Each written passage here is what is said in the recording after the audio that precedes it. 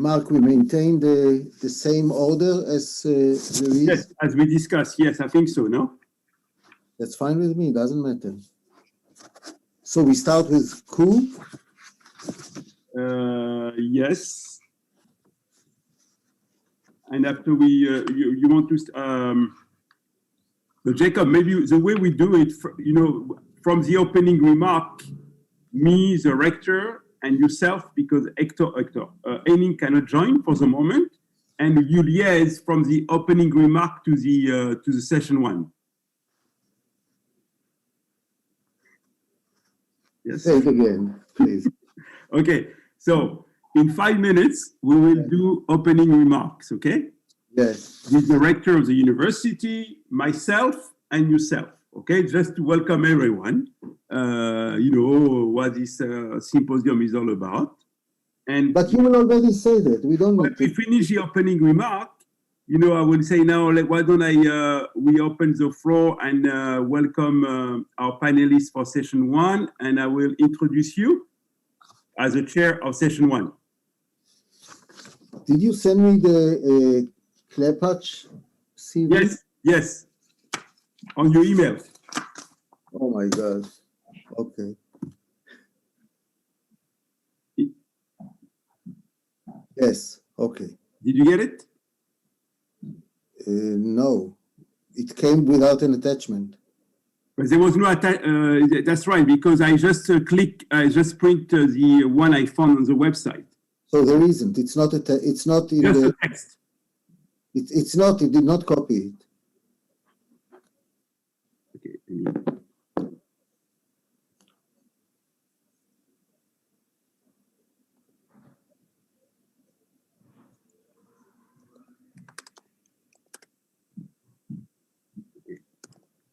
Resend it now? Yes. Where do I find the full program? I email you. The full program? Yes. So many things. Okay, I am used to last minute.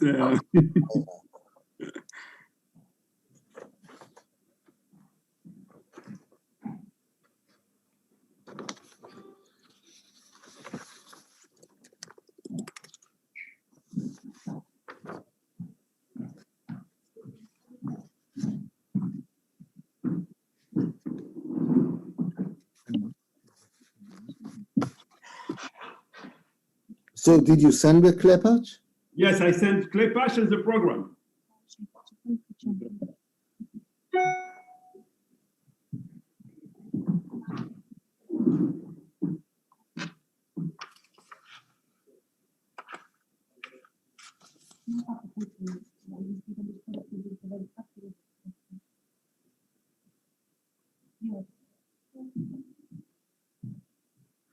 No, listen, the Klepacz does not come through.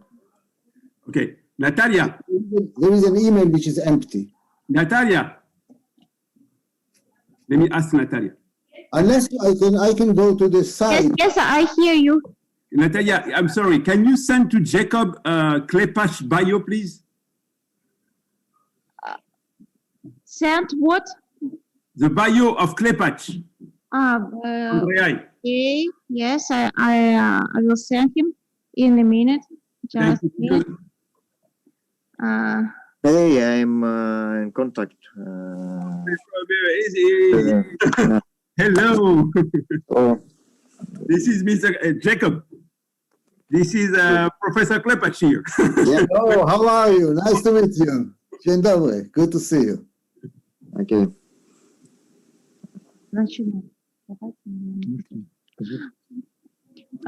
Dear colleagues, can we start? Yes. Rector can begin our meeting. Please. Please, okay. Mark, he needs to send it to me.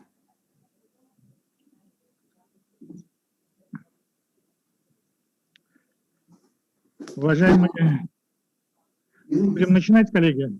Я думаю, что... Shall we start then? I think time has come for us to begin. Подошло. Let's start. So, we begin. Уважаемые участники, Dear participants гости, and guests, дамы и господа, ladies and gentlemen, I'm happy to welcome you at the International Symposium, the post-COVID era, redefining and redesigning the global economy. уважаемый господин Узан, Dear Mr. Uzan, господин Сёпин, dear Mr. уважаемый dear господин Mr. Френкель. Для Frenkel, нашего университета for большая our university, it's a great honor to be among the co-organizers of this most respected event, the speakers of which come from over 15 countries. We are happy that we were able to bring together at this platform experts who are globally renowned, represent different institutes and organizations. This discussion platform creates the prerequisites for the consolidation of the public in the world in order to develop the global approaches to the challenges of the present-day situation. We're grateful to our partners for their attention, for their friendliness towards Russia, for the willingness to work together in the basis of which there is the understanding of mutual interests and trust and confidence. Well, of course, we can see that lately trust and confidence were undermined to a certain extent, and so our purpose is to consolidate, to strengthen relations between the researchers from the world. The program of our symposium is multifaceted and culture covers different aspects of financial architecture, global and regional integration, privatization, money exchange and circulation, the problems of the human living, and transformation of the cities, climate problems, and the issues of the transition to low carbon economy.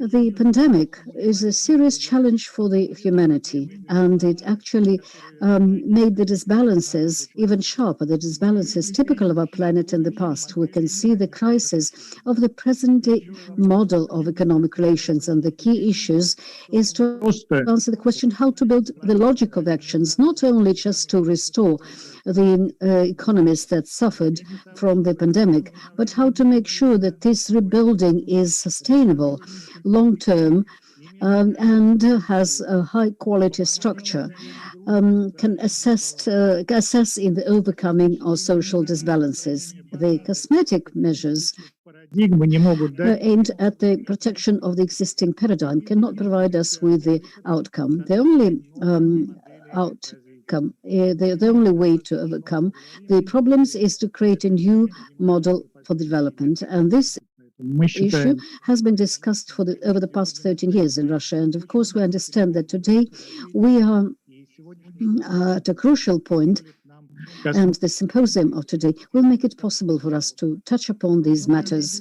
Last year, the decline in global economy was maximal since the days of the Second World War.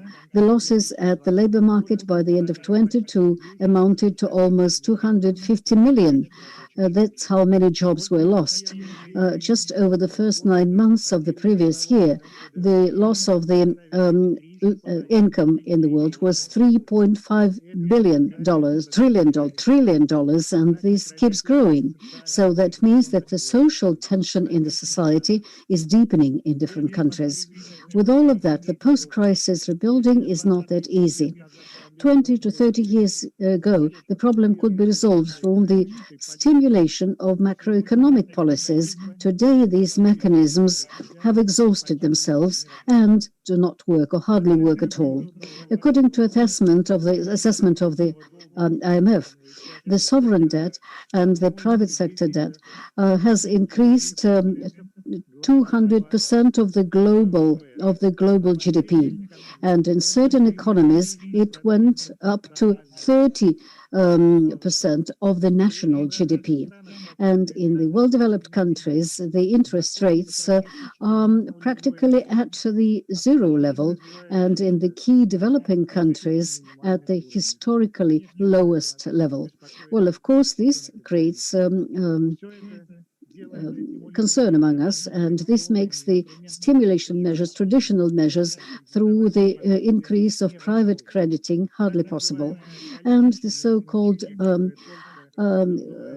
quantitative easing, which just leads to the expansion of financial assets, does not resolve the problem.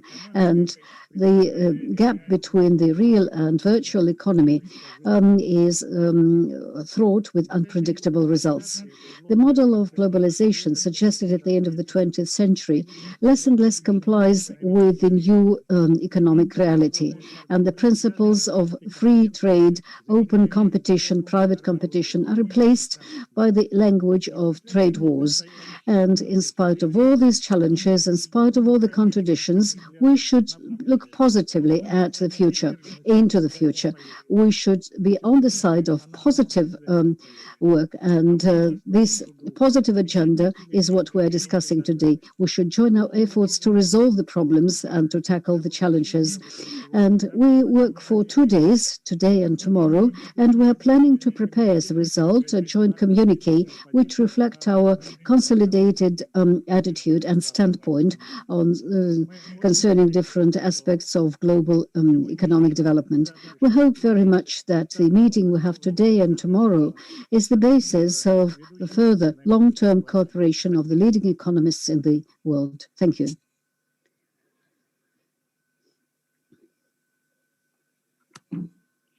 Okay, thank you very much, Mr.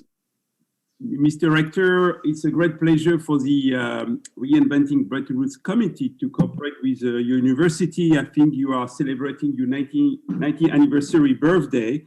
And with my co-host, the Hamburg Institute for International Economics and the Frankel Zuckerman Institute, it's a great honor to be able for the next 2 days, to team together and to put together a very high-level symposium that brings, as you said, more than 15 countries represented, and to try to discuss not only the short-term economic outlook for the global economy, but the long-term. That's why we call it Redefining and Redesigning the Global Economy. And I wanted to start my remarks, in fact, why we choose that title. I think we didn't put reinventing, but as you know, since the COVID-19, the concept of reinventing is everywhere. We need to reinvent our growth model. We need to reinvent multilateralism. We need to reinvent the way we deal with pandemic all over the world. And this is, in fact, what the G20 was all about to do. You remember the different financial crises that occurred in the 1990s and the great financial crisis in 2008 that elevated the G20 at the leaders level. And now, this initiative with this conference is all about to think about the post-virus order. And I believe that we are not going to go back to the previous growth model. And we need to think and to define a new growth model that's going to be based on sustainability and social compatibility that's going to be at the heart of the world economy moving forward. And of course, about also inclusive multilateralism. And in order to do that, we need to think about a major reallocations of capital and labor around the world, not only for the advanced countries, but also for the emerging market. But before we go to this long-term challenge, we need to deal with the short-term economic outlook. As everyone knows, the policy response all over the world has been dramatic. The whatever it takes has been really implemented all over the world, particularly in the advanced countries versus the emerging market. And I know that this short-term economic outlook, is still, dealing with the greatest recession that we had since the 1929. But there are risks towards this scenario because we are still doing with a stop and go in terms of economic activity. And of course, what is maybe most concern in the short-term point of view is maybe the risk of divergence in the global economy, because some part of the world might be growing quicker than the rest of the world.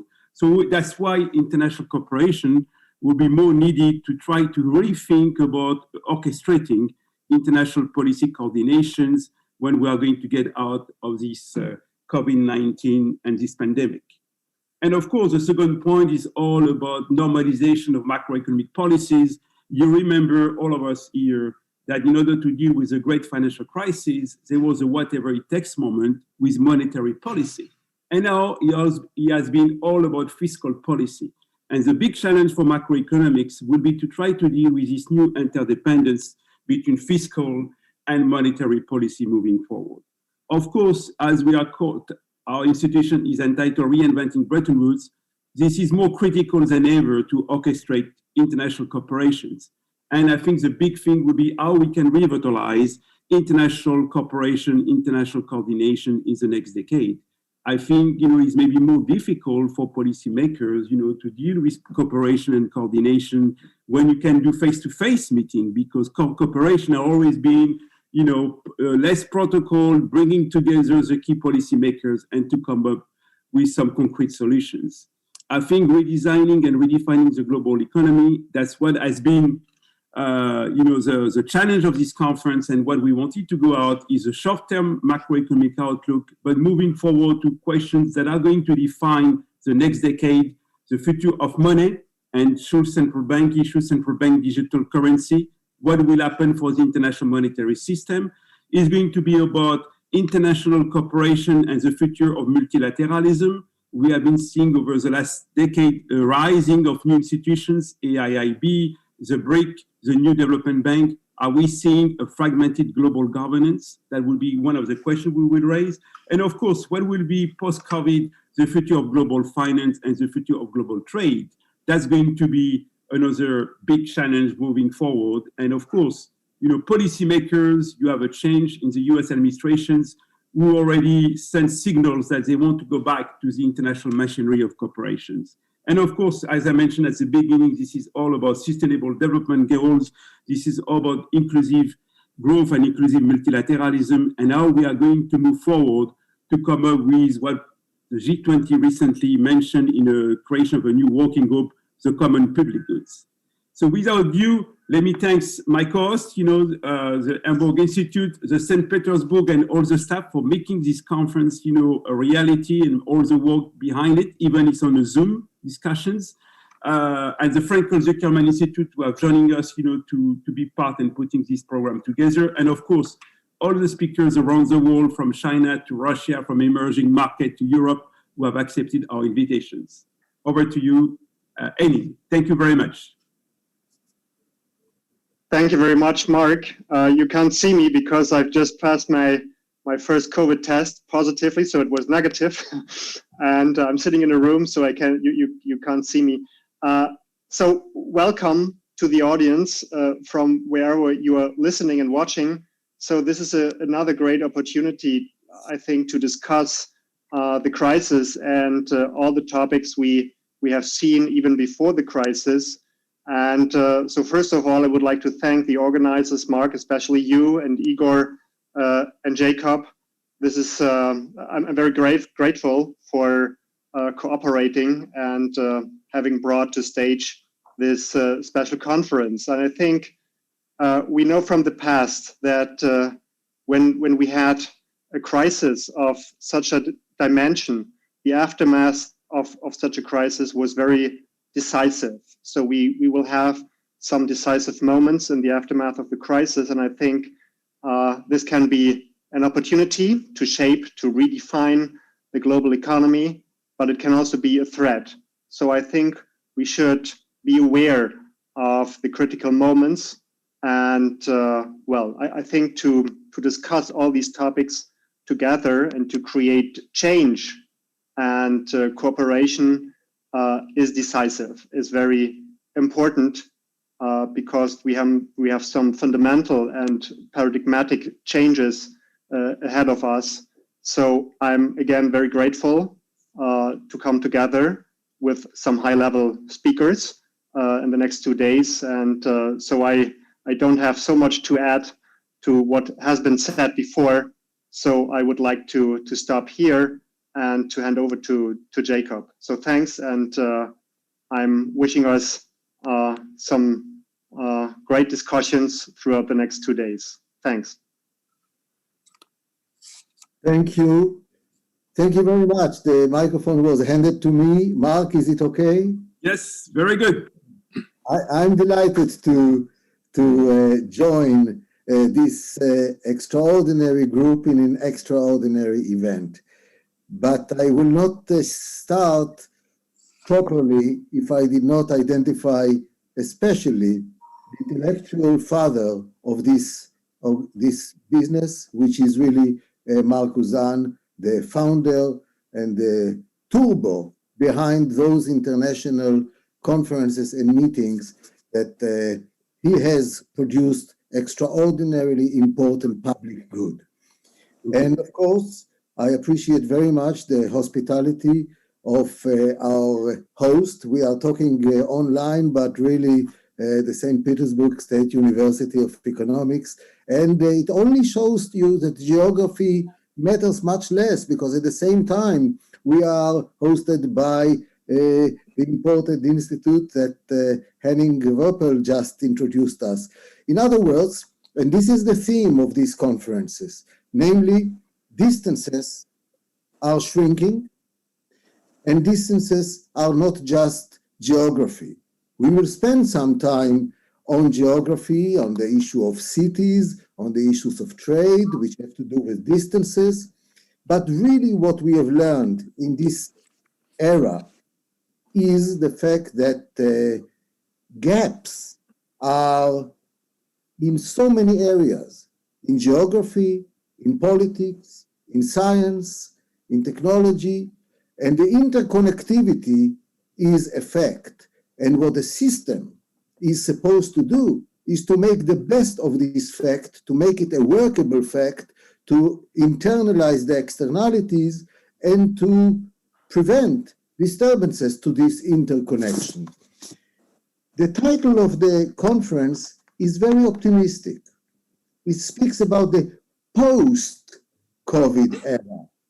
Well, I must say, those who designed it must be very, very optimistic, because I think that we will probably stay within the era of the COVID for a long time. Not only the COVID as a virus, but the COVID as a syndrome that highlights how science, technology, medicine, people, travel, interaction are going to shape our new world. Who would have thought 2 years ago to have this conference online? We would all have gone to airports, we will all go to registration, to hotels, we will have a social program to make sure that everything works well, and people from the hot countries will go to the cold countries. Here you see that your comfort, in a way, you save resources, you lose some of the human touch, but you are creating a new system of interconnectivity. So yes, it is the post-COVID era in the long-term sense, but it is the COVID syndrome that will stay with us. And therefore, the world has to be reacting to it. And yesterday is an important part of history in the sense of teaching us lessons, but we need to redesign it.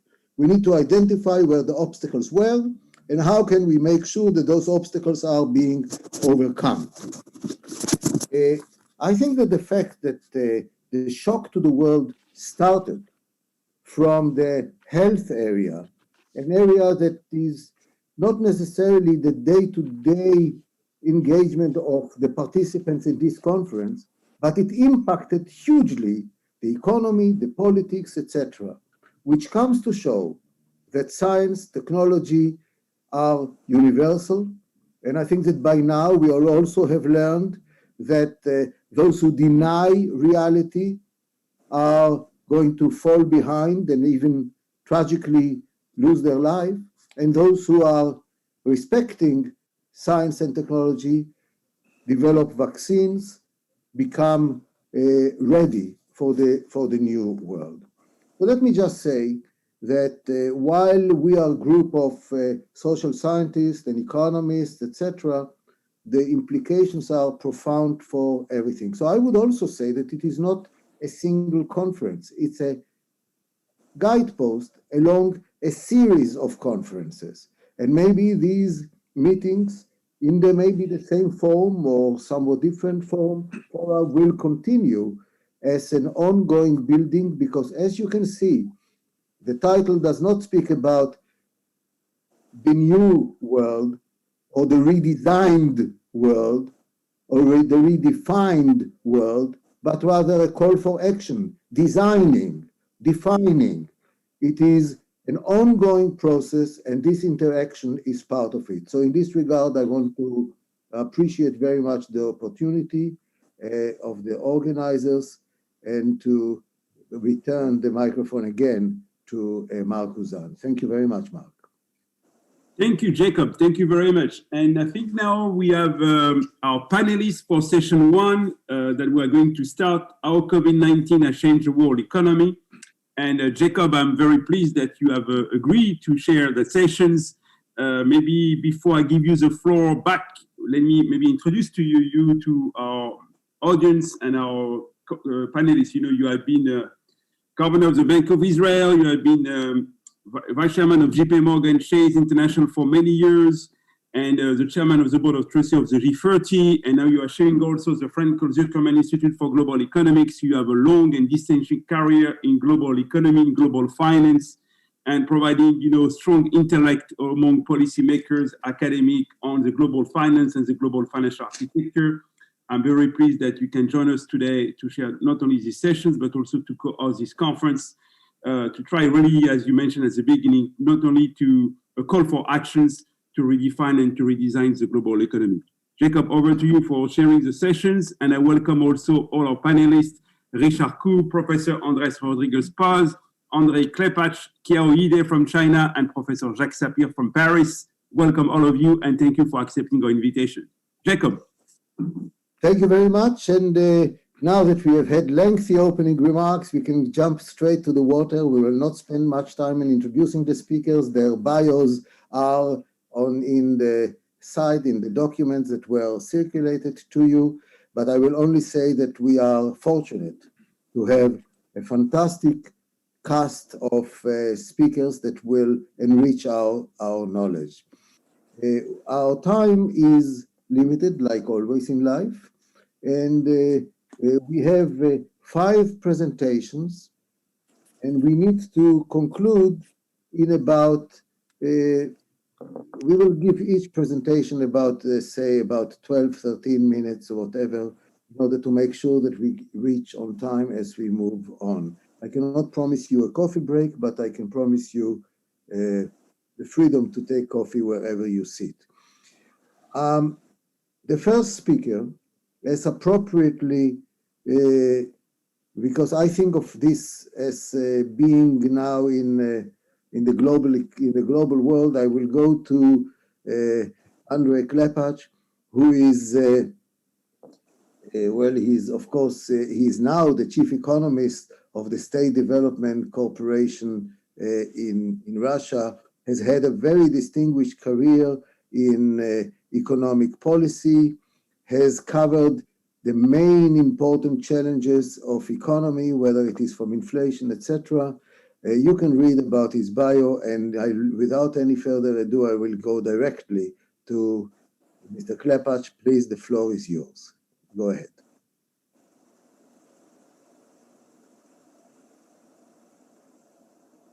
The word that has been always mentioned in the context of these Zoom meetings is, please unmute yourself.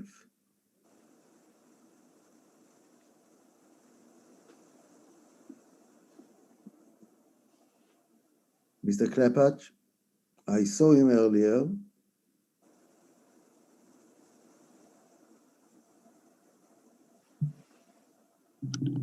We'll give it one more minute, and if Андрей not... Николаевич, вы нас слышите? Вы можете начать первым выступать? Да, я слышу. Okay, now, very good. The floor is yours.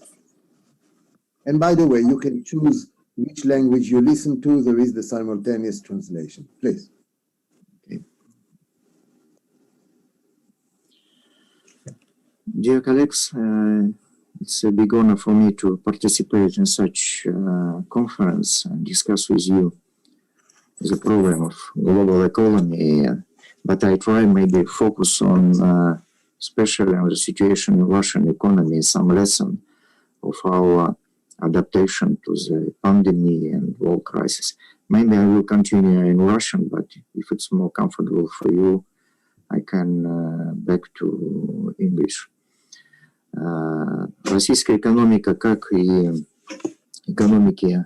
Russian economy, same as the other countries' economies, have encountered a big impact from the pandemic, but in Russia, of great importance is the fall of the oil prices, since we are exporting oil, and the decline of consumption of oil was caused by the global economic crisis. Hence, they've joined APEC agreement to cut down the oil production. Well, in this situation, in general, I would say that we've passed this crisis with losses smaller than it was expected in the beginning and even in the end of the year. The first assessment of the Russia's decline of GDP is 3.1%. This info was provided by the Russian Statistics Agency. Now the economy has already started to revive. Disregarding the second wave of pandemic, a more severe wave that took place in autumn, there was no further decline of economy. The situation wasn't as bad as in the European countries. So in general, the economy went out of crisis better than we earlier expected. Well, scale-wise, our crisis was the warranty measures was from 3 to 4% of GDP. It's much less than the EU countries spent on support and stabilization. The support was mainly aimed to help the families, to help those who have lost their jobs. And there was also the small business, support of the small business. So this set of measures was rather standard in Russia to speed up the process of bringing the money or the funds to the population. Very direct support was organized for families with many children, because if they lose jobs, the parents lose jobs, it's quite a big problem for the family. Also, there was a system for support of small business, and we also supported the big enterprises to support the employment level.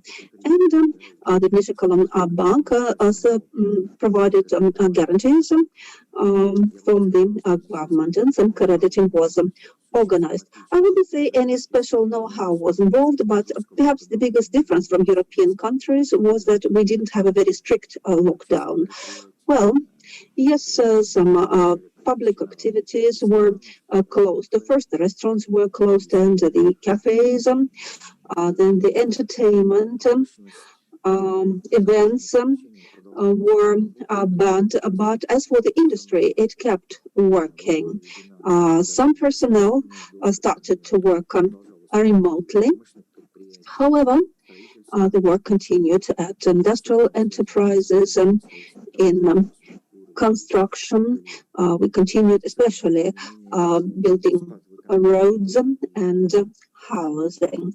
However, there was a decline in economy, and according to the preliminary assessment, it's going to be specified later on, the real income of population went down by 3.5%. Without those supportive measures, this figure would be over 5%. The investments went down by 4.2%, and that's a capital accumulation. And in retail sales, it was a 3.1% decline. So I would say that the supportive measures added some 2% of the GDP. However, if we talk about the lessons learned and future prospects, one of the main questions and challenges is how well the economy shall be able to recover up to the pre-crisis level when the losses of income of population shall be compensated and where the entrepreneurship confidence shall get restored. The official forecast is pretty optimistic, and the IMF forecast is pretty close to it. That is, the growth shall be weaker, a bit over 2%, and that will be not due to the consumers' demand. It will get restored, and the population income throughout the year 21 shall compensate the decline of the year 20, but the investment behavior of enterprises, of business, shall remain rather cautious disregarding the investments. The companies supported by the government, like Gazprom, the Russian railroads, the oil business, shall be okay. As for the private business, I believe it's not yet ready to make big investments, though there's a special package of measures. And nowadays, some additional incentives are developed by the government aimed at the economic development. We have a plan of economic growth restoration, and now we are working on preparation of those strategic solutions that will modify the economy quality. It will become more technological and innovative. Thus, we shall form a new social contract. The healthcare services shall be of high quality, social support shall be better. We're not quite sure about specific parameters of these suggestions. We're now working on this, but the experts believe that already this year some additional measures shall be provided to support the population. Say the pensions shall be increased. For many years we're discussing the retirement or pension reform, and nothing is coordinated finally yet. Also, the investment activity shall be supported via the law adopted on protection of private business investments. It enables them to create long-term contracts, to sign long-term contracts with the companies who are planning big investment projects. And that will create new jobs in particular. I believe in spring, those plans of the government of this new strategic rise of Russian economy shall get more detailed or determined, and then we'll be able to assess whether they're really serviceable and whether they can resolve the social problems. I'd like to drive your attention to two more issues. Pandemic has proved that the healthcare system is rather vulnerable, same as the human life in our world, and sometimes this vulnerability is not in any relation to how much countries are spending for healthcare, like 17% in the United States. In Russia, before crisis, it was 5.6% of the GDP that we've spent on medicine. Nowadays, thanks to the additional measures, we spend up to 7% of our GDP on healthcare. But it's not that important how much is spent on healthcare. We do believe that our healthcare system is underfinanced. It depends on how well organized is the healthcare system work, how well coordinated they are in declining the morbidity and mortality. Russia looks not so bad in comparison with the other countries, European countries in particular. Some 2.6% of our population got sick with COVID. That's according to the data from the beginning of February. As for the mortality level, it was 1.9%. That's much lower than in most of the European countries. There are some problems with statistics in this regard. However, it's not so easy to provide the finished precise calculations. But I believe all the countries should learn on these lessons and learn about the development of the healthcare, making it more patient-oriented. Well, we have lost the skills of fighting the pandemics. Yes, there was SARS and other pandemics, smaller ones before, but such a big different epidemics earlier. But this big pandemic didn't have such an experience earlier. So how can we restructure healthcare so that it's more accessible for mass population, because of pandemic and the disease kills both the poor and the rich. Our debts are not that big. It's 200% of the GDP or more, or else. But the question is, how can we answer the challenges, including environmental ones? What the EU they do, the Green Deal. The question is how we can save human lives. Since this pandemic, I'm afraid, will not be the last strategy in this world. Perhaps we should restructure the healthcare system in general, so that the healthcare system works on the support of human immune system, and this should be related to the restructuring of the agricultural centers, since modern agriculture depends on growth and stimulators for both plants and animals. They use antibiotics. Thus, eating this food, we kill our immune system. Hence, we should think about the new economy and new quality of healthcare. We should switch to the economy that will take care of not only of preserving the future, but of preserving the humanity as well. That's it.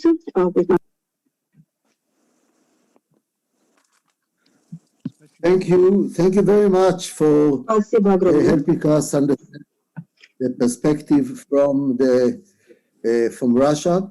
And we move on to Professor André Rodriguez-Pose, who is a professor of economic geography at the London School of Economics.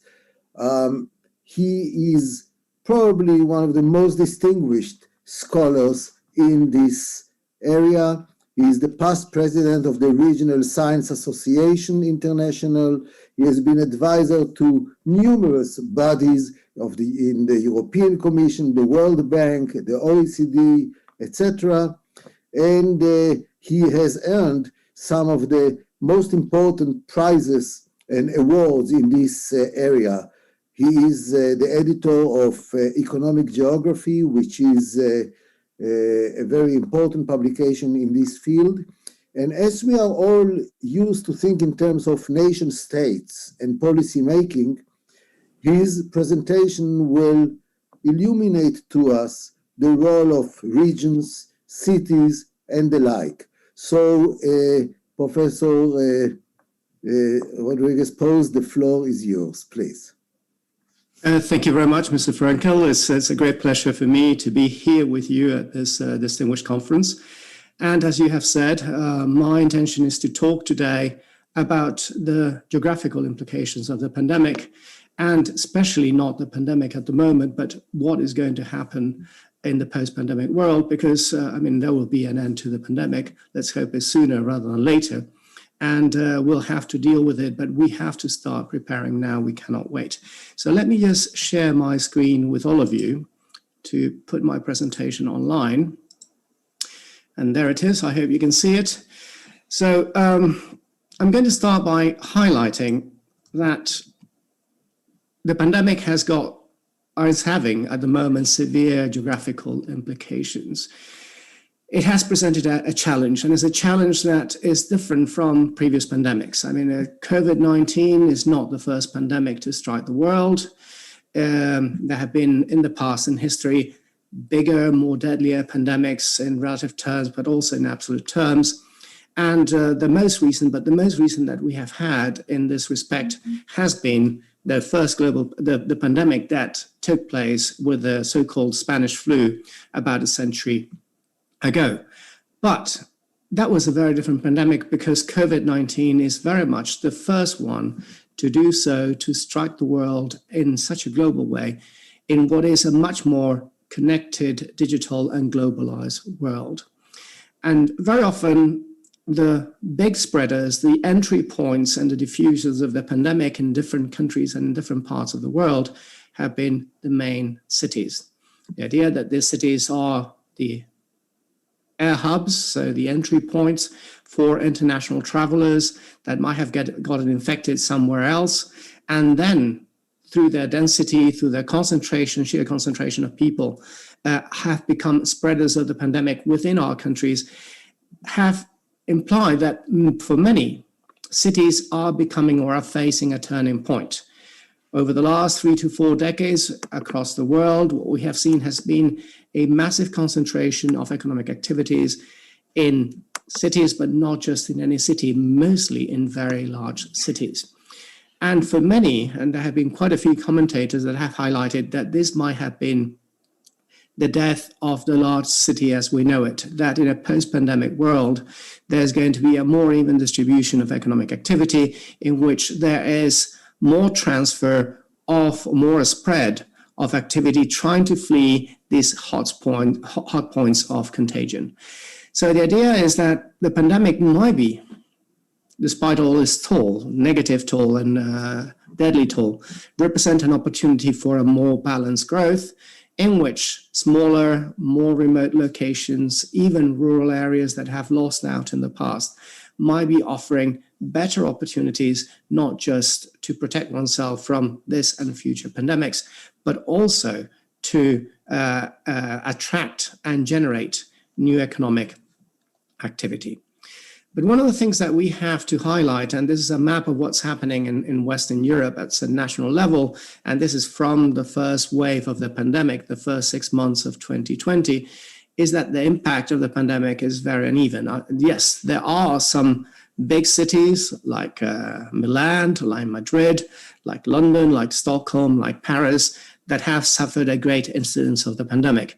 But it has also affected some areas with, let's say, medium-sized cities, smaller cities, or rural areas, like, for example, Alsace in France, or Castile-Leon, or the Northwest and the West Midlands in the UK. And when we go into more detailed analysis per region, and this is for the first 27 weeks of 2020, we see that, yes, these are in the European Union, the 6 regions that had the biggest excess mortality. And it does affect many big cities. Madrid, Lombardy with Milan, London, Catalonia with Barcelona, or Stockholm are amongst the top, together with Castilla-La Mancha, which is a region to the south and the southeast of Madrid. But not all big cities and not all regions have been affected in the same way. In fact, when we take a look at what happened within the European Union, we find that 40% of all regions during the first wave of the pandemic had less excess mortality than in previous 5 years, whereas in some others it was more than 60% in terms of excess mortality. And many big cities, like, for example, the capital city of Denmark, Copenhagen, but also Warsaw, Lisbon, Berlin, Lazio with Rome, and Campania with Naples, were highly affected by the first wave. Of course, with second and third waves, the third wave are ongoing, perhaps let's hope not, more waves, the geography is shifting all the time, but it doesn't affect all places. It is very much related to preparedness, to capacity, to react to how good your health care system, to how good your response has been. So what is this going to imply for the future geography of cities? And what I'm going to cities and regions, and what I'm going to highlight here is that there are several forces of change that are associated to the pandemic. The first one is what is known as the social scarring. What is the social scarring? Is that the pandemic is instilling psychological fear and changes in many of us. We are behaving in different ways that we did before, and some people may have enduring sort of fear of crowds and being in large groups of contact. So that might lead to a significant change. I would say that for most of us, social scarring, the fact that at the moment we are reluctant to hug other people, to go close to other people, it's probably going to fade away as soon as the pandemic goes over. But for some people, it might last and it might have relatively enduring sort of impact. There's going to be also changes that might be somewhat longer lasting in order to maintain social distance. It's difficult to imagine that, at least in the short term, even after the pandemic is gone and infection is reduced to a minimum, or it becomes something that we can control with the vaccination that is ongoing in many countries on the world, there's going to be also changes that are going to still keep people socially distanced to a greater extent than what it was before. But probably the most important change is the forced social experiment that came with the pandemic. The idea that we had to go in Western Europe, in Wuhan, it was in January, but in Western Europe, it was in the first weeks to mid-March of 2020, we had to go into a system of lockdowns that has changed our life.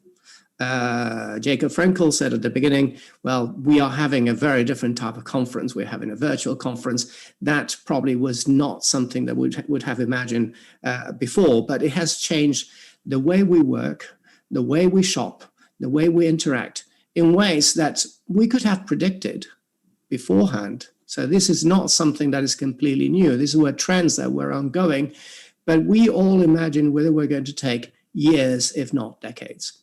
Well, the change took place, and it took place within days. And in many cases, we have realized that things they have changed, and they can change in radical ways and very quickly. We have changed the way we shop. It's not that online retail was non-existent before. It was important, but it has grown before, and it has grown much more over the last year. I'm going to put some examples. Even before the pandemic, in a country like Norway, retail shopping, high street retail shopping in 2019 grew by 0%. Online shopping had already grown by 40% in that very year. Now that has improved massively, or that has increased massively. People are shifting to online shopping in droves. We're changing the way we work. I am in academia, and I've been for a year now just doing lectures, much to my regret, I must admit, but it's online. Like my wife, who works for a main bank, has been working online with the exception of a few days that she has to go into the office. And of course, we are changing the way we interact and we relate to one another. Yes, in which we are moving towards issues like, for example, more online interaction, not just on online conferences, but also in the way we interact with friends and we meet. Maybe there's a Zoom fatigue, but Zoom and other alternatives of remote interacting are going to be here for quite some time. And this is having implications that are extremely geographical.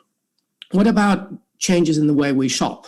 Well, changes in the way we shop are going to influence and are going to accelerate what my colleague Richard Florida was highlighting, that this is the ongoing high street apocalypse, the retail apocalypse, in which you will see that many commerces, mainly small businesses in city centres, are going to suffer. This is an image from this year in the UK, in which you can see boarded shops because clients have stayed away and they have turned massively to online shopping. It's not that after the pandemic, we're not going to go back to the office, but there's going to be a change. We have realized that we can work, and we can work in many sectors productively from a distance. So probably the return to the office is not going to be full-time, it's going to be mixed, in which in many sectors, and especially in many of those areas that have been identified as having sectors with big capacity to actually work remotely, which are mainly, again, the big cities, what we're going to see is that there are going to be mixed systems. There's going to be 20, 30, 40%, maximum 50% probably of the population in the office on any given day, which is going to have changes to, for example, how much office space we need in cities, and also is going to have changes to the way we transport, the use of public transport, etc. So there's going to be a shift in patterns in the way we work. And of course, if there's less shopping in city centers, if there's less need for office space, there's going to be changes not only to leisure and leisure activities and how we go, where we meet, whether we need to go into the center all the time for social activities, for cultural activities, but also in the need for real estate and housing space in city centers. So overall, this is going to have important impacts on territories. And what are these impacts likely to be? Well, some have predicted, as I said at the very beginning, that this is going to lead to a more even geography, that the concentration in big cities that we have seen in recent decades, especially over the last 3 to 4 decades, the winner-take-all geography of big cities and many areas lagging behind, losing out, is going to be solved as if by magic by the pandemic, that the pandemic and remote working is going to allow people to just move out of Madrid, move out of Paris, move out of Moscow, for example, and decide to go and work in other types of cities, let's say Nizhny Novgorod, for example, or even in rural areas with probably the same efficacy. The people I work with and myself, we are a bit skeptical that this is going to happen. Why? Because first, in terms of remote working, there are some areas that are highly capable of having large sectors of the population working remotely, and those tend to be the big cities. When you take a look at the list that the OECD has prepared of regions and cities that are prepared to work online, we find that the top ones are cities like London, Washington, San Francisco, Brussels, Frankfurt, which are slightly above 50%. Many regions of countries like Italy, Turkey, Greece, Spain, even where you have a concentration, you hardly go about 20%. So probably this idea that the advantages in terms of positive externalities or large pools of labor or big cities are going to disappear is probably not going to happen. Big cities, and many of them, of course, with different performances, are going to steam ahead. So the gap between big cities and medium-sized cities, towns, and especially rural areas may continue to grow. It's not that certain medium-sized cities, towns, and rural areas are not going to benefit. But in general, these are going to be those that have the greatest amenities and the easiest connectivity to large urban areas. Most other, especially rural areas, remote, isolated, with sectors that have been declining over time, probably will continue to lose out. So in that respect, it's not that we're going to have to do away with the policies to make sure that we try to promote economic development in areas that have been declining in the past, because the pandemic is not going to solve the problem. In terms of the microgeography, what happens within large urban areas, what we're going to see is a different sort of ball game. Probably in the short term, city centers are going to change. There's going to be less need for office space, there's going to be less need for commercial space, and there's going to be less need for cultural space. There's probably going to be, as a result of all that, less need in city centers, large city centers, for housing space. This might have implications for real estate prices. This might have implications for functional sort of uses. There will be probably more need for outdoor space and less need for transport, but more for alternative transports. So what we're going to see is probably a transformation of moving away at the first of heavy economic activity, so the headquarters of many firms, etc., that moving to not outside the cities, but to the suburbs of those cities, as would be a lot of commercial activity, although even commercial activity in the suburbs might suffer to online retail. And this is forcing us to rethink how our big cities and our cities will work. There are a lot of proposals. There's this whole idea, you're going to have it tomorrow, about the 15-minute city, but also we're going to have to look into open cities, more creative cities, leisure cities and how they work.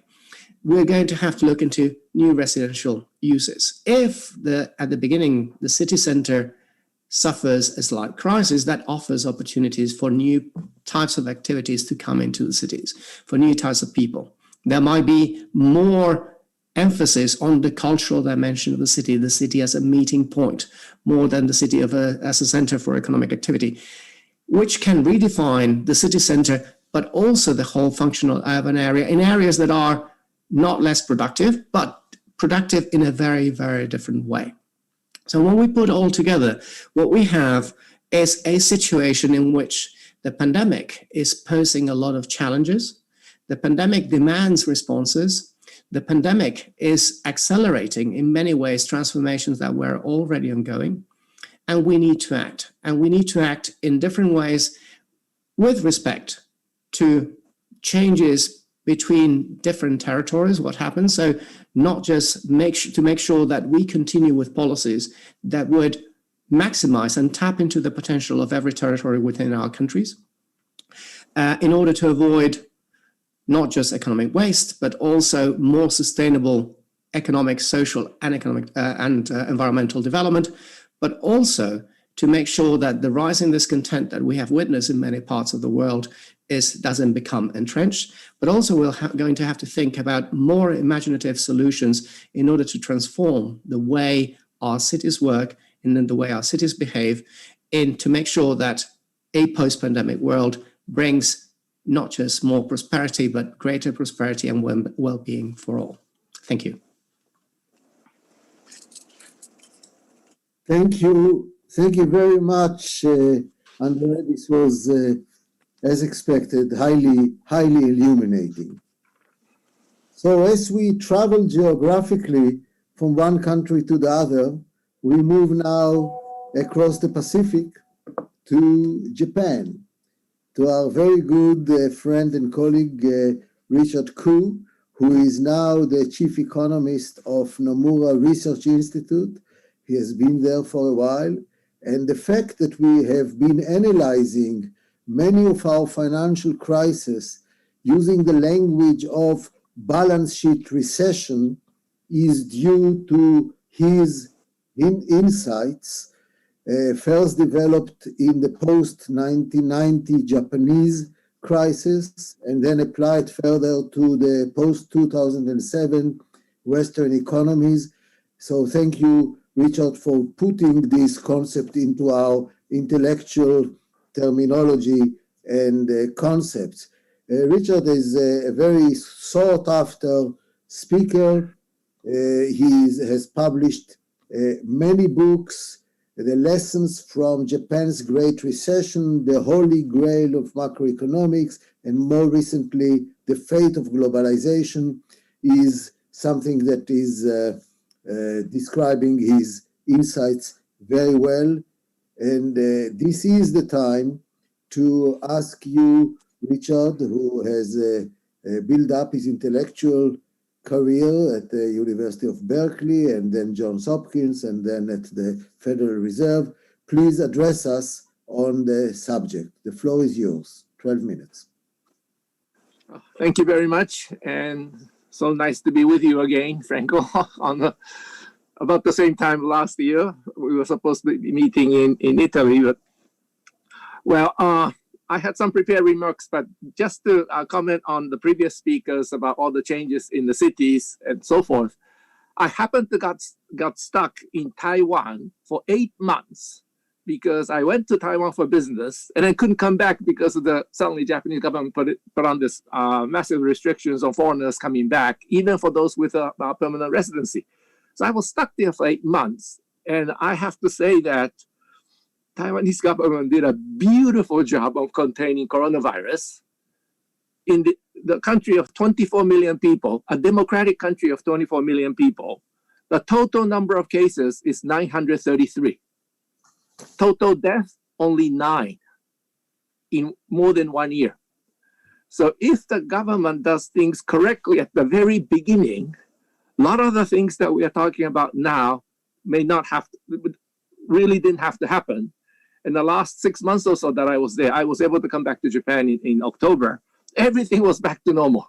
Restaurants crowded as ever. Everything is back to normal. Of course, no international travel under the circumstances, but those countries that did very well were those ones that were affected by SARS epidemic 17 years earlier. So they learned the lesson. And so when this thing happened, they acted very, very quickly from the very beginning. And so I think that's another thing that we have to put into our calculations on how the cities may evolve and so forth. Because if they did it correctly from the very beginning, maybe many of these things could have been avoided, as Taiwanese proved, even in a democratic country. Now, let me go back to the original topic of how COVID-19 changed the world economy. I think that one of the most immediate impact of COVID-19 is that we got rid of Donald Trump. Because just a year ago, if you remember, US unemployment rate was 3.5%, the lowest in 50 years, and stock market all-time high. The guy almost looked unbeatable. But he screwed up so badly on COVID-19 that now he's gone. And that shows that this is COVID-19 doing something for the United States and for the rest of the world. But even with that, with such lousy job of containing COVID-19, he got 74 million votes in the United States. And so that's something we have to keep in mind, that someone like that could still get 74 million votes in the United States, because that is going to be with us on the US political scene for years to come. Now, what kind of, I'm not a doctor, so I cannot tell exactly when all of these things will be over. But if the medical part of the solution is behind us, what will await us? Are we going back to the world of that existed before 2020? And the world that existed before 2020 was, as Franco just mentioned, is kind of left over from balance sheet recession, in that private sectors in all these major economies, United States, Eurozone, Japan, they were not borrowing money. They were actually saving money, even at the zero interest rates. And we never learned this in university, textbooks. Zero or negative interest rate, they should be borrowing money, not saving money. But if you can put that chart that I sent you on the exhibit 1, if that is available for people to see. Well, maybe not. Or then I'll just give you the number from Lehman crisis, the most recent period. So a period of over 12 years. The average savings by the private sector, so that's household sector, corporate sector, and financial sector, all taken together, they saved on average 6.5% of GDP at zero interest rates. And in the case of Japan, 8.23%, in the case of Eurozone, 4.7%. They should be borrowing these numbers, not saving these numbers. It's the next page, if you can flip it. Yes, those numbers in circles, those are the taken from flow of funds data, and goes back, the part in the orange in the circled areas is the average savings of private sectors in all these economies. And these 6.54, 8.23, or 4.7, these are ridiculous numbers, absolutely ridiculous, because they're facing zero or negative interest rates. And why were they doing it? Because during the bubble days, they leveraged themselves up a lot. Once the bubble burst, asset prices collapsed, liabilities remain, they all realized that their balance sheet's underwater. The balance sheet's underwater means you have to pay down debt. And all these private sectors in advanced countries decide to do just that, increase savings, pay down debt. And once you enter that world, money really is coming back to the banking system, not leaving the banking system. And so you don't get any inflation. No matter how much money you pump into the system, it can go as far as the commercial banks, but not beyond, because it gets stuck. And in the world like this, you need fiscal policy more than monetary policy, because in the national economy, someone is saving money, someone else has to borrow money to keep the economy going. And in usual circumstances, interest rates will adjust so that you have, you make sure that savers and borrowers, they match at the end of the day. But when we have a situation like this, as I show you these numbers, when private sector is saving 6.5% of GDP at zero interest rates, the two sides are not matching. And then the government has to come in as the borrower of last resort, not lender of last resort like the central bank, but has to be a borrower of last resort to keep the economies going. And that's the world we lived in in Japan for more than 20, almost 30 years, and in United States and Europe for the last 12 years. And if we are going back to a world like this, then I don't think we will have to worry too much about inflation, because money will be mostly stuck in the financial sector. We could end up seeing some mini bubbles, and we're already seeing some mini bubbles in various asset classes. But big inflation is highly unlikely if we returning to that world. And there's another reason to believe that we may return to that world, because all these companies that were hurt and households that were hurt during this pandemic, they will be saying to themselves that we'll never be caught short of savings again, that we should have had more savings, because those companies that went bankrupt are the ones that didn't have enough savings.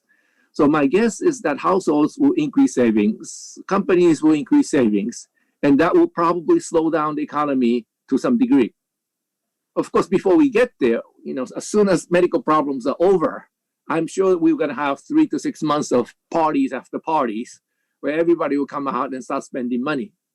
But once that adjustment period is over, and then we kind of go back to a kind of a steady state world, my guess is that a lot of companies, a lot of households will start saying, okay, let's have some savings just in case something goes wrong again.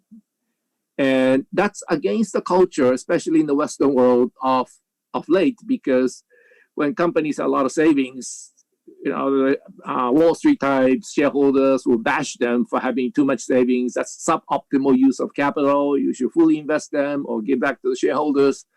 Well, those companies that listen to that kind of talk probably went bankrupt during this pandemic. And so the whole culture in the financial market could change also, that you're not supposed to borrow money to buy back your shares, things like that.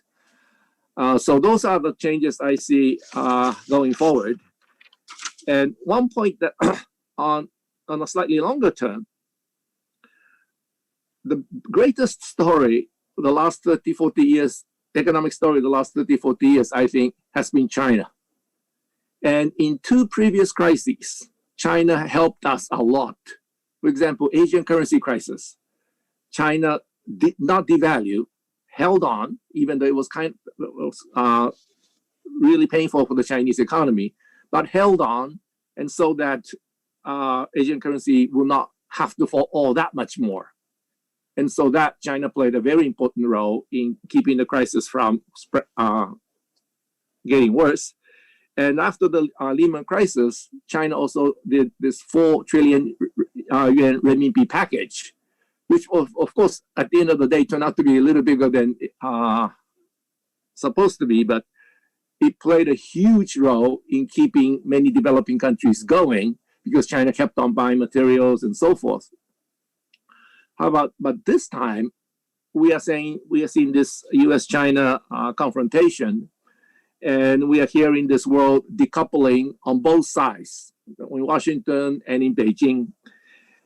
And this is very, very worrisome, because what that means is that China really cannot play that kind of role any longer. And furthermore, decoupling means not rely on foreign markets, especially Western markets. But when you look at the size of Western markets relative to the global world, and if you could change this slides to the next one, Exhibit 2. The so-called Western world accounts for like 56% of world GDP, and per capita GDP is like $52,000, almost $53,000. If China removes itself from this, what's left is, of course, there'll be China, the domestic market, and what may be called the non-West market. But in both cases, per capita GDP is $10,000 or so, and it's a much more smaller market. And when I'm listening to the debate in China, I sense that they're talking about, can we make these products? Do we have all these IC chips capabilities and so forth? And it happened in many countries that happens in many countries that politicians will talk about whether it's possible to do it, whether they can make it. But we economists should ask also whether there are someone who is willing to buy this stuff. Because too often, having capability of building them is no guarantee for economic growth. For economic growth, someone else has to buy this stuff. And I sense a similar development in Japan 30 years ago, when Japan and China had this, Japan and the United States had this horrible trade friction. And I was actually in the middle of it.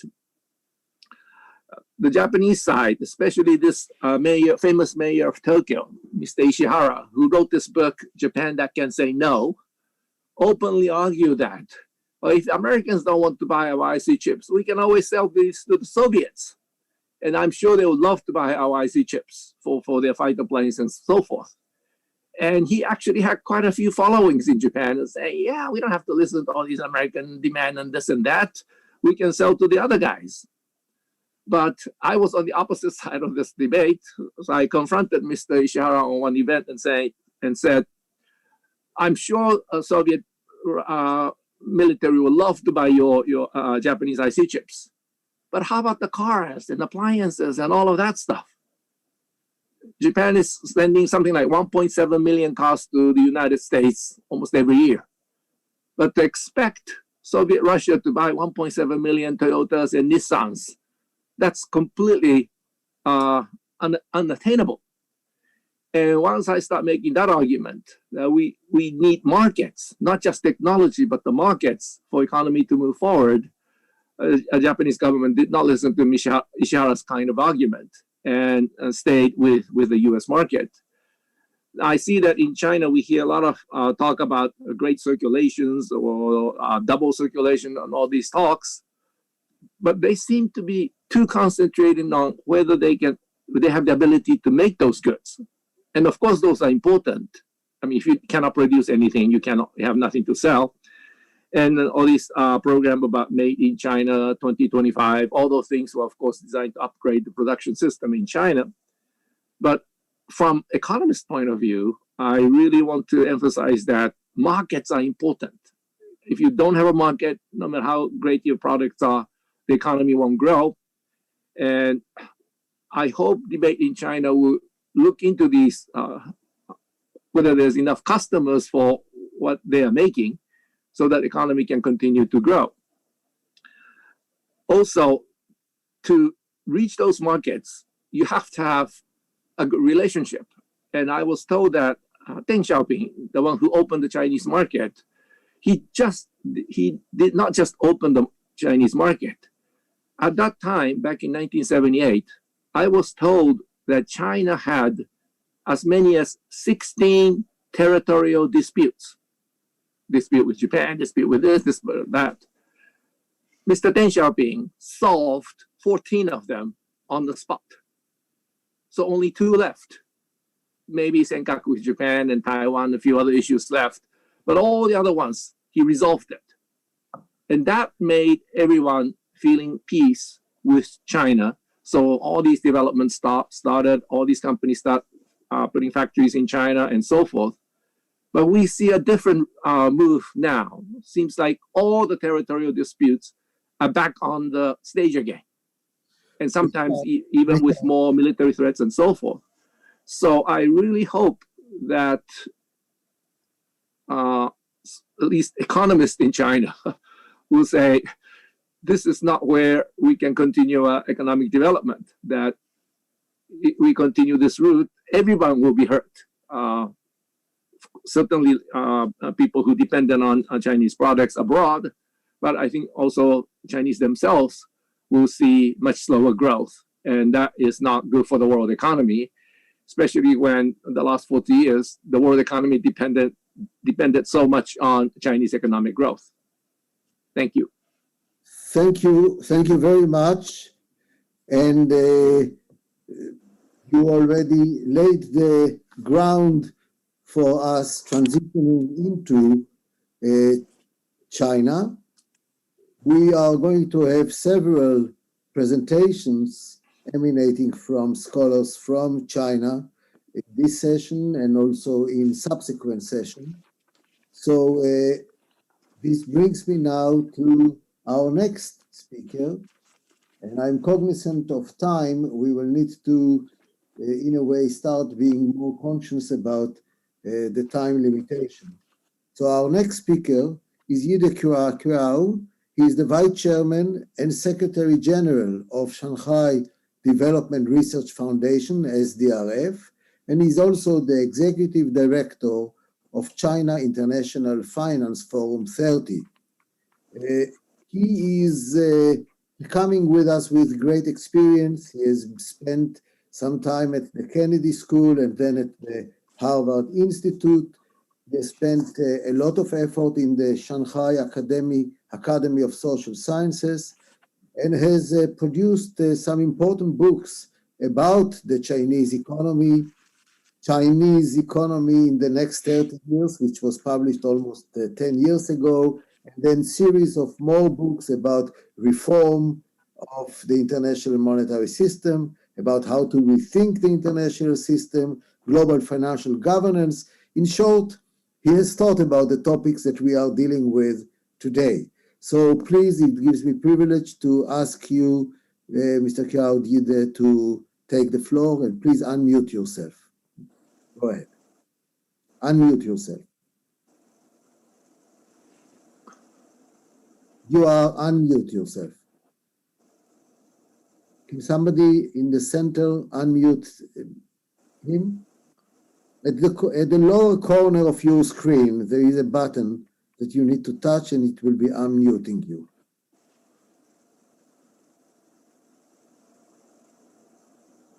Can you hear me? Now we hear you very well. Okay, yeah. Yes, very good. Yeah, thank you, Frank. Thank you for your nice introduction. Also, I'm very happy and honored to participate in the International Symposium. Particularly, I'm happy to make my presentation following Richard Koo, who did mention the case of China. So today I'm going to talk about the impact pandemic on Chinese economy from Chinese perspective. Obviously, everyone knows pandemic have a great negative impact on Chinese economy. As you know, last year, the GDP growth rate in China has been worse in past 2 or 3 decades, which is only 2.3%. But at the same time, it's the only large economy which get a positive growth rate. Not because, the reason is because the other large economy even did the worse than in China. So the reason behind that, I guess several reasons. One is China did a good job to contain pandemic. Now currently, most cases have already under control. Only sporadically some pandemic cases appear. So basically, I can say we almost come back normal business, normal life. That's I guess the major reason. Second reason, I guess, Chinese government did good job in terms of good coordination between fiscal policy and monetary policy. Last year, the Chinese central government increased the fiscal deficit from originally 2 point something to increase to 3.6%, which give a lot of incentive to local governments, to business, to individual. At the same time, of course, the PBOC, central bank, keep a good monetary policy, but still they claim the policy still are normal, not unconventionally monetary policy. That's from policy perspective. From structure perspective, I guess the export played a tremendous role to promote growth rate in China, which is unexpected at the beginning, particularly the last quarter, due to the increasing demand overseas to small electronic equipment. In this area, China have a tremendous growth of export. Another reason is the investment, particularly government investment in infrastructure, also private investment in real estate area. That's a good side. The weakness is consumption. I guess as Richard Koo mentioned, it's very strange. The saving rate everywhere increase, particularly even the interest rates are very low. I guess the reason behind that is because people worry about the possibility of future, their safety of job. They just, go around the flow. They worry about what happens in future. I guess probably that's the reason behind the saving rate keep high. Hello? Can you hear me? Yes. Okay. Very good. So the next year, I guess Chinese economy still will keep going according estimation of many international organizations like the World Bank and IMF. Probably China will achieve growth rates between 7 to 8%. Of course, that depends on several factors, economic factors, whether exporters still can keep that kind of growth rate, which is uncertain. Another is if the monetary policy in the United States have changing the direction, just like happened 10 years ago, almost 10 years ago, the capital will flow out of China back to the United States, which will create some uncertainty to Chinese economy. Another uncertainty is the relationship with the U.S. As Richard Cole said, due to the pandemic, Trump is gone. But due to the pandemic, the relationship between China and the U.S. in last year get from worse to worse.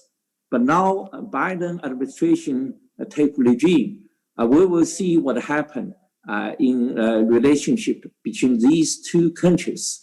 I guess something certain, the Biden wouldn't take the same strategy as a Trump administration, but he say competition will extremely, but he doesn't want conflict. So that set a good base for improving the relationship between US and China, or put the relation on the solid base, on the rational base.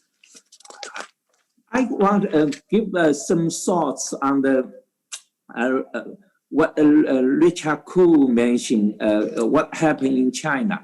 I share his opinion on the reason why China can make a great progress in economic development, make a contribution in past to a crisis.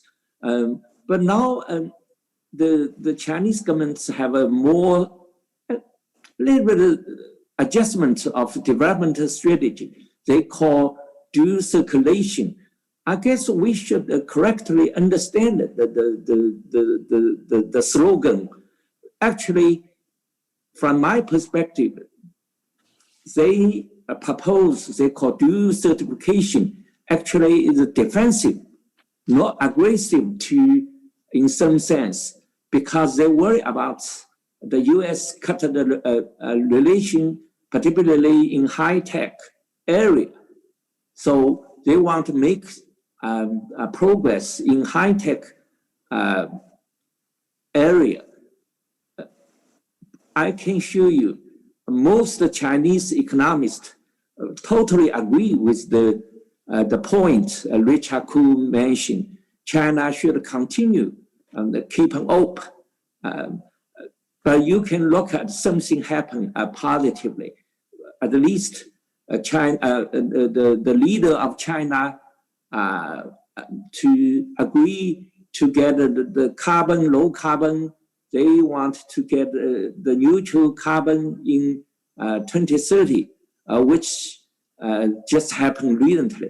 They closed the deal, RCEP, with the ASEAN country. They closed the deal with the European country in a bilateral investment agreement. That's position I can interpret. Chinese government still want to keep the door open. Of course, in some way, they kind of worry about, maybe too much worry about happen in some way, a colorful revolution, something happen in other countries. That's, you may argue, it's reasonable or is not reasonable. But I guess that's the whole picture. I do have some idea on reduction of pandemic negative impact on the world economy. As everybody agree, the pandemic wouldn't go away very soon. Hopefully, more people in more countries have a chance to get a vaccine. That will suppress the spread of pandemic at the end. But we should reduce the negative impact during the process. I guess at some point, for example, when 30 or 40% of world population have taken vaccine, it might be a good time for every country to issue a certificate for its citizen traveling internationally. If the certificate has to be accepted by other countries, if the vaccine used to be certified by international organization like the WHO, that will be very important to give promotion to world economy. Also, as for the tension between US and China, I guess probably the competition will continue, but at least we should take a more rational approach to that. Mark, can you hear me? Yes, I hear you very well. Okay, because due to the issue involved very complicated, we should divide the issue between US China into a multiple level or multiple group. For example, the first level of issue is some issue can be coordinated between US and China, like how to deal with climate change, how to deal with the pandemic. That's the first level. Second level, both sides have to agree some debate on the issue, but both sides can solve that by compromising. The third level is both sides find cannot resolve immediately, but at least they have to have some arrangement to control these debates, not into some war, no matter hot war or cold war. That's the, I guess we can call, that's the multiple level approach to the tension between US and China. If the between US and China can get on the more solid rational base, other concern expressed by Richard Koo, I guess, can be resolved through and easily. So I just stop here.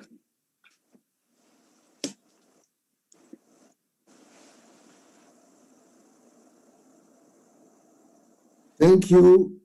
Thank you very much. And this has been very illuminating, I must say. So much so that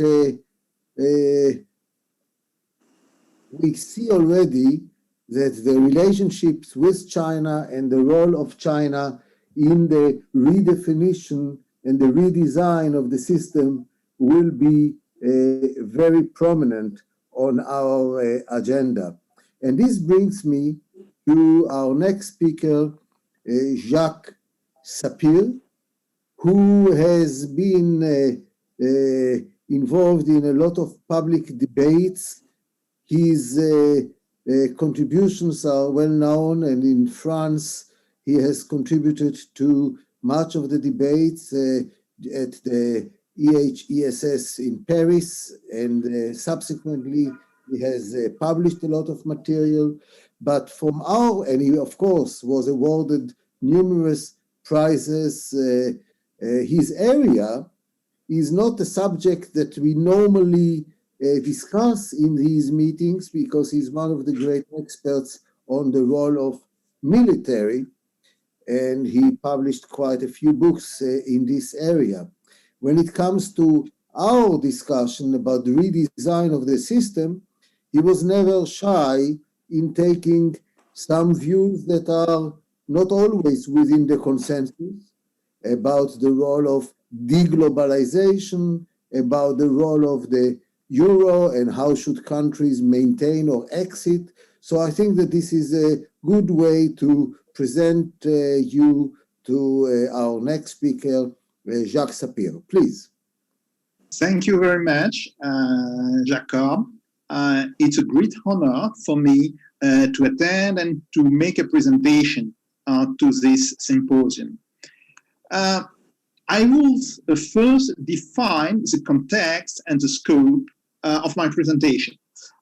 The COVID-19 epidemic has particularly affected the global economy, as all of us know, but most specifically, it has hit very hard the Eurozone.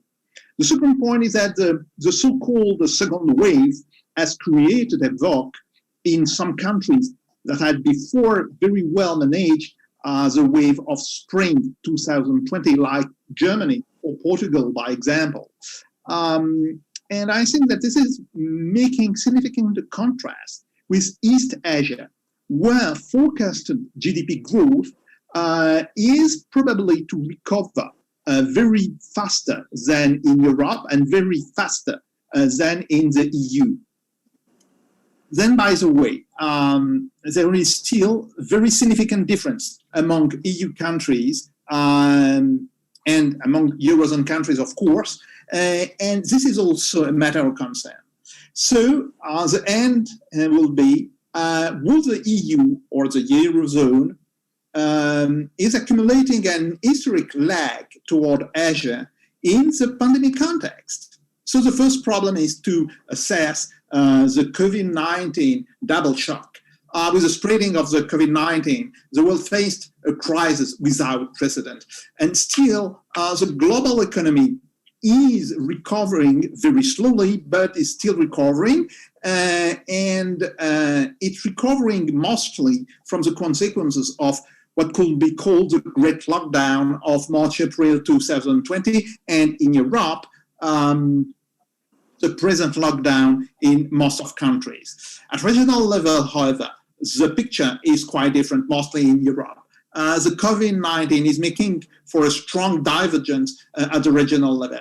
Then let's first have a look onto the latest data which has been published by the IMF on January 21st this year.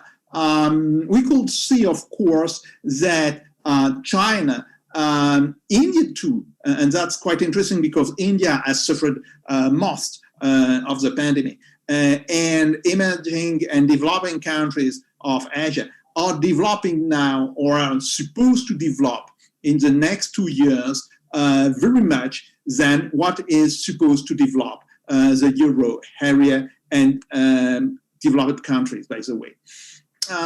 The usual divergence in GDP growth seems to have been exacerbated by the pandemic, and the rebound slack of advanced economies is to be noted.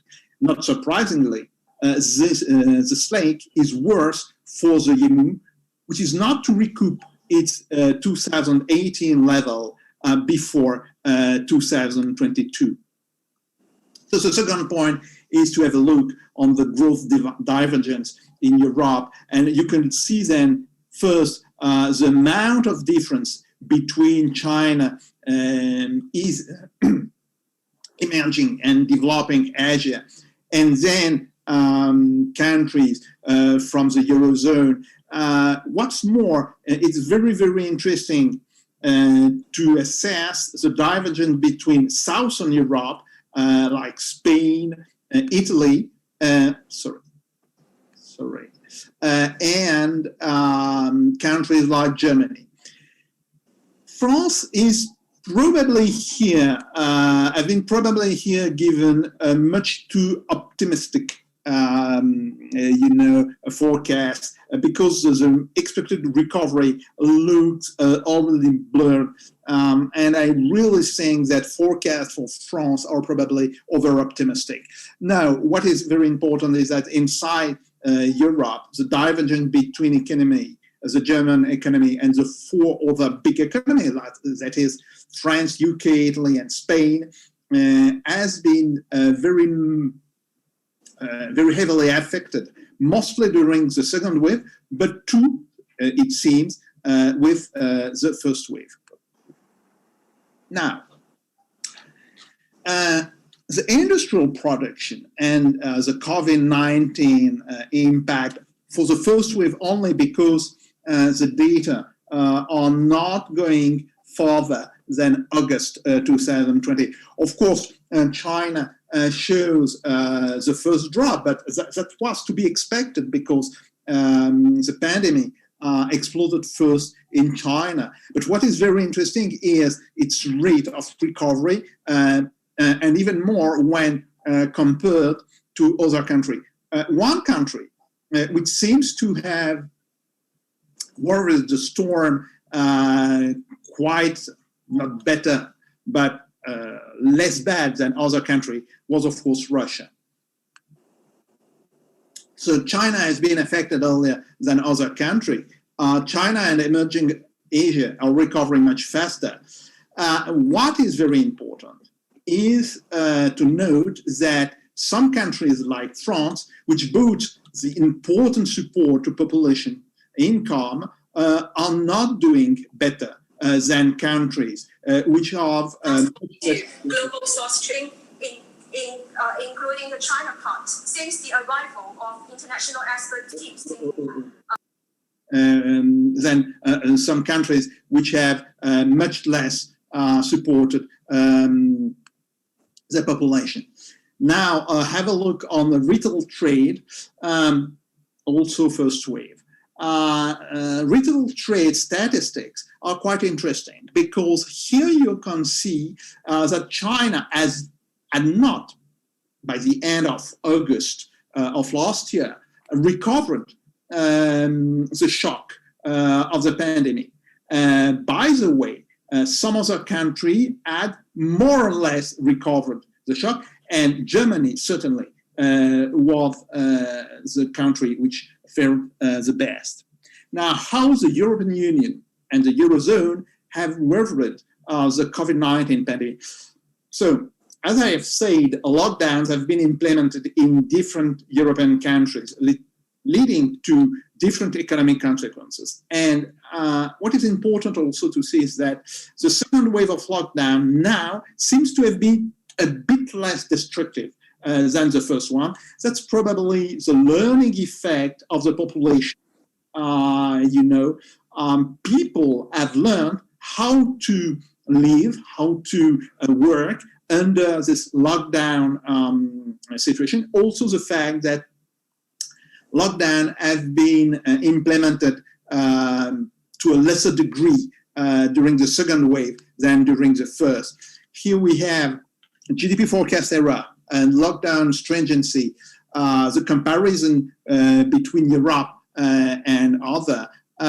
It's quite interesting to see that some countries of Europe are not only very to the right of the curve as far as lockdown stringency, but very low for GDP forecast error. What is also striking is the situation of Taiwan. As has been said by Professor Richard Koo, Taiwan has been very less affected than other countries. And it's not, it's not surprising that the results have been so good, but also South Korea, Hong Kong, Russia. Japan too is not faring too bad. After that, it's quite interesting to see that the USA, at least for the first wave, because we still haven't data for the impact of the second wave, the USA at first doesn't seem to have been so much affected than other countries. Well, it's quite interesting to see that actually no Asian countries, but for India, and of course India is a very, very big country, no Asian countries had a GDP forecast error worse than 10%, when 6 European countries had one. And on the other side, if we are looking country with GDP forecast error of less than 5%, we are to find only two European countries, Sweden and Ireland. And I'm making the guess that Ireland, with the current second wave taking place, is probably going down on this point. On the contrary, a lot of Asian countries, Hong Kong, South Korea, Taiwan, and a country midway between Asia and Europe had one, that's Russia. An important point is that European countries have tried to protect workers, but the approach has been quite different among countries. Here you can see data for the share of employees and self-employees in monetary compensation. It's quite interesting to see that France has very much protected employees and not so much self-employees people. Actually, France is a country where the highest proportion of employees got government monetary compensation. On the contrary, Cyprus, well, Cyprus is not a very big country, but Italy, and the size of the Italian GDP is not very far from the size of the French GDP, has much less protected its employees and much more protected people which were self-employed. So this graph is making very clear the difference of approach between countries on this point. Another very important point is the fact that the number of jobs which has been, the number of jobs supported by government measure has peaked in April with more or less 30 million of people under government support.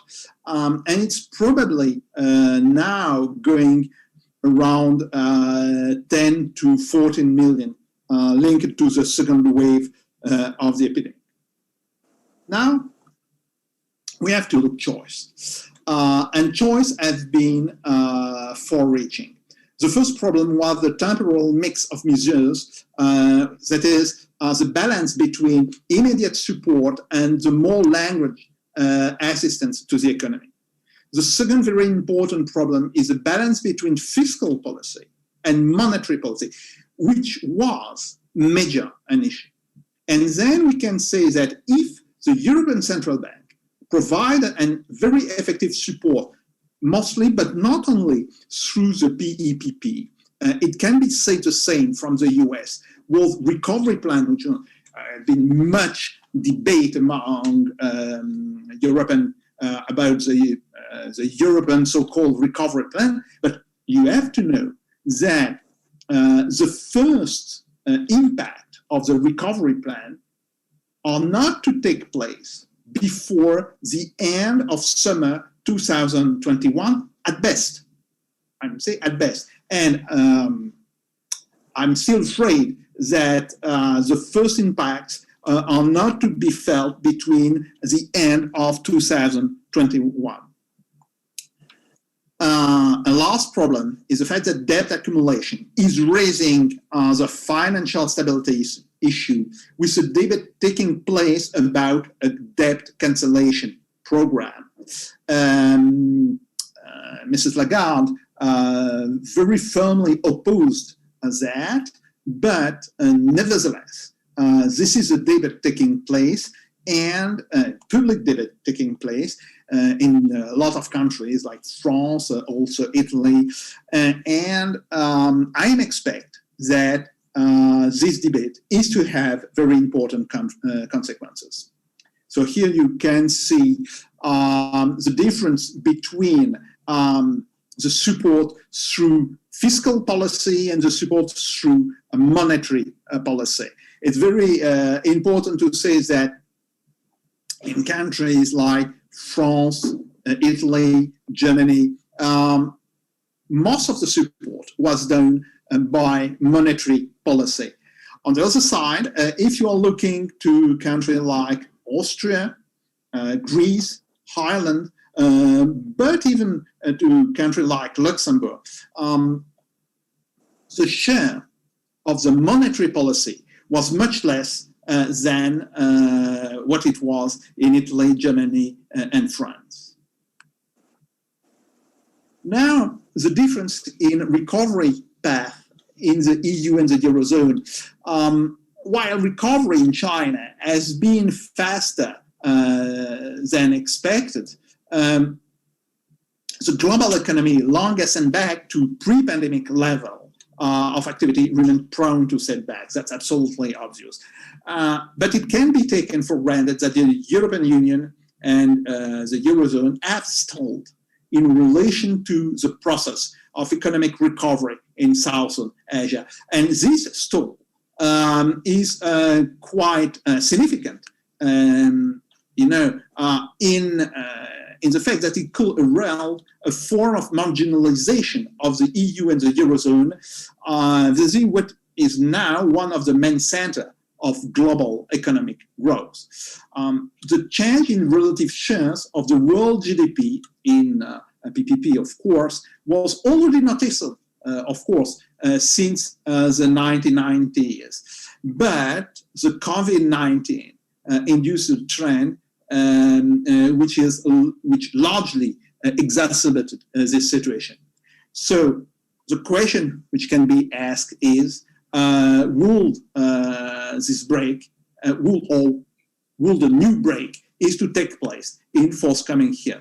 Here you have data from 1989 to 2019. Well, you can see, of course, the fall of the G7 group, the rise of emerging and developing Asia.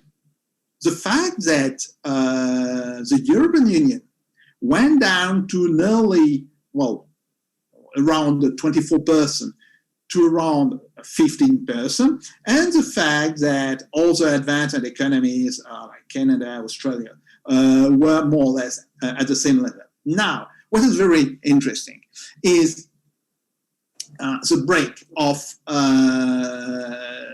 2020, what you can see is the fact that emerging and developing Asia went up, and it's quite obvious because the recovery first have been less harder than European country, but also the fact that the recovery took place much earlier. But nevertheless, if we are to have some confidence in this forecast data, the share of the European Union could drop from a bit more than 15% to around 12% by 2022-2023. So, of course, this difference in the path of recovery in economic activity reflects the different strategy for supporting the economy adapted by each country. The volume of support calculated as a percentage of GDP vary widely, but there is also a clear difference between countries that support their economies through bank loans and bank shares, and those who favor budgetary and fiscal action, either through direct subsidies or through tax cuts. Industrial production share in each economy is also playing major role. Then the difference between the recovery trajectories of economic activity in developing Asia and European Union, which was already apparent before the arrival of the second wave of the epidemic. With this second wave, we will have to expect an even greater difference. So in conclusion, we'll first ask the question, is the European Monetary Union and the European Union are dropping into insignificance, into economic insignificance? Share in the world GDP went down from nearly 24% in 1989 to probably around 12% in 2022-2023. Second question, has the euro still grows in some of the countries that have adopted it? The economic situation of Southern Europe is clearly here a matter of concern. Look at the situation in Italy and Spain, where the situation is very bad. Look also to the situation of France. This situation, which in fact actually predates the COVID-19 epidemic, is very evident when we compare the different recovery trajectory of economic activity.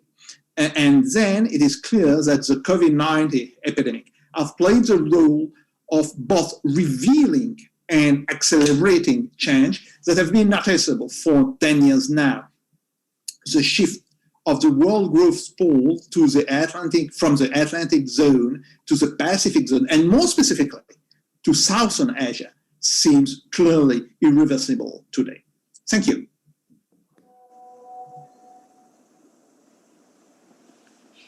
Thank you. Thank you so much. It was very illuminating.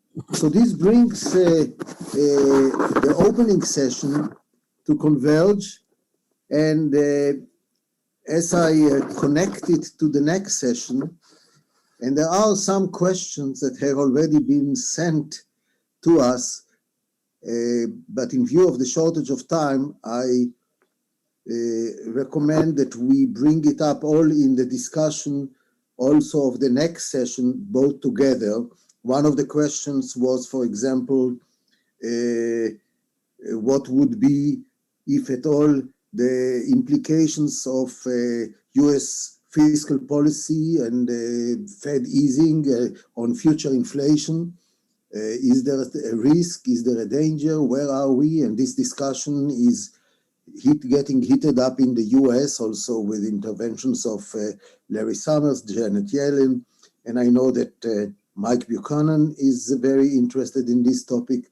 So I think, and Richard Koo, I'm sure, will have a say, which means I think that we will delay this issue to the next session because of time. Let me also say that when I introduced Andrei Klepat, I neglected to remind us his vast record and experience in the first in the National Economic Forecasting of the Russian Academy of Science, then as Director of Research Department of the Russian Central Bank, then Executive Director of the Economic Research Foundation Development Center, head of macroeconomic forecasting in the Ministry of Trade, Russian Economic Development Deputy Minister. So, Mr. Klapach, we appreciate very much all the record that you brought with you to your presentation. Spasiba. I would like now to, by way of transition to the next session, only to make an observation. We have discussed a vast range of issues. We have had within few minutes from the opening up to now interventions from France, Germany, Russia, UK, Japan, China, and I'm now talking to you from Israel. Can we speak about a disintegrated world? Whether we want it or not, we are interconnected. And then we were talking about the different records and experiences of the various countries. And geography matters a bit. Some countries have one entrance, one airport. Some countries have many, many gates. And when you are talking about lockdowns and imported viruses through travel and traffic, some countries can do it, some countries cannot do it. And why isn't it done by countries that can do it? Countries differ in terms of the authorities that government have, in terms of the political will of governments to take occasionally unpopular measures, in terms of the character of populations. I must say some countries have more obedience and more compliance in the DNA and some are not. But the DNA is not something which is genetic. It reflects national experiences. And we were told already that the experience of SARS years ago helped to understand what are the high stakes that are here. We spoke a little bit earlier about the role of science, technology, knowledge, and the message comes from the top. The US, Mexico, Brazil, there were periods at the beginning that the leaders disputed that there is an issue even, let alone seeking for solutions. So I think that the complexity is very important. And if we don't learn from each other, then we are bound to make the mistakes that others have been doing. So this is the role of these series of conferences in order to take stock and move on. And as we move on, we are now moving on with the program. And with your permission, I'm going to invite the second session to take its role. I'm going to transfer the baton to the new chair of the session, Sophia Record, Professor, Head of the Department of World Economy and International Economic Relations, St. Petersburg State University of Economics. It's a great pleasure to be chaired by you, and we will now move to the session on the BRICS. Please stay on, enjoy, and I'll ask those who administer the session to bring the next participants to the stage. Please, thank you. Thank you, Jacob. Thank you very much. I think Sophia will be coming shortly. We will have a 10 minutes digital coffee break, and hopefully one time we will come back to the real coffee break. But 10 minutes coffee break before we start the next session on both the BRIC countries at 20, prospect for acceleration, ? That will be sharing by Sophia Record, who is the head of the Department of World Economy and International Economic Relations at the St. Petersburg State University of Economics. And I had the pleasure to work with her over the last few weeks to put together this program. So we will reconvene in 10 minutes. And you can stay, take a coffee, and come back within 10 minutes for the next session. Thank you. And Jacob, thank you very much. And thanks all the panelists and speakers who have participated to this, and set the stage. Thank you very much. Thank you. Bye-bye. Be well.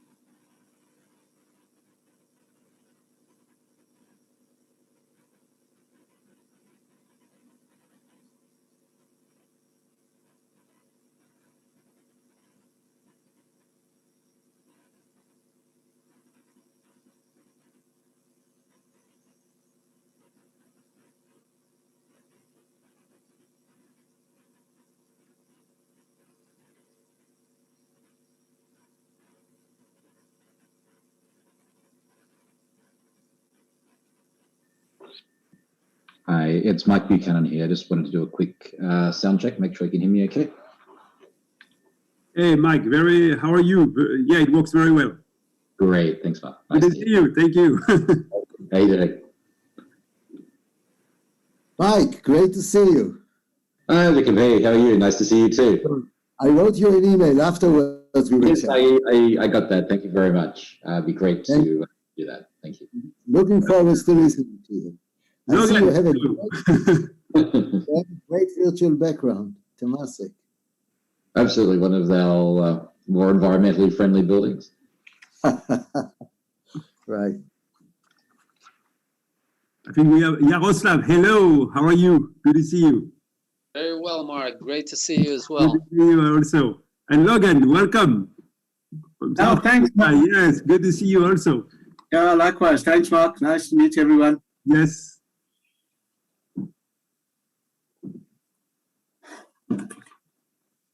Sophia, hello. I just resend an email to David. Hopefully he will join. I have not heard from him, but hopefully he will at one point arrive. But I think we should start in 2 minutes. Okay. Thank you very much. Very good. Yeah, I just reached out to David to see, because he told me he would be happy to join. So I'm trying to figure out if he will be with us or not. Good.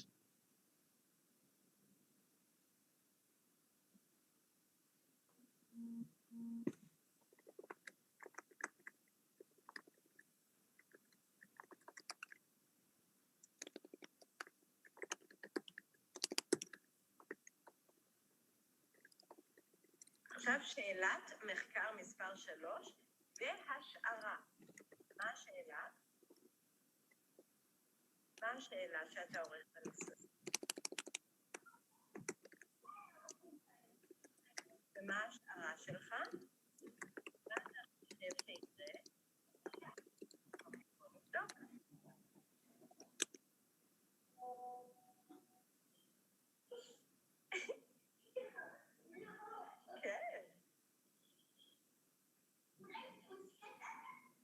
אוקיי, אנחנו תכף נבדוק.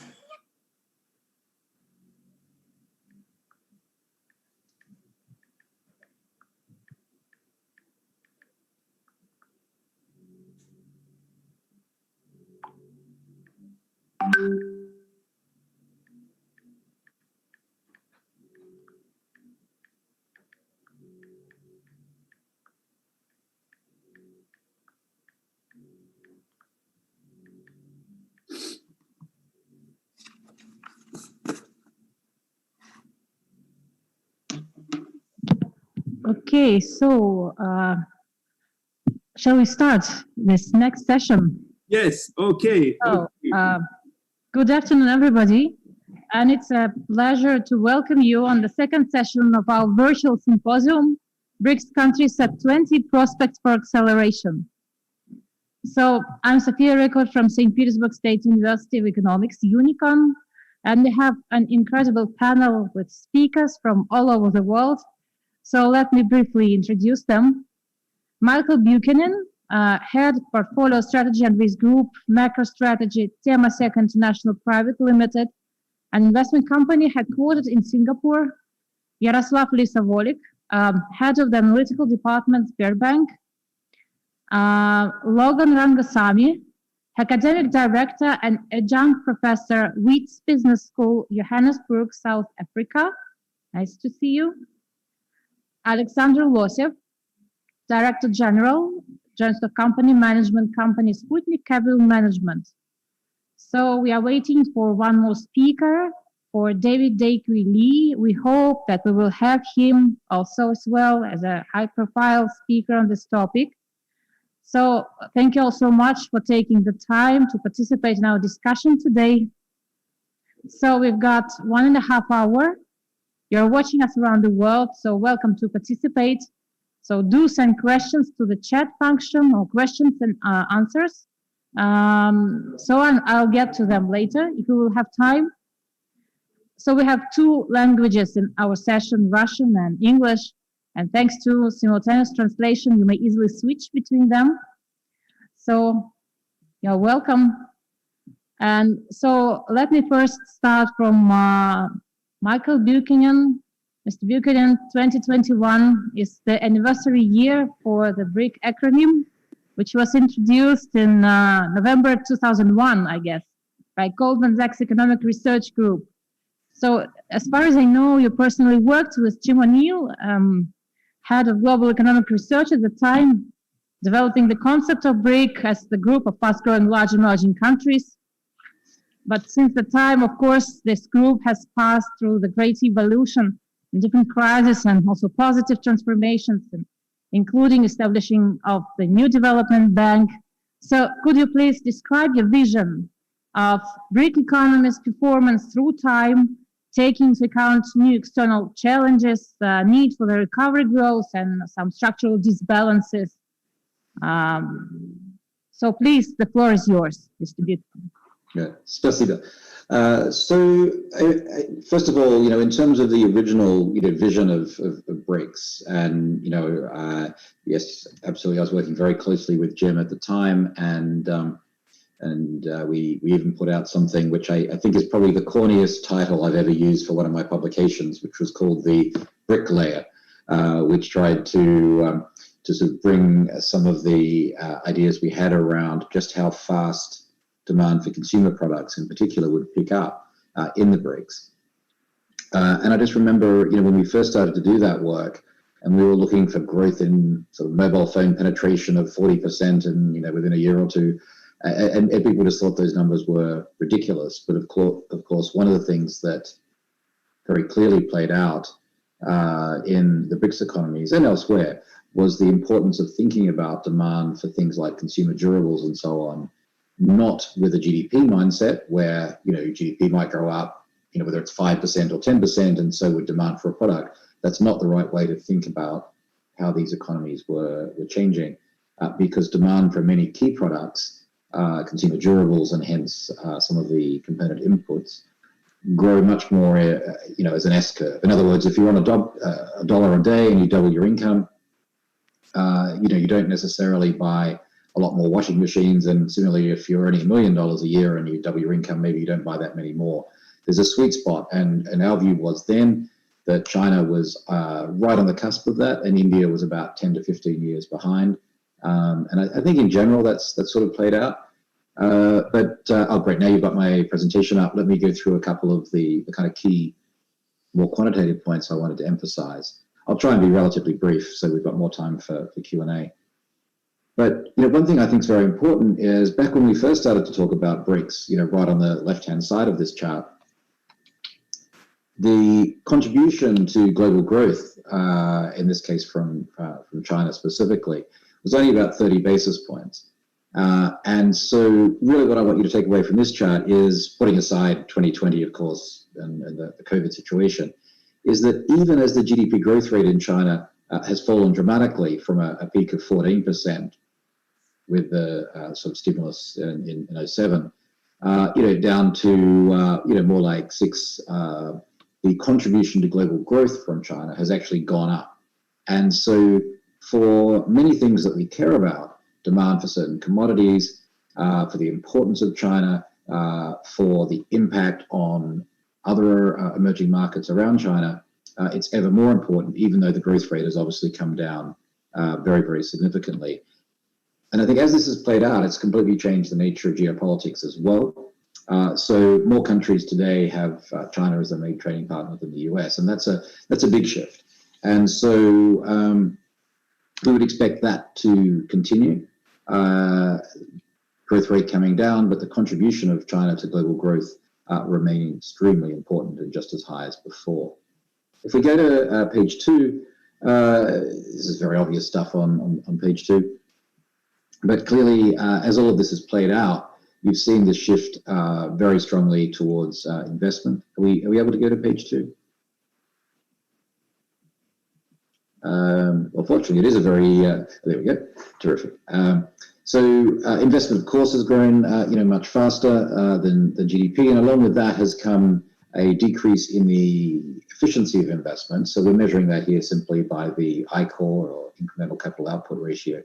And so you can see that, which is inverted on the right-hand side, that, quite significant deterioration.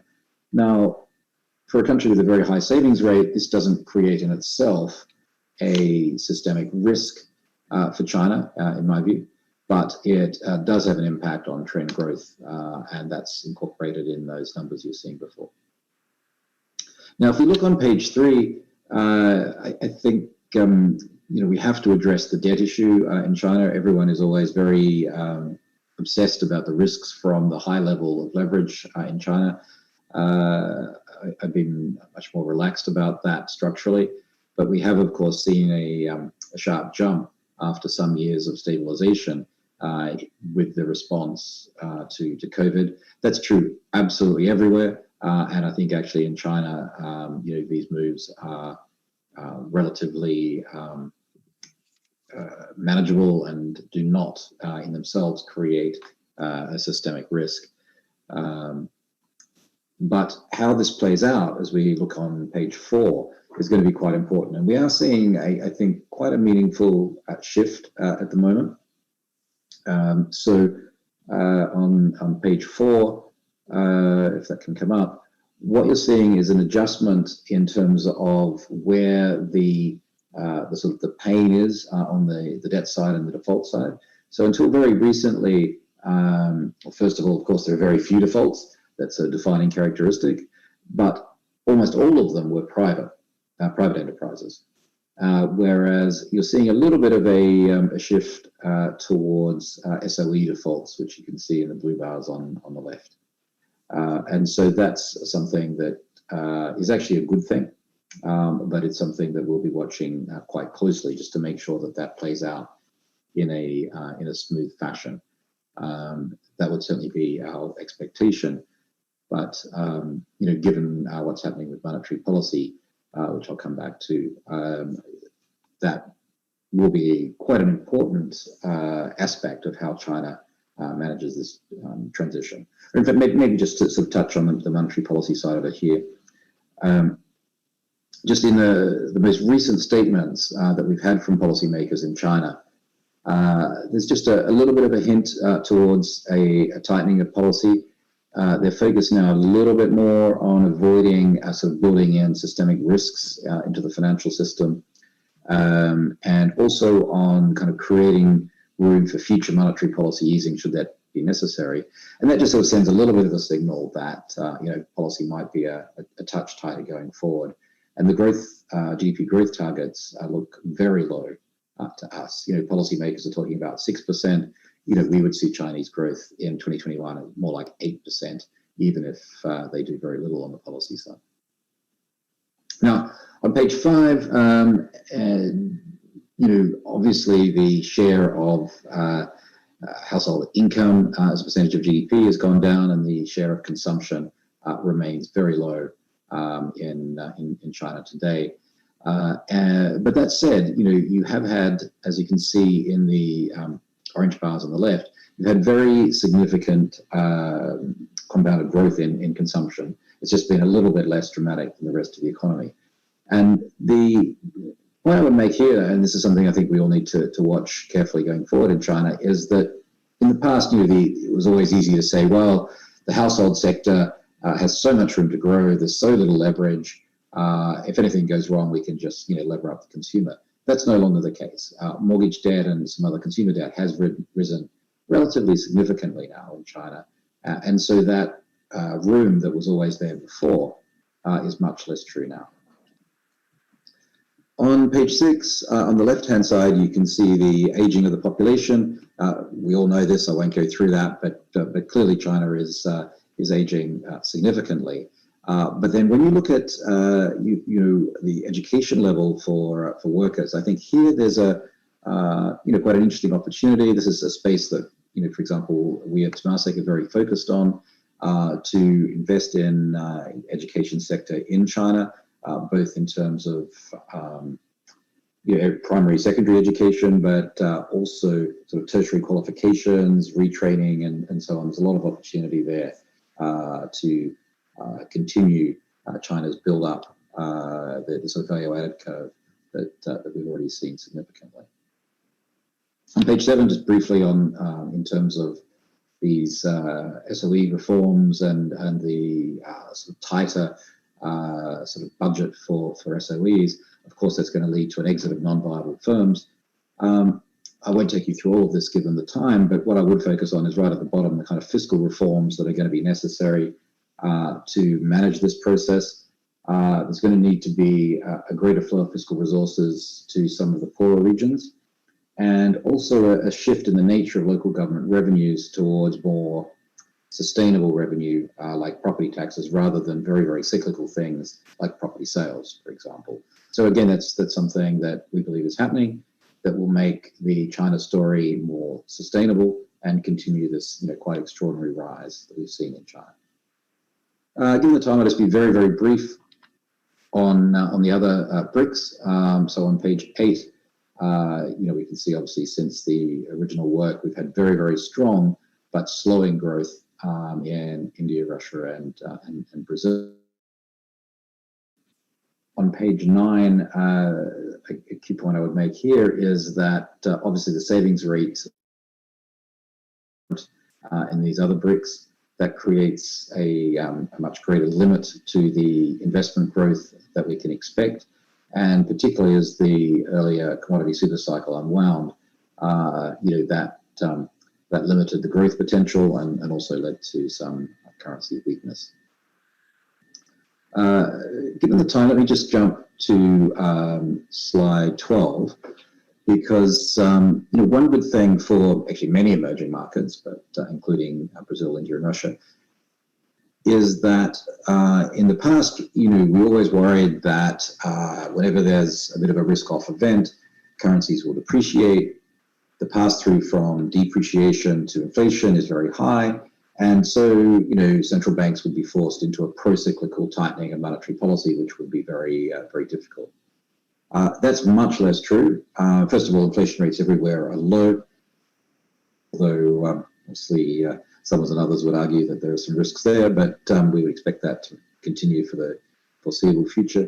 And pass-through from depreciation has fallen pretty much everywhere. And that gives monetary policy much greater flexibility in all of these markets, and also allows the countries to use the exchange rates much more as a shock absorber, which is exactly what you want them to be able to do. And that makes, again, the sort of growth story a little more sustainable. So finally, on the last page, the external imbalances and reserve adequacy numbers have improved. That's especially true for Russia, but for many of these markets. And so overall, as we look at all of these countries, we're still very positive structurally on the BRICS. I'd say in terms of our shorter term views, I'd make a little bit of a distinction right now and say, China has had a fantastic run. Policy, it dealt with the COVID situation arguably much faster, and also had very accommodating policy settings. Those settings are now just starting to be tightened a little bit, and markets have run up. So we would be a little less excited right now, but the structural story in China is still fantastic. Whereas the other emerging markets, we would still retain a tactical sort of positive on. But just one last point to close on in terms of really the big picture, longer term sort of outlook for, in particular, China. I think there's still a tendency among many people in the West to sort of think of China as being a brilliant copycat producer, and that is just absolutely not the case in so many areas. And I don't just mean in sort of producing goods, but in terms of life sciences, for example. There really is some amazing innovation going on in China, and that's a space that we love, and I think is testament to the shift in the nature of the growth story in China, very much moving up the value-added curve. So let me leave it there, and we can cover more stuff in the Q&A. Thank you. Thank you very much. Thank you very much, Mr. Buchanan, for this very detailed view of the structural features of BRIC countries in its evolution. And we see this combination of external uncertainties and shocks, and this need for some reforms, the structural reforms for either developed or developing countries anyway. And BRICS economies are also in this playground, so to say. So I see that Professor Lee has joined us. Yes, could you please say something? Yes, I am here. Yes, I'm here. Yes. Very good, very good, very nice. So if you don't mind, the next question will be to you, Professor Lee. Okay, so I would love to turn to the issue of the main authority, actually, of BRIC countries, which actually makes this group a real institution. So it institutionalizes the group of BRICS. So in this new development bank. So could you comment on the activities of the new development bank and how you see maybe the prospects of the development of joint investment projects, maybe infrastructural projects between the BRICS countries? Given that this factor is a great indicator of economic cooperation within the group, And maybe could you describe these prospects of joint investment activities within the new development bank in general, if you don't mind? Yeah, thank you very much for having me here. Thank you, and thank Mark Wuzan, my longtime friend, for inviting me. And here we're discussing a very important topic, the BRICS and 20 years. And among the initiatives of the BRICS countries, the New Development Bank definitely is one of the outstanding new initiatives. And it's been running for almost over 5 years now. By now, over 5 years, and the NDB has made a few progress in the following areas. Number one, the NDB has been having the fastest pace of investment among new multinational development agencies, and is actually running at a faster pace than another institution which was set up at the same time, which is the ARIB, the Asian Infrastructure Investment Bank. The NDB is running faster than that. And also the NDB has been, I would argue, that more innovative than all the peer institutions set up around about 5 years ago. I myself, I worked at the NDB as the chief economist until last May, and so I witnessed the innovation. Okay, so what are the innovations the NDB has been doing? The first one is to do a local currency lending. Okay, so a certain degree, a certain proportion of the loans were made in local currency. That is, for example, to do Russian projects in Russian ruble, in the Indian projects in Indian rupee. Why this is important? This is important. Number one is to greatly mitigate the exchange rate risks of the borrowing countries, and because until now, almost all international agencies have been lending out in the US dollar, okay? So imposing foreign exchange risk upon borrowing countries. And also, this is also important because the other side of the lending is the borrowing of the NDB. The NDB has been issuing debt in local currencies. For example, issuing debt in China, in RMB. Okay, so this is able to help NDB to diversify its source of funding. Okay, so this is super important. And another innovation the NDB has been doing is called the low country practice. That is to impose an overall standard of projects. However, it does not impose very specific things on the project. So I used the metaphor of gymnastics. You know, in gymnastics, you have required programs, you have your freestyle programs. So so far in almost all international, like the World Bank, all of their lending are like required programs. Like in gymnastics, right?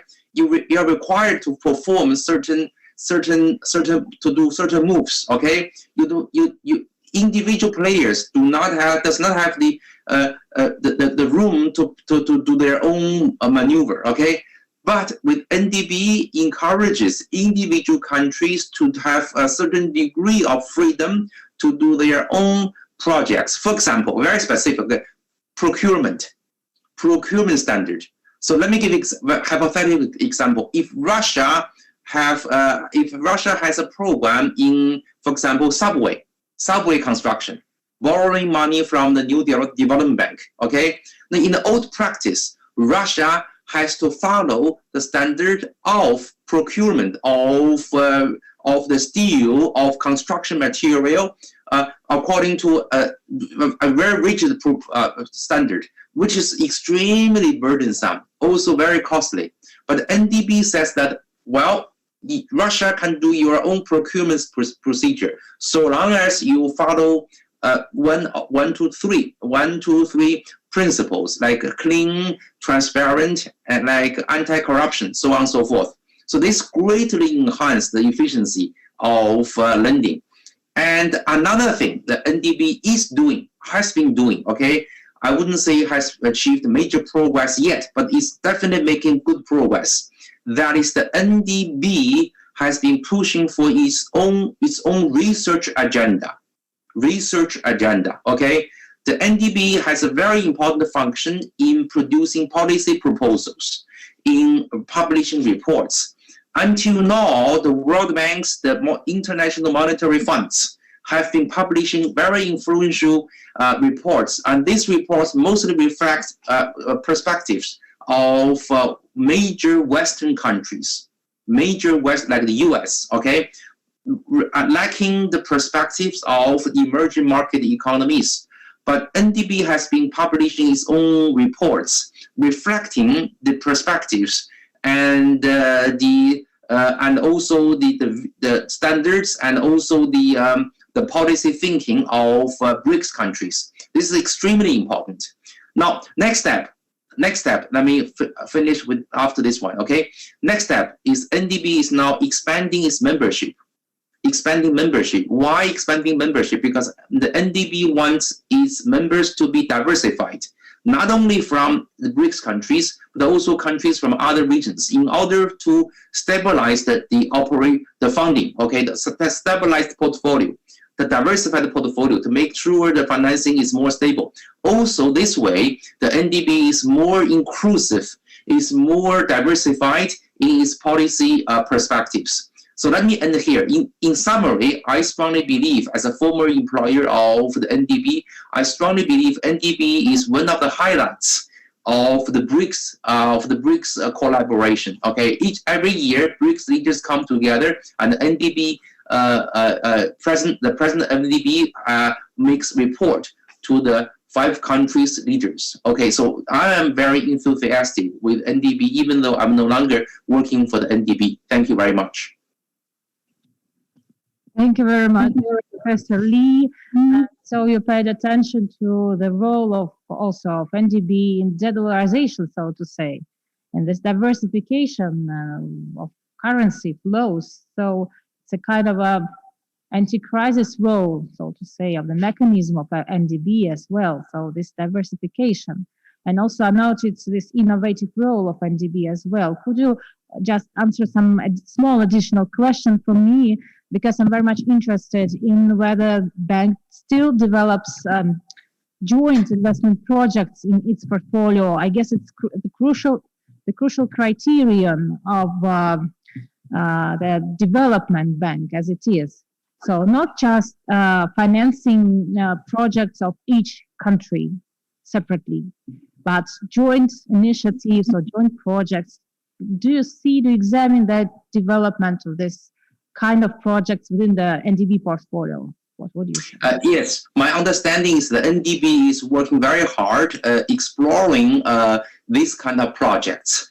And notice that the NDB, number one, does have the intention to enhance more collaboration across countries, especially across member countries. And number two, because of the so-called country standard rather than international standard, these would allow more cross-country collaborations. When I left NDB, the NDB was doing research on issues like collaboration between NDB and the sovereign countries' development banks. For example, in Russia, you have your own state development bank, right? And NDB would jointly work with them. So yes, indeed, the NDB is working on that, and I am hopeful, and also I'm confident NDB will have collaborative projects across countries before long.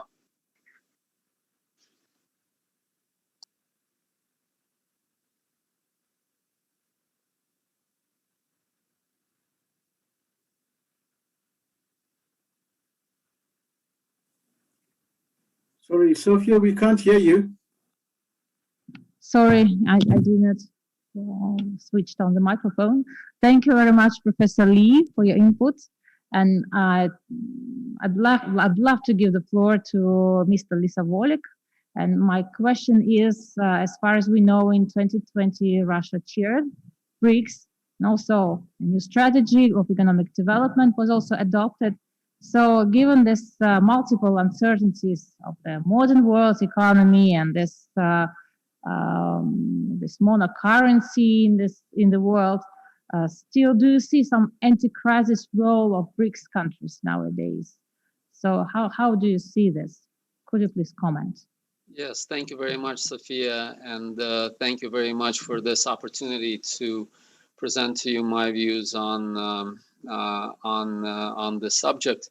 I think the anti-crisis role is precisely what needs to be at the center of discussions in the coming year and possibly even further, because this is an unprecedented crisis that calls for a very concerted response from the largest developing economies, from the BRICS economies. And in discussing this anti-crisis response, I think one theme that is, in my view, very important to note is that as BRICS turn 20, I think they're grown up enough to try to deliver an anti-crisis response that is not just confined to themselves.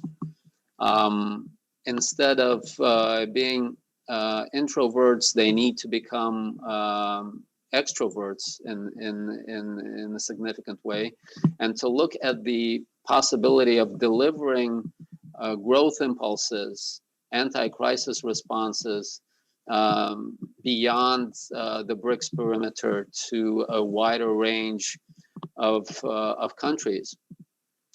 And this in turn is possible, I think, because there are mechanisms, there are institutions that allow for such a transmission mechanism to take place from the BRICS economies to other developing countries, most notably with respect to their regional partners.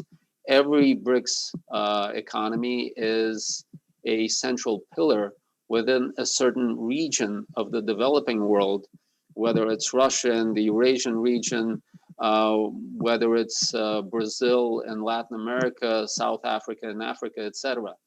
And there are regional integration arrangements, there are regional development banks, there are regional financing arrangements already in existence where BRICS countries are members, and these institutions, these instruments can be used in order to deliver this growth impulse, these anti-crisis impulses coming from the BRICS economies to their regional partners. And I think this vision of how the anti-crisis measures of the BRICS economies can redound to the global economy. It can be taken to yet a higher level, to a global level of sorts. I think what the BRICS countries can look at is the possibility of combining their regional integration arrangements, their regional development institutions, and their regional financing arrangements into platforms that can target certain key priorities, anti-crisis priorities for the developing world and the global economy more generally. So if we're talking about trade, then the respective regional trade arrangements where BRICS countries are members can cooperate together with the World Trade Organization in matters that have to do with reducing trade barriers, including with respect to critical items such as medicine, medical equipment, etc. If we're talking about connectivity, if we're talking about infrastructure, then it's about the platform of the regional development banks where BRICS countries are members, where they can cooperate, And NDB, the New Development Bank, can play a coordinating role. And of course, the World Bank at the global level can play a coordinating role there in promoting this cooperation amongst regional development banks and building portfolios, anti-crisis portfolios of the respective projects. And then, of course, we're talking about the macroeconomic stabilization mechanisms. And in this regard, the respective regional financing arrangements where BRICS countries, our members, can play a role, and they can cooperate in that regard with the BRICS CRA and with the International Monetary Fund. In fact, some of these platforms are already in existence. The World Bank has created a platform for regional development banks to look into issues of cooperation in matters such as migration. And the IMF for several years now has been conducting regular coordination activities with the respective RFAs, regional financing arrangements, that target themes such as monitoring the state of the regional economy, the state of the global economy, and cooperation between regional institutions and global institutions such as the IMF. Then there's, of course, on top of all of these issues that I've just mentioned, the regional, the global, another aspect to the global agenda is the G20, where BRICS countries, of course, all BRICS countries are members, and this is a very important forum where key priorities of anti-crisis policies are being discussed. And of course, there is a role for the BRICS to have more of a coordination in these discussions. Probably there may be a need to speak with more of a unified voice on issues such as the needs of the least developed economies. This is something that I think still needs probably further joint work. And of course, another theme that has to do with anti-crisis response coming from the BRICS is what my Chinese colleague has also already mentioned, the issue of the expansion of the New Development Bank, and accordingly the delivery of these growth impulses and the implementation of projects across a wider range of developing economies. I think it's only natural for the new members to be selected from amongst the regional partners of the respective BRICS countries in order to facilitate the connectivity projects that may be then financed through NDB loans. Generally, I think when we're talking about the anti-crisis response, there needs to be more of a coordination for BRICS economies, not just amongst themselves, but also with their respective regional partners and the respective regional institutions. This is a tremendous resource that so far is underutilized, severely underutilized in the global economy.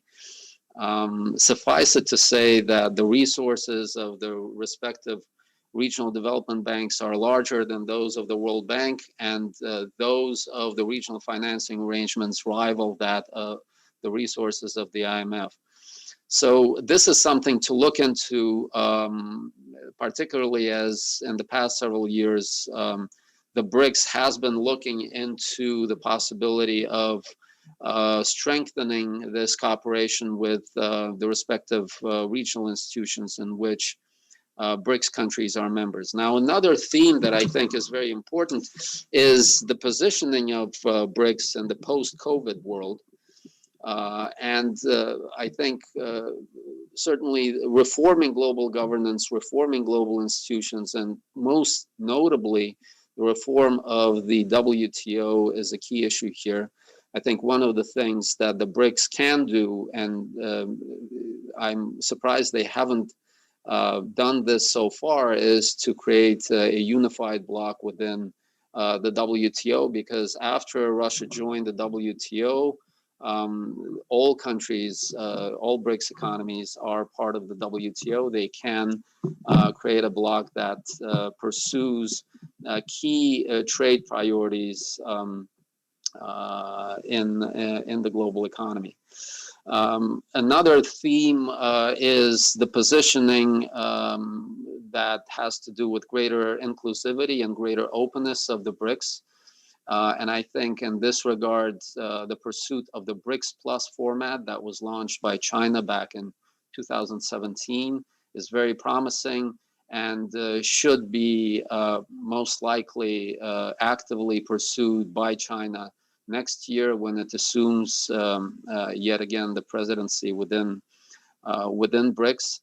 And then I think it's also about a different model for economic development, something that has been mentioned by the previous speakers in the previous panel, namely a model of economic development that is more geared towards human capital development, most notably healthcare and education, something that incorporates, a model that incorporates to a greater degree environmental standards, sustainability considerations, and ESG standards.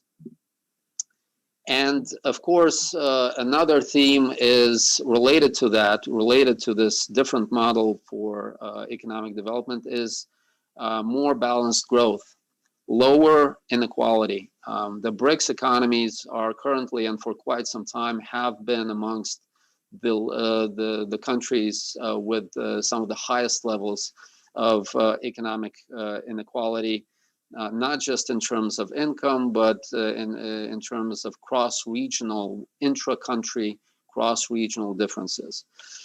And I think to conclude, the BRICS need to deliver something more proactive. I think they shouldn't wait for the developed world or for the global institutions to deliver their own vision, to deliver their own panacea. And I think coming up with proactive solutions, like, for example, an anti-crisis policy framework. In case there's another wave of crisis, how do we respond? How does this coordination take place across BRICS countries and also in terms of the cooperation with regional partners? This is something that needs to be given significant consideration. And then there's, of course, also the need for greater innovation, something that Mr. Buchanan talked about when he concluded his speech on China. I think we're starting to see more of that there's less imitation, more innovation. And this has to be, I think, the cornerstone of the new institutions, such as the new development bank and the new policies and new approaches coming from the BRICS. Thank you very much. Thanks a lot, Mr. Lezhevovic. So you've created a real anti-crisis agenda for BRICS countries now. So of course we're living in, so to say, multifaceted world. So it's some kind of a network of networks. So as far as I understood, what you suggest is BRICS plus open formats, yes, and some hybrid systems for development, not to be so narrow-minded when we create just one format and they often compete with each other. So I think it's a very positive way of development nowadays. So we've discussed some stabilization mechanisms within BRICS, including NDB, but we have one more very important mechanism that shows that BRICS is rather mature structure and also that countries are developing their coordination also in financial and monetary sphere. So I'd love to turn to Professor Rangazami. So let me ask you a question, given your previous expertise in South African Reserve Bank.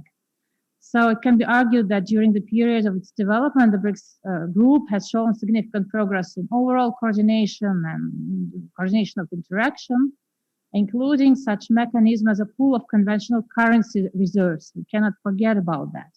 So how do you assess the sense and the role of this contingency reserve arrangement in the financial coordination within BRICS and as a message for the international financial system? Because, of course, we read many analysts that argue that this step may show the intention to create an alternative to the two institutions of the Bretton Woods system, the IMF and the World Bank, the effectiveness of which is increasingly now more or less in doubt. So what is your opinion about that? Yeah, no, thank you, Sophia. I really appreciate the kind introduction and welcome. A very good afternoon from sunny South Africa. It's just past 12 a.m., 12:44 to be more precise. It's an extremely warm day here in South Africa. Temperatures around 30 degrees Celsius. I thought I'll just throw that in for our European colleagues like Mark, etc., who's wearing all these warm clothes. However, having said that, apart from the weather, we've got our fair share of problems here. Growth is low, unemployment, etc. And as you may have heard, that South Africa is currently in the news as far as the vaccines are concerned. We've procured 1 million doses. It's landed in the country, and we've just found out that the doses we've procured is not going to be ineffective in terms of the new strain we have here. So we still have a lot more work to do in terms of tackling the pandemic. Let me start off by expressing my gratitude to the organizers for the invite to the symposium. I want to further state how honored and privileged I am to be part of this distinguished panel. Now, just a few introductory remarks, which covers some of the issues and topics that we have addressed earlier on. On the 27th of November 2011, the Financial Times published an article entitled, "It's Time to Bid Farewell to the BRICS."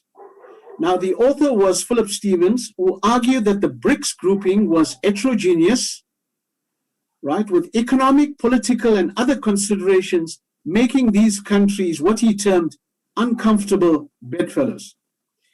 Some 1.5 years later, to be more precise, on the 27th of March 2013, the BRICS leaders announced plans to establish the new development bank and the contingent reserve arrangements, the CRA, as it is more commonly known in BRICS circles. Now, according to the leader's statement that they issued in 2013, the new development bank was meant to mobilize resources for infrastructure and sustainable development projects in BRICS and other emerging and developing countries. And it was also meant to complement the efforts of the multilateral and regional financial institutions in support of global growth and development. The CRA, or the contingent reserve arrangements, on the other hand, was meant to assist in addressing short-term balance of payments pressures in BRICS countries. However, there probably still is much skepticism about the BRICS as a grouping. According to, on 3rd April 2013, Harvard professor Joseph Nair wrote in an article that he entitled "BRICS Without Mortar." So this is 1 month after the leaders issued the statement about the new development bank and the CRA. So Professor Nair, wrote this article entitled "BRICS Without Mortar." This article was published in Project Syndicate. His arguments were very similar to what were expressed in the Financial Times article some 2 years ago. So according to Professor Nair, BRICS grouping was best suited to coordinating what he termed diplomatic tactics, rather than serving any meaningful purpose to advance the group as an economic powerhouse on the global stage. Now, fast forward some 6 years later to currently where we stand, the new development bank and the CRA have been established and have become operational. These two initiatives are often cited as the success stories of the BRICS, and particularly in BRICS circles themselves. The new development bank, we've already had David, speak about that. So I'm now going to concentrate and move on to look at, the issue of the CRA. But before I look at that, the issue of whether the BRICS has been successful or not, right, depends on the counterfactual. Many critics have cited that the BRICS grouping was and is not optimal. There have been arguments that other emerging economies like Mexico, South Korea, etc., should have been included in the group. However, it is very difficult to say whether such a group consisting of these additional members would have been more successful. So while the question, and this is the point that I want to make, while the question of the composition of the BRICS group is interesting, the usefulness of this question beyond academic analysis, I think, is somewhat doubtful. Rather, it is more fruitful to consider the achievements of the BRICS today than to debate whether the group's composition is appropriate or not. Despite the tensions that currently prevail, and there are many within the group, political and otherwise, there is no indication that the political will to maintain the BRICS as a group is waning. Now, this does not mean that the BRICS collaboration and cooperation to date has been optimal. In fairness, the answer is probably not. It hasn't been optimal. In fact, there are instances where differences of opinions among the BRICS members have prevented them from speaking with a united voice in international fora. And Yaroslav, made mention of this as a shortcoming, that, we don't see the BRICS speaking as a united voice in some of these international forums, G20, IMF, WTO, probably to the extent that they should. Right. And if you want me to cite a couple of examples, I think as far as differences are concerned, the IMF quota reform issue is probably a classic example of where BRICS countries have different opinions on the way forward. However, having said that, there is definitely room for more enhanced collaboration amongst members of the groups, particularly on issues of mutual benefit, such as intra-BRICS trade, capital flows, etc., etc. However, as mentioned earlier, CRA is often cited as one of the success stories of the BRICS. This initiative features quite prominently in statements released at the annual BRICS Leaders Summit.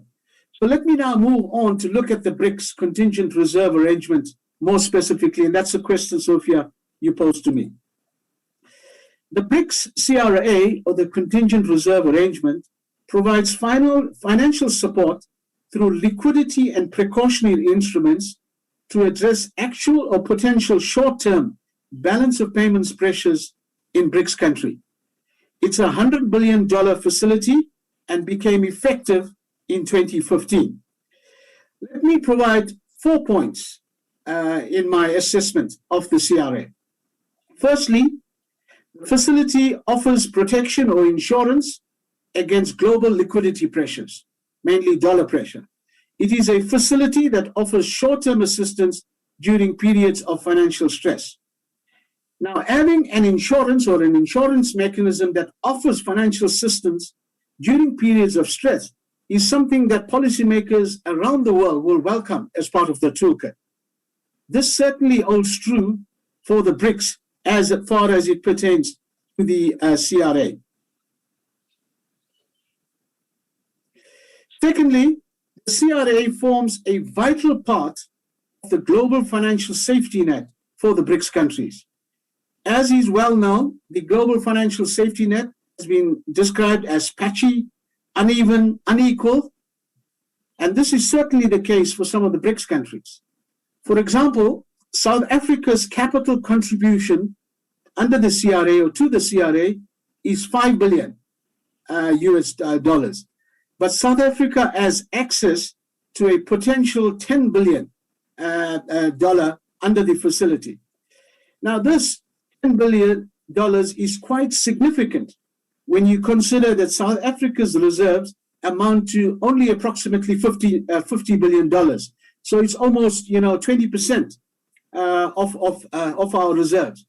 In fact, if you look at the CRA makes up 13% of the global financial safety net for South Africa. And if you exclude the reserves, and the global financial safety net as reserves, bilateral swap lines, regional financing arrangements, and IMF facility, if you take out reserves, the CRA accounts for 43% of South Africa's GFSN. So that's quite significant. However, it is not clear to what extent a country's access to the GFSN is taken into account when the IMF, does its adequacy of reserve, assessment for the country. Now, this is an important issue as it has significant implications. And this is something that we argued in South Africa. You should be taking account of these things simply because, the amount of reserves a country holds affects investor perceptions as implications for exchange rate movements, etc., as everyone knows. Now, this issue that I've just highlighted here is an important issue for a country like South Africa, which is a small open economy and is significantly constrained in its ability to accumulate additional reserves.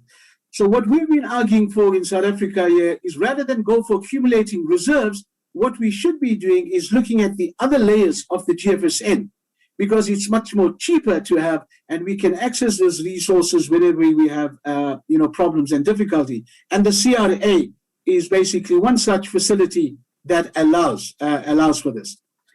The third point that I'd like to make, Sophia, relates to the operationality of the facility.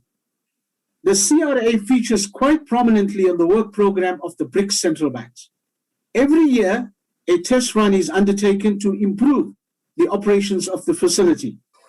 However, having said that, to date, only the de-linked portion of the scheme has been tested. The linked portion of the facility, which is tied to an IMF program, incidentally, makes up 70% of the facility. But this portion has not been tested. So what you have here, in effect, is a facility, right, that only makes available 30% of the funds currently, right?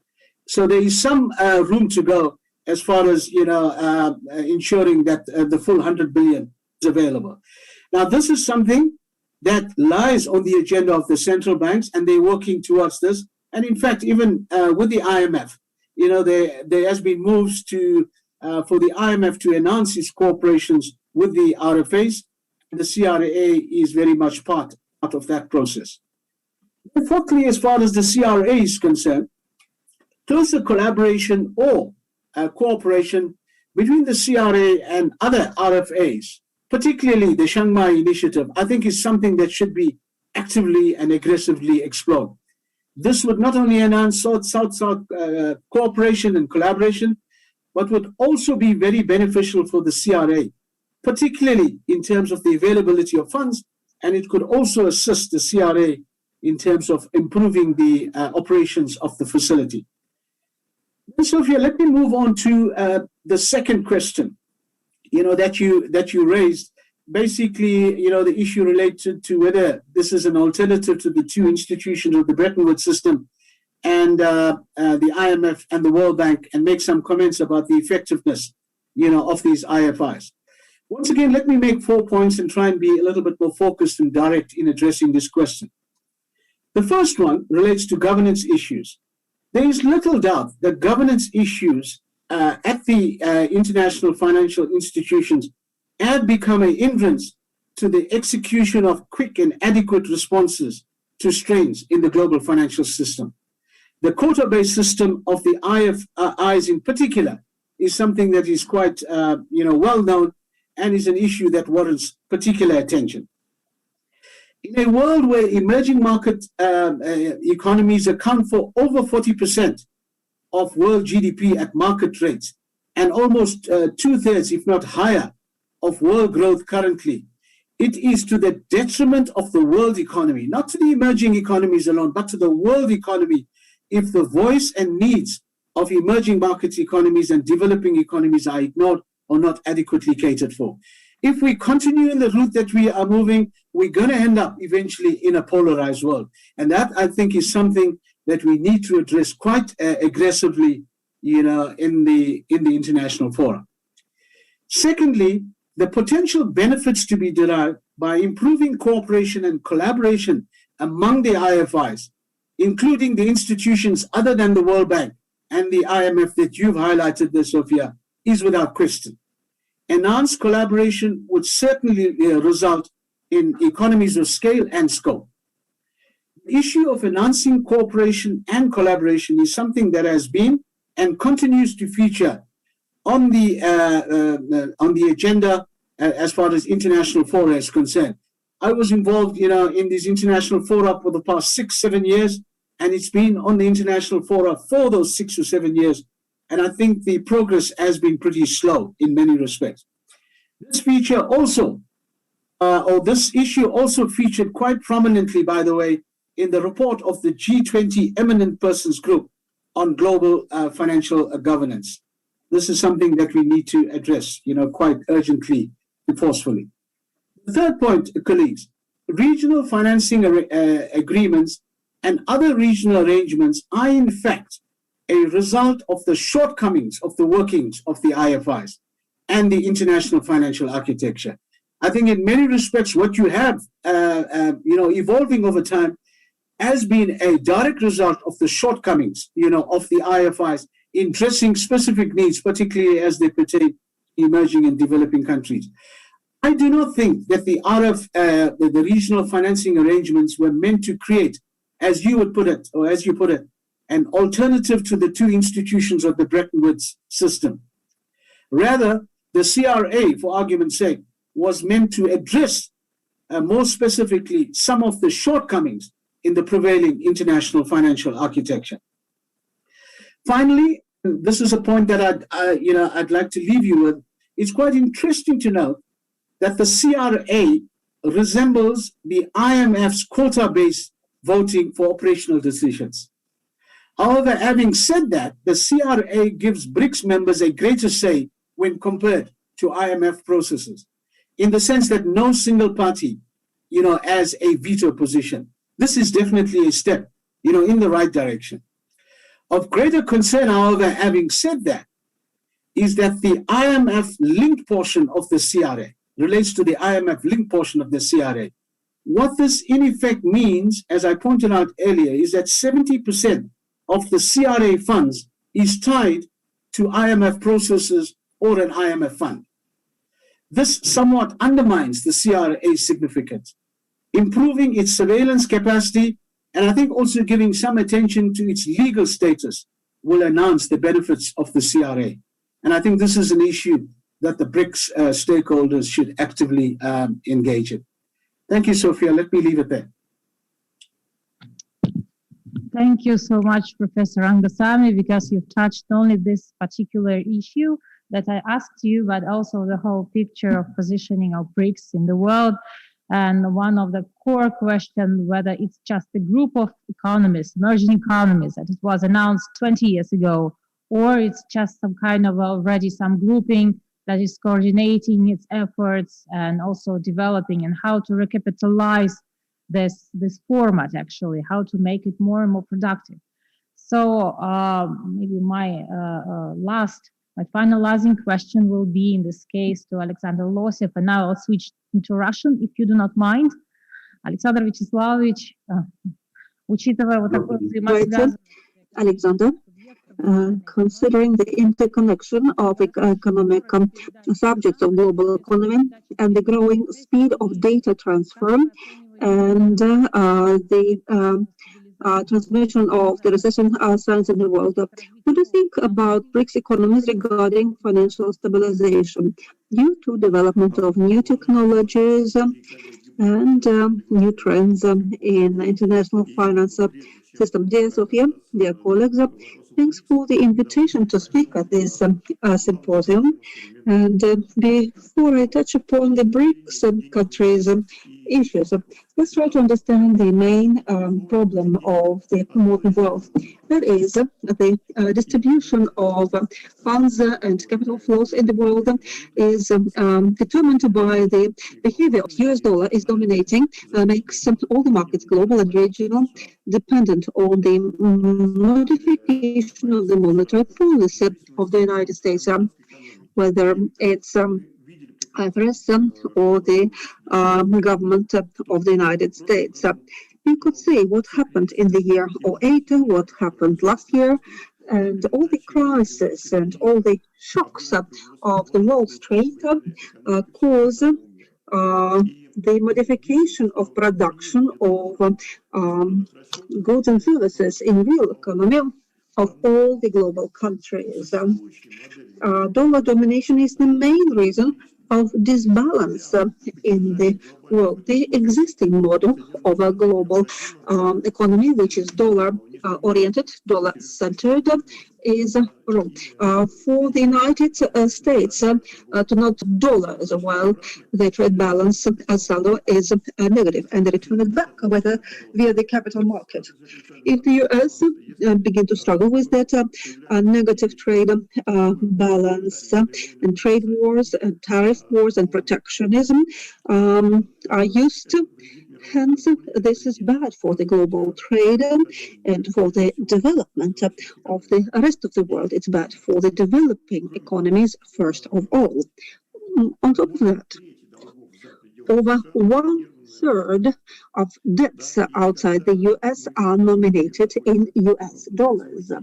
We see that the world is trying to get away from the condition of recession. The world needs new sources, the new means to have the investment source to get the economies out of a recession. The world will either have to keep servicing their dollar debts or to replace dollars with own currencies. Объемы помощи в прошлом году составили $14 триллионов. We see that a huge dollar emission, according to IMF data, the assistance volume was $14 million. That's huge dollar inflation and the risks of the currency wars. We see that a crisis caused the slowdown of global trade and it drops the prices for raw materials. We see how deficit of dollars for external markets caused problems last spring, and hence that we need to modify such a system. Moreover, we are concerned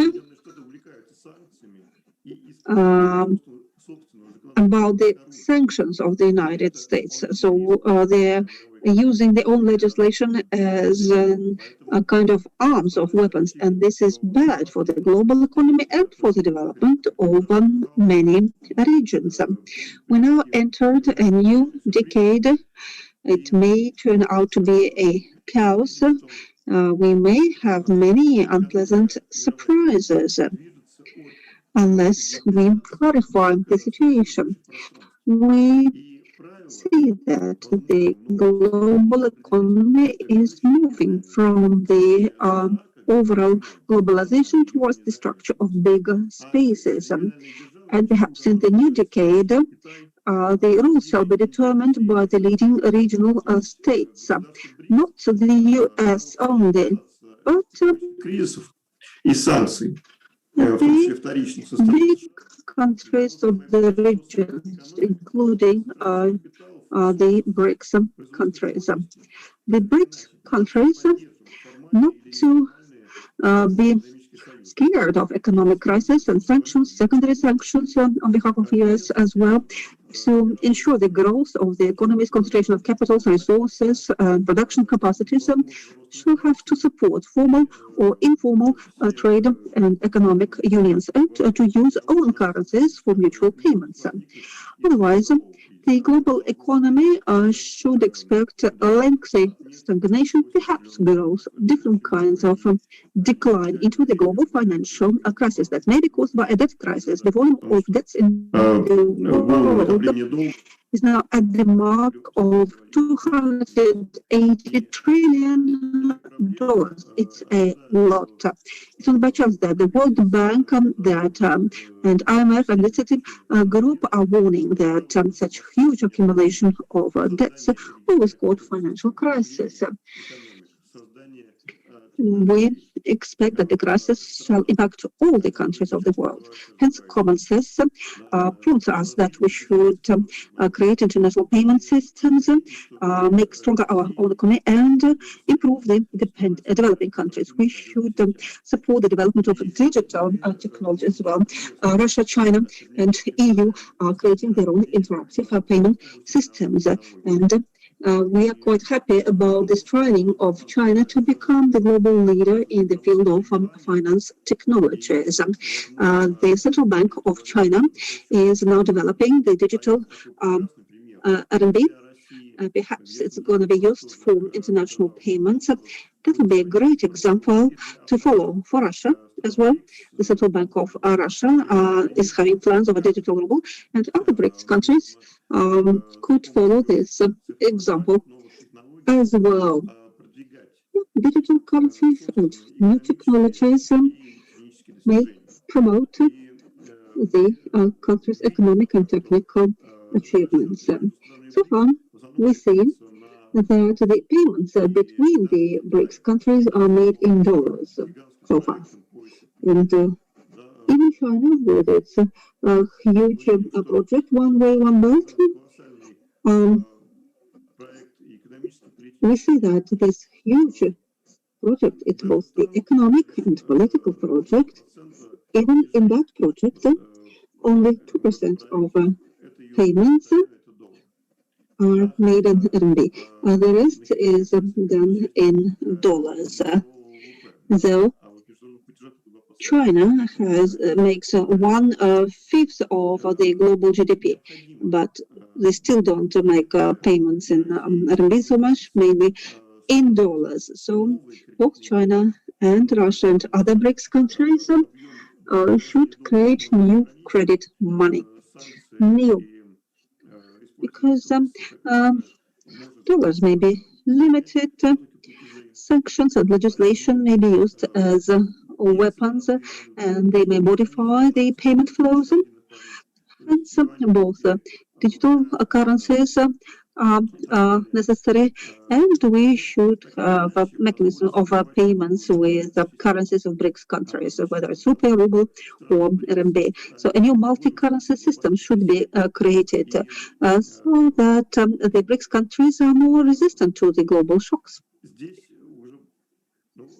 Well, the role of the regional payment system in the next decade shall be determining a role.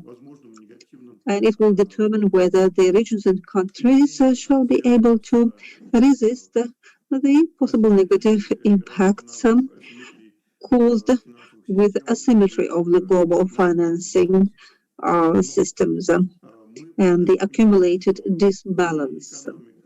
We also do understand that neither the financing nor economy development is possible in the third decade of this century without technologies development. The main productive force of modern economy becomes information, human potential, and technology. So the world shall be subdivided into the countries and the ones who are dragging behind. And if they drag behind, that's forever. So the objectives of the BRICS countries should be a less formal union. We should remain a vital organization, and we should be able to coordinate our efforts and to cooperate so that in our countries there continues the scientific and technical and industrial development. See that the division of the world into the technological metropole and a technological province or periphery is going into the past. Not the US only has the technologies. High technologies are available: space, energy, digital information, AI, and financial technologies exist as well. Communications sector, biotechnologies.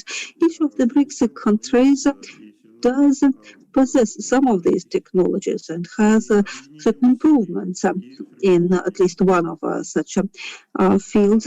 So we should unite our efforts in this regard and create big regional projects like the One Way, One Belt initiative, like the involvement of Russia, India, and Brazil into a competition in the field of aerospace technologies, the competition with the United States. We should also create the payment system that will be able to replace dollar or work parallel with dollar. Hence, we'll be able to create our own investment resources in all the global regions. That's what the world is expecting from the countries which are nowadays called developing countries, but in future they will become the basis of the global economic growth.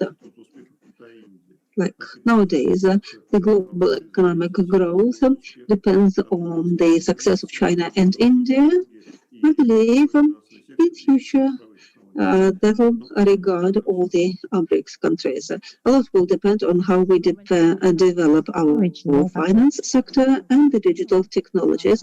Thank you very much, Alexander Vyacheslavovic, for a very detailed explanation. That I was thinking while our speakers were talking. So we have very different economies within BRICS grouping. So some currencies are based on commodities, others are based on finished goods. So more or less, it's not so easy to coordinate this financial issue. But on the other hand, by the way, we are all high-tech countries. This is really true. So I think that it's a really important point to recapitalize our high-tech cooperation within the group.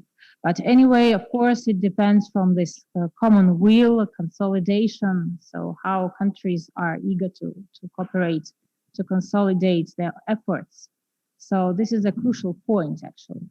So, by the way, we have one question from the audience, but it is very close to what was already mentioned.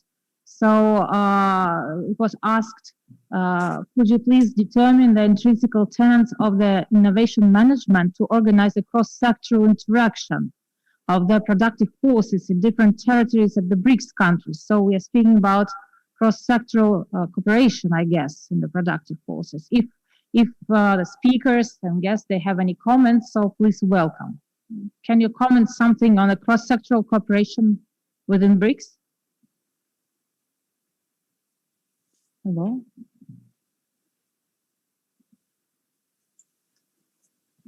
Perhaps one theme that I would note here is if we're talking about, from what I understand, the organizational arrangements that would facilitate the cross-sectoral cooperation amongst BRICS countries, I think the role of the new development bank is absolutely crucial in promoting what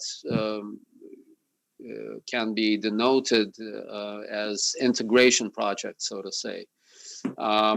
Such a term has been used across the development banks to denote cooperation amongst various countries that are members of the bank to come up with,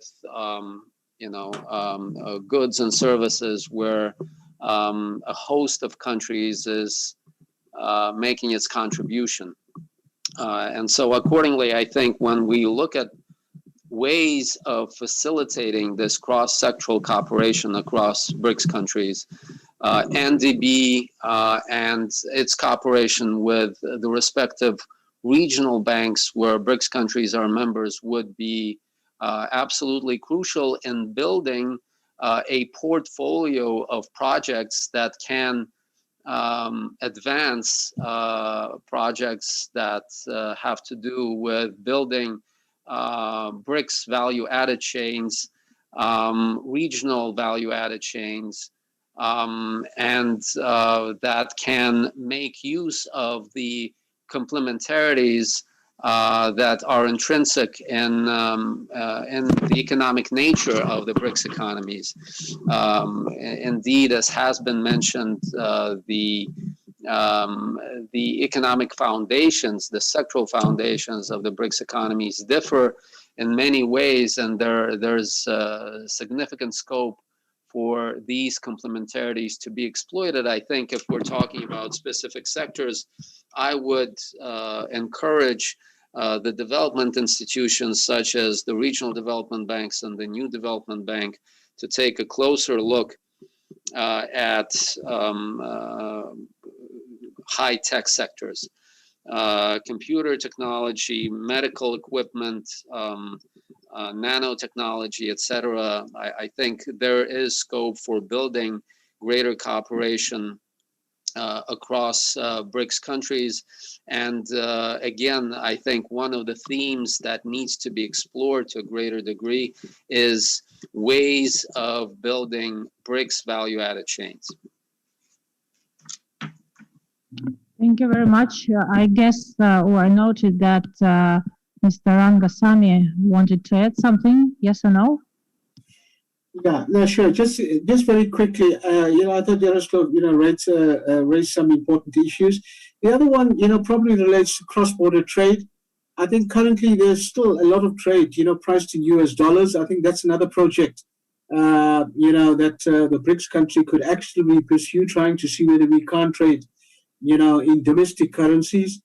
Having said that, I at least from where I sit now, I'm not certain, how much of collaboration and cooperation or engagements have happened around, the current COVID-19 pandemic, whether there could be better collaboration, in terms of addressing, the pandemic.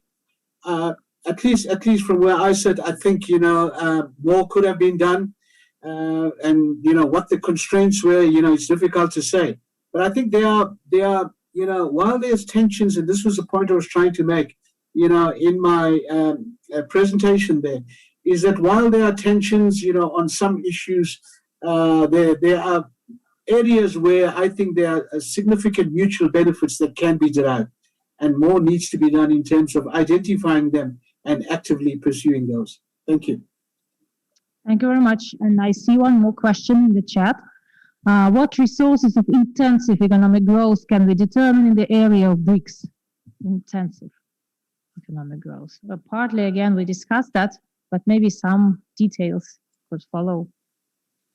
Well, maybe I'll say a couple of words on this. My conviction is that there are tremendous resources for the BRICS economies to exploit in mutual cooperation and in using mutual cooperation to achieve higher growth rates. And I think one of the themes that is becoming more and more important in the past several years in this regard is the issue of connectivity. All of the countries across BRICS, they are large economies with significant needs for connectivity within these countries.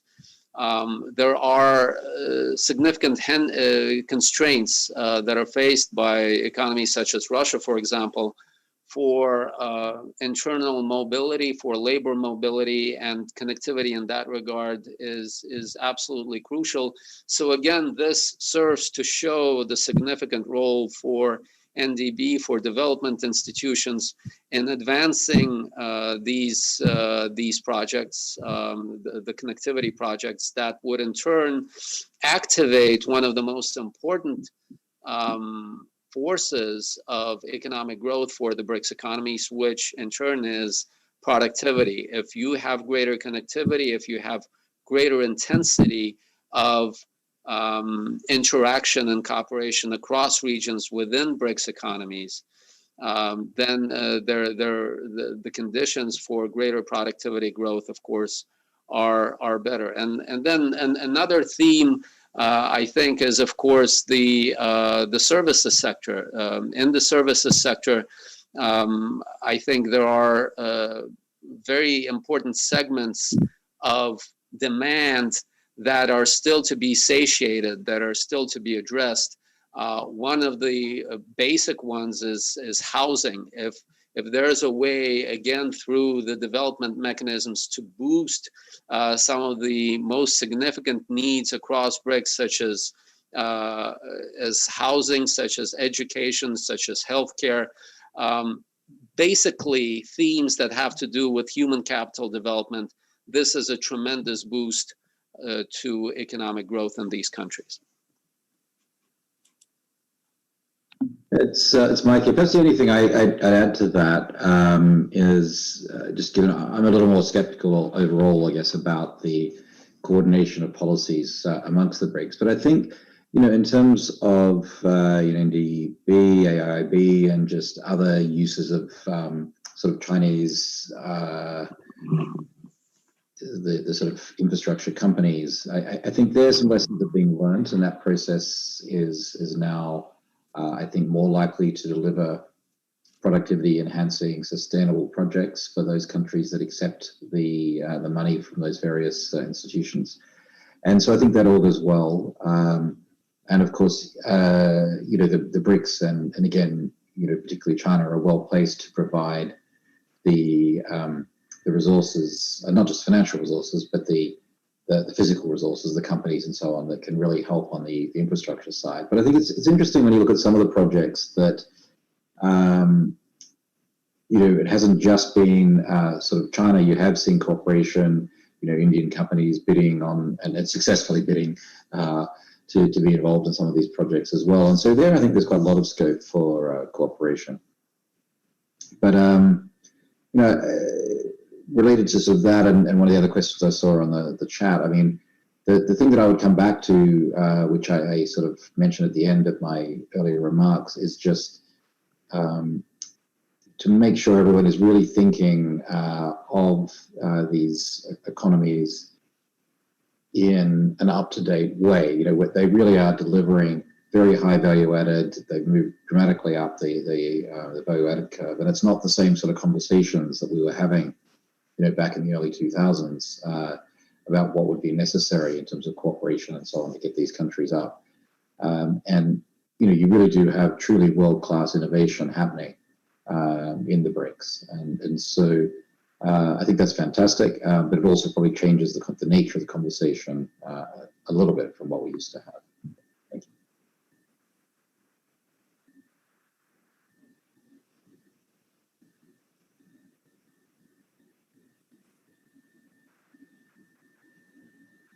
София, вас не слышно. Excuse me. Thank you very much, Mr. Buchanan, for your input. So we are finishing now. We have to finalize. And during these days, we'll also touch different issues of maybe today's talk. Also, digital money will be discussed tomorrow. And also today, we will discuss this Eurasian integration, also regional aspect. But anyway, which seems to be very important is that, of course, this BRICS format needs to be recapitalized, so to say, from the point of view of cross-regional value chains, alternative financial mechanisms, some alternative cross-regional mechanisms of governance. And so anyway, it's a unique, so to say, cross-continental grouping, we may say so. And of course, it needs to be developed to become more mature from the point of view of the coordination mechanism. So I think we have to finish on that. Let me thank you all for this great discussion. And it was really great to link up from different countries, different continents even. And let's hope we can meet personally in some time in future. So thank you very much for your participating, and see you on the next sessions. Thank you very much. Thank you very much. Thank you very much. Thank you. So next session, 2 p.m. Thank you. See you shortly. Thanks. Thank you very much. Thanks, everyone. Thanks, Logan. Hope to see you. Also, Mark, thank you so much. Great.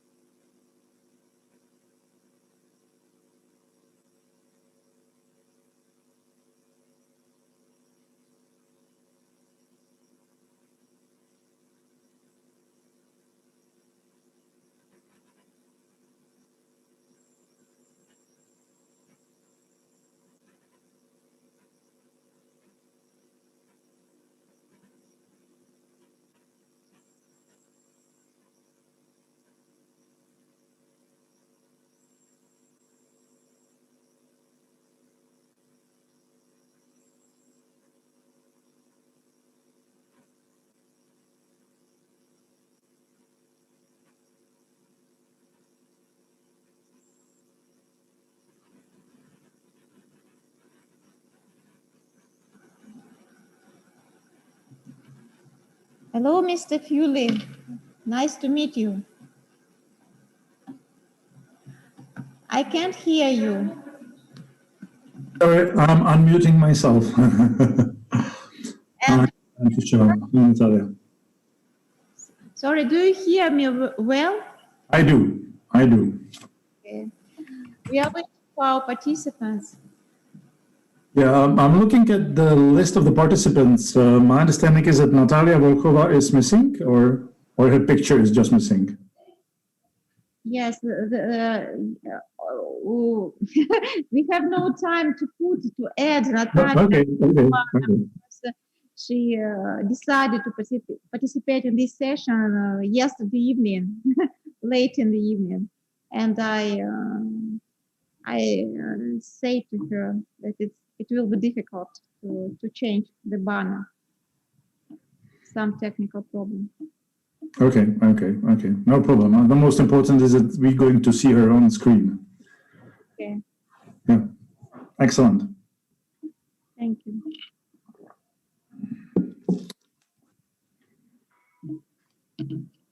Наталья, добрый день. Добрый день. I was actually thinking about it, but then I realized, I'm sitting, in my office on my own.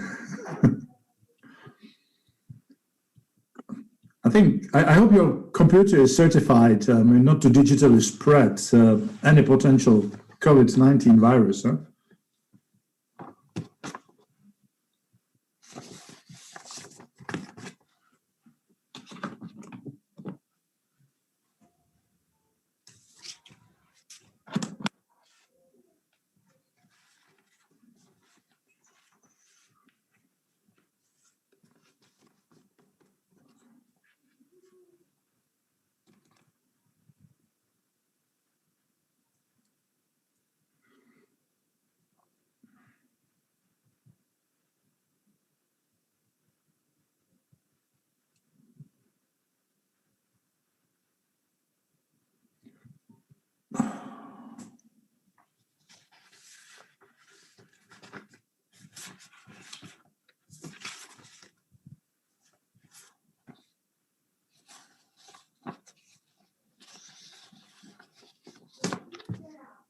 Hello.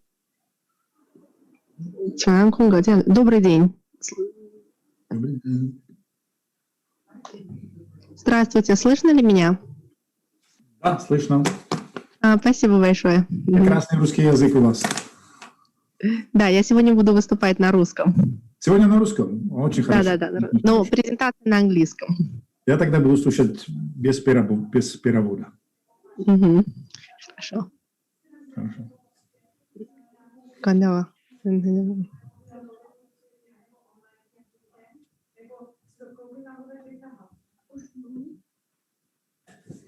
Pode. Подожди, что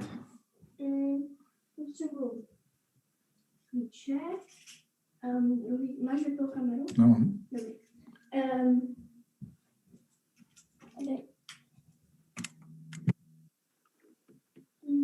Zobaczcie ty.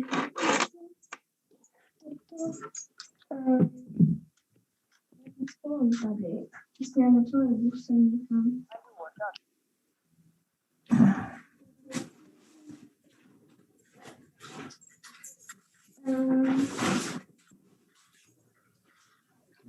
Будет такой назв, że nie.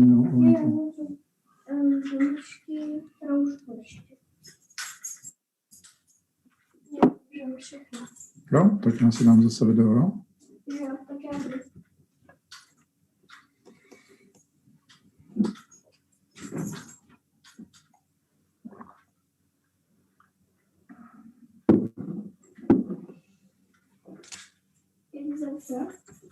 Super.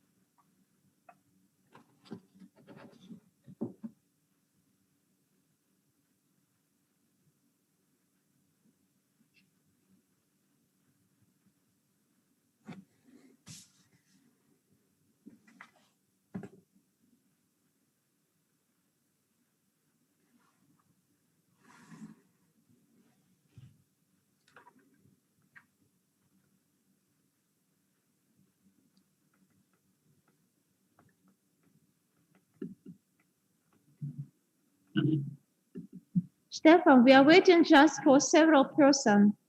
Igor Maximov, he's coming, and Mr. Liberov, president of Siemens Russia, he's coming soon.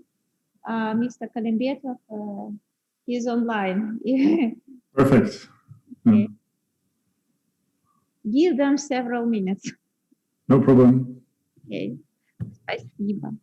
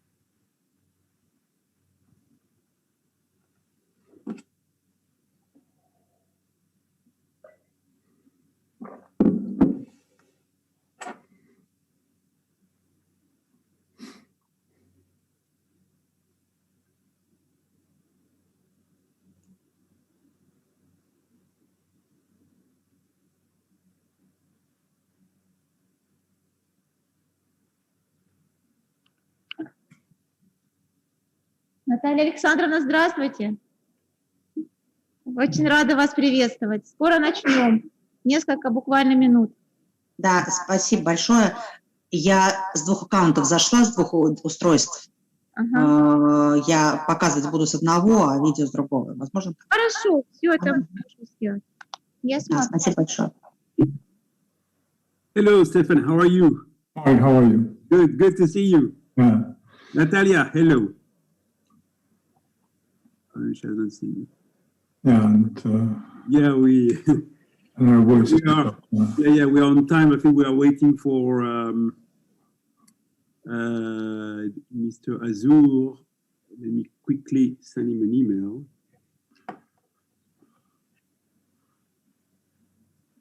Okay. Mr. Frankel, what a fantastic job you did this morning. Congratulations. Thank you very much. Always a pleasure to participate in these events. They are very, very good. Here's Jihad. Hello, Mr. Jihad. How are you? Good morning. Good afternoon to you, Mark. See you. How are you? Hi, sir. Good afternoon. Good to see you all. Natalia, how are you? Good, thank you. Yeah, I think last time we met, he was in St. Petersburg. You remember? Yeah, sure. Jacob, in fact, we were together at the central bank conference. Yes. Yeah, yeah. It was the other life. Exactly. Another life. It was just like. Life Hello, everyone. Before COVID. Hello, Alexander. Hello, nice to meeting you. Natalia, I was just discussing with organizers how come your picture is not among the speakers. I didn't realize that you had a secret deal with them to be shown twice, now on the screen. Yeah, it was a surprise for me yesterday evening when I found out myself in different session. So because I was preparing for this session, so it was some. I didn't check the interim program. So I looked at the initial draft where it was some Eurasian, sorry.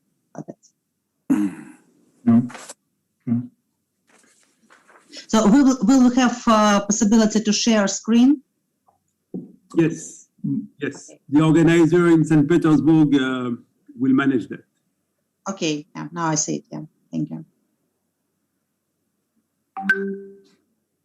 Hello, Kairat, good to see you. Yeah, Kairat is coming, I think, yes. Oh, I can see he's there, but he's... Yeah, his photo is there, yeah. But I just got a message from his office. He's coming. Yes, good. Yeah, he was already on the screen shortly. Oh. So, Jihad, I have suggested to the chair that we will start with you because you are coming up with some interesting update outlook for the region. So I think it would be good to set the stage with your presentation or your remarks. Hello, Governor Kairat, how are you? Good to see you. Oh.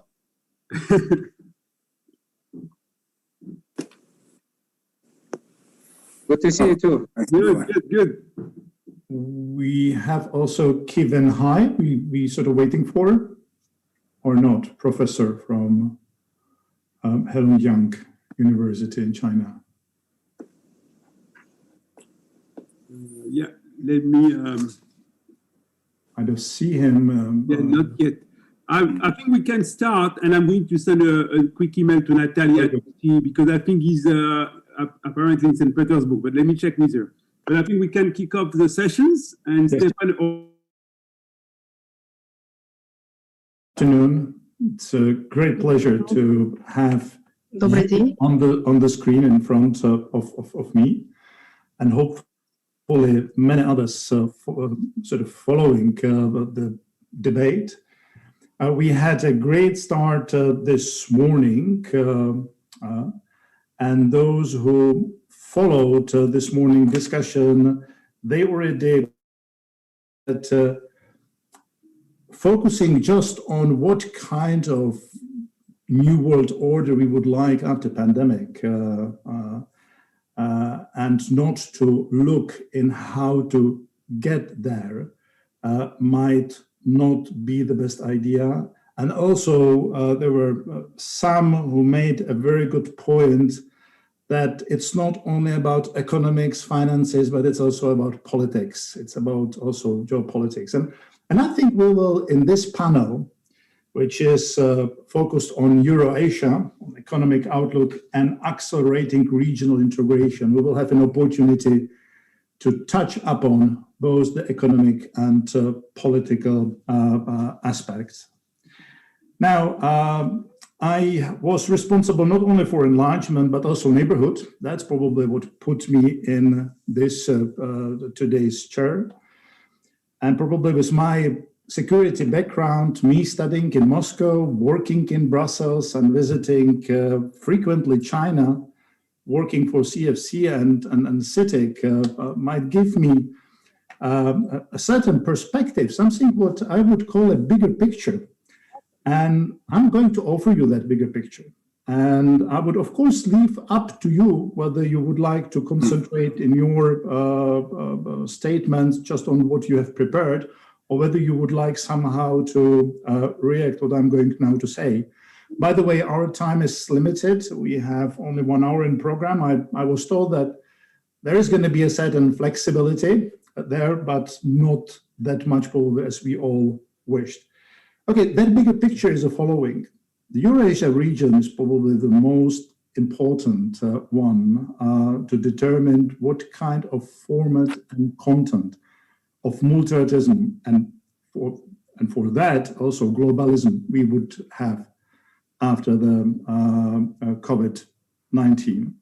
And it's because of one important process, integration, because this is a region where we have more than just one experience, how the integration between the regions, among the countries, was instrumental in solving the old wounds and creating the environment for a peaceful cooperation and for prosperity of all living in that area.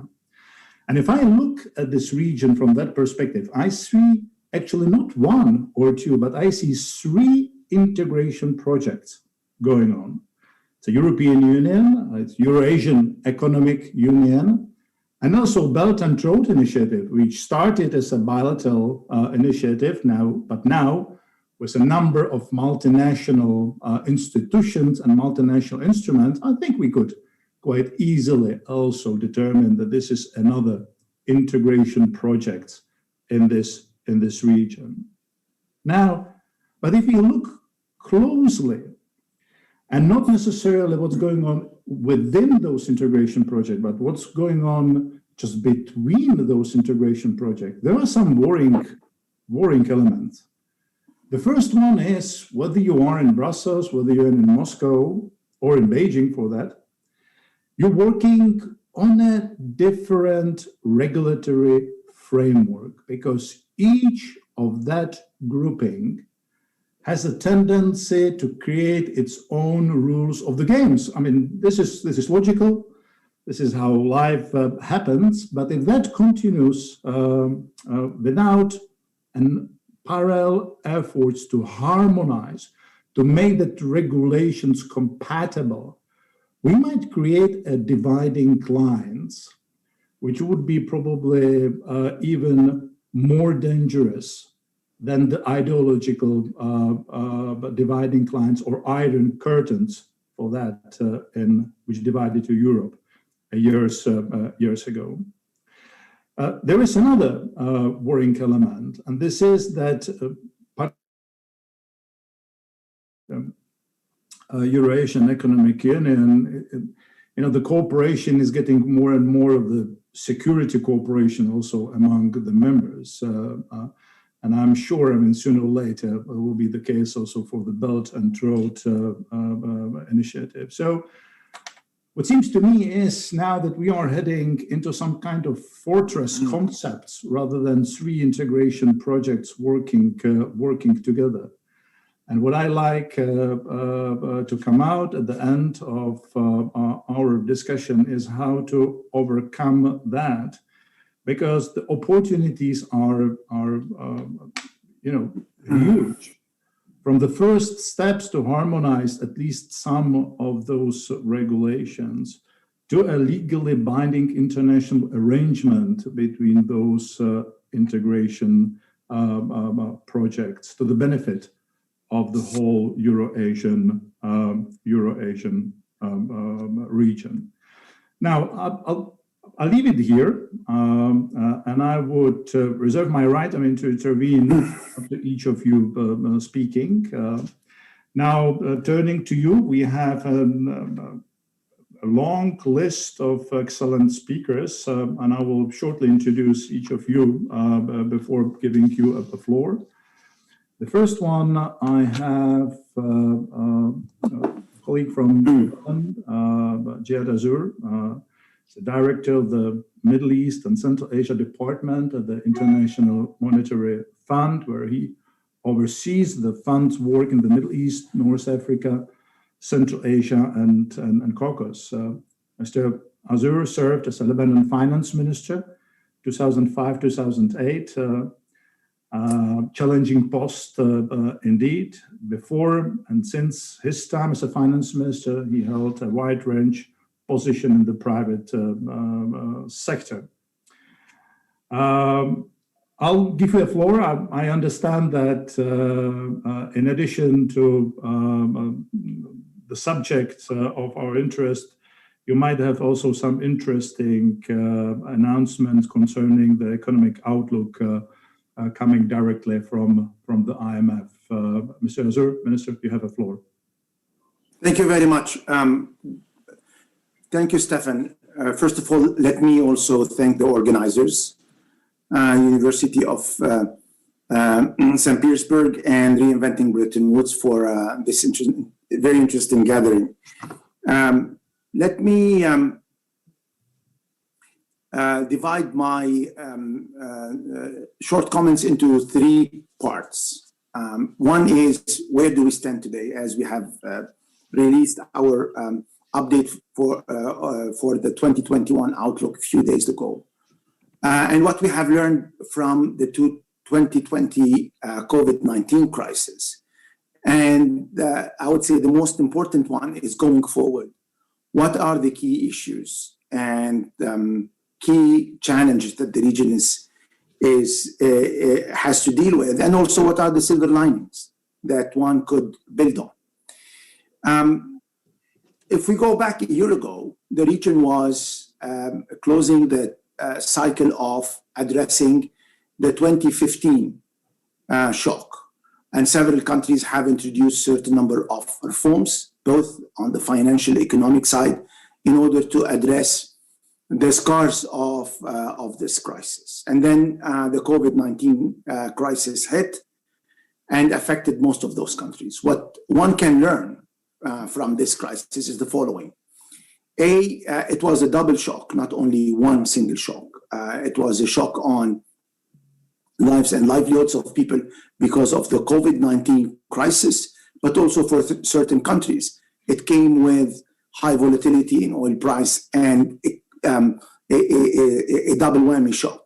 For others, it affected and had scars on some key sectors, like tourism, for example, in the case of Georgia, or remittances in the case of Kyrgyz. Therefore, it was a severe shock that led to big impact on the economies. The important element is countries have reacted fast and have introduced certain number of measures to protect lives and livelihoods, and also complement this with some measures in order to provide a floor to the economy. The level of fiscal and monetary measures and stimulus that were introduced were in line, and I would say even above what we saw in other parts of the world in the emerging market arena, and have helped to cushion the magnitude of the shock. In addition to that, the reforms that were introduced allow them to have a better management of the shock itself. Countries like Kazakhstan, like Georgia, have in order to address the first wave of the crisis and also recover. Reforms that were introduced in the past by establishing fiscal rules, reforming the financial sector, came into play and showed that they have strengthened their overall macroeconomic and financial stability. But also the crisis revealed certain weaknesses. One is informality is still very high, and the level of high informality affected their capacity to provide the social protection that was needed in the beginning of the crisis. Second, the reform of the financial sector that was initiated a few years ago was not fully completed, and the level of financial inclusion remained low, which means that the state has to intervene more in providing liquidity to the market.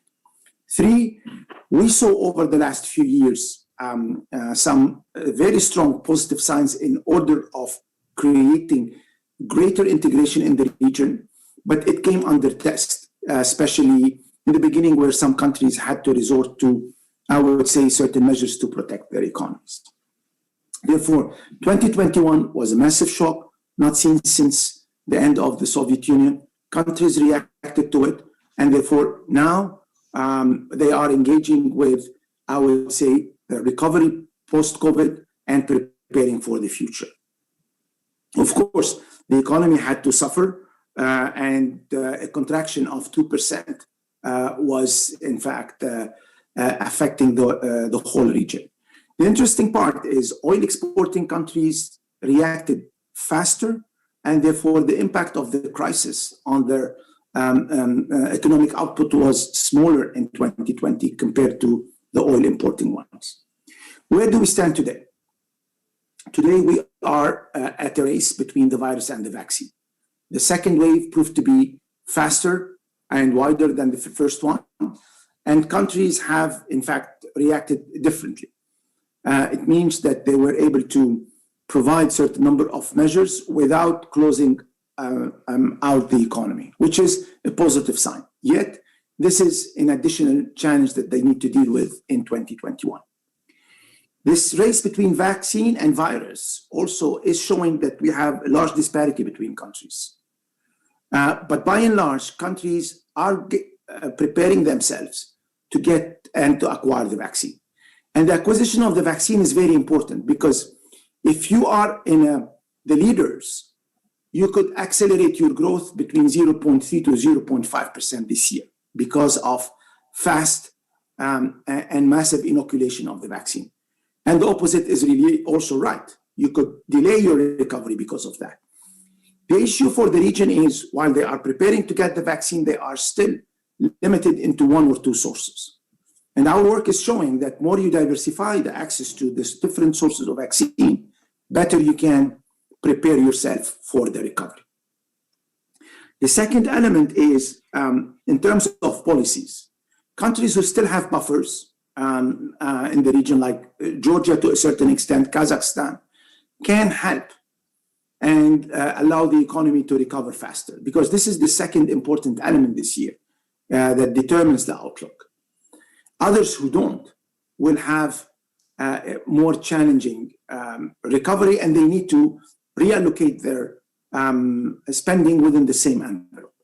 Three is the level of scarring is also different, and addressing those scarring will be important. In a country like Georgia, for example, impact of the crisis on the tourism sector led to one of the most severe contraction in the history of Georgia over the last 2 decades. And this is also one of the elements going forward for the region to recover. Last but not the least, what is important is still is we are in a transition year. Last year was the crisis like no other. This year is the restart. But I would say it's not only a restart, it's managing a transition where you need to still address the issue of a massive healthcare risk and dealing with the recovery. What has complicated the situation is the geopolitical development provided some silver linings, but also some tension. The tension we saw between certain countries and within countries added a new dimension to the situation in the region. And therefore, and this is my third and last point, is if we look forward, what are the priorities for this region? One, still managing and exiting the COVID crisis, still an important one. And here, social is very important. This region enjoyed in the past good level of social protection that has eroded over the past few years and led in certain cases to some social unrest. And this is a critical element in the recovery. Second is rebuild fiscal and financial buffers. Those buffers were eroded, but gradually they need to be rebuilt.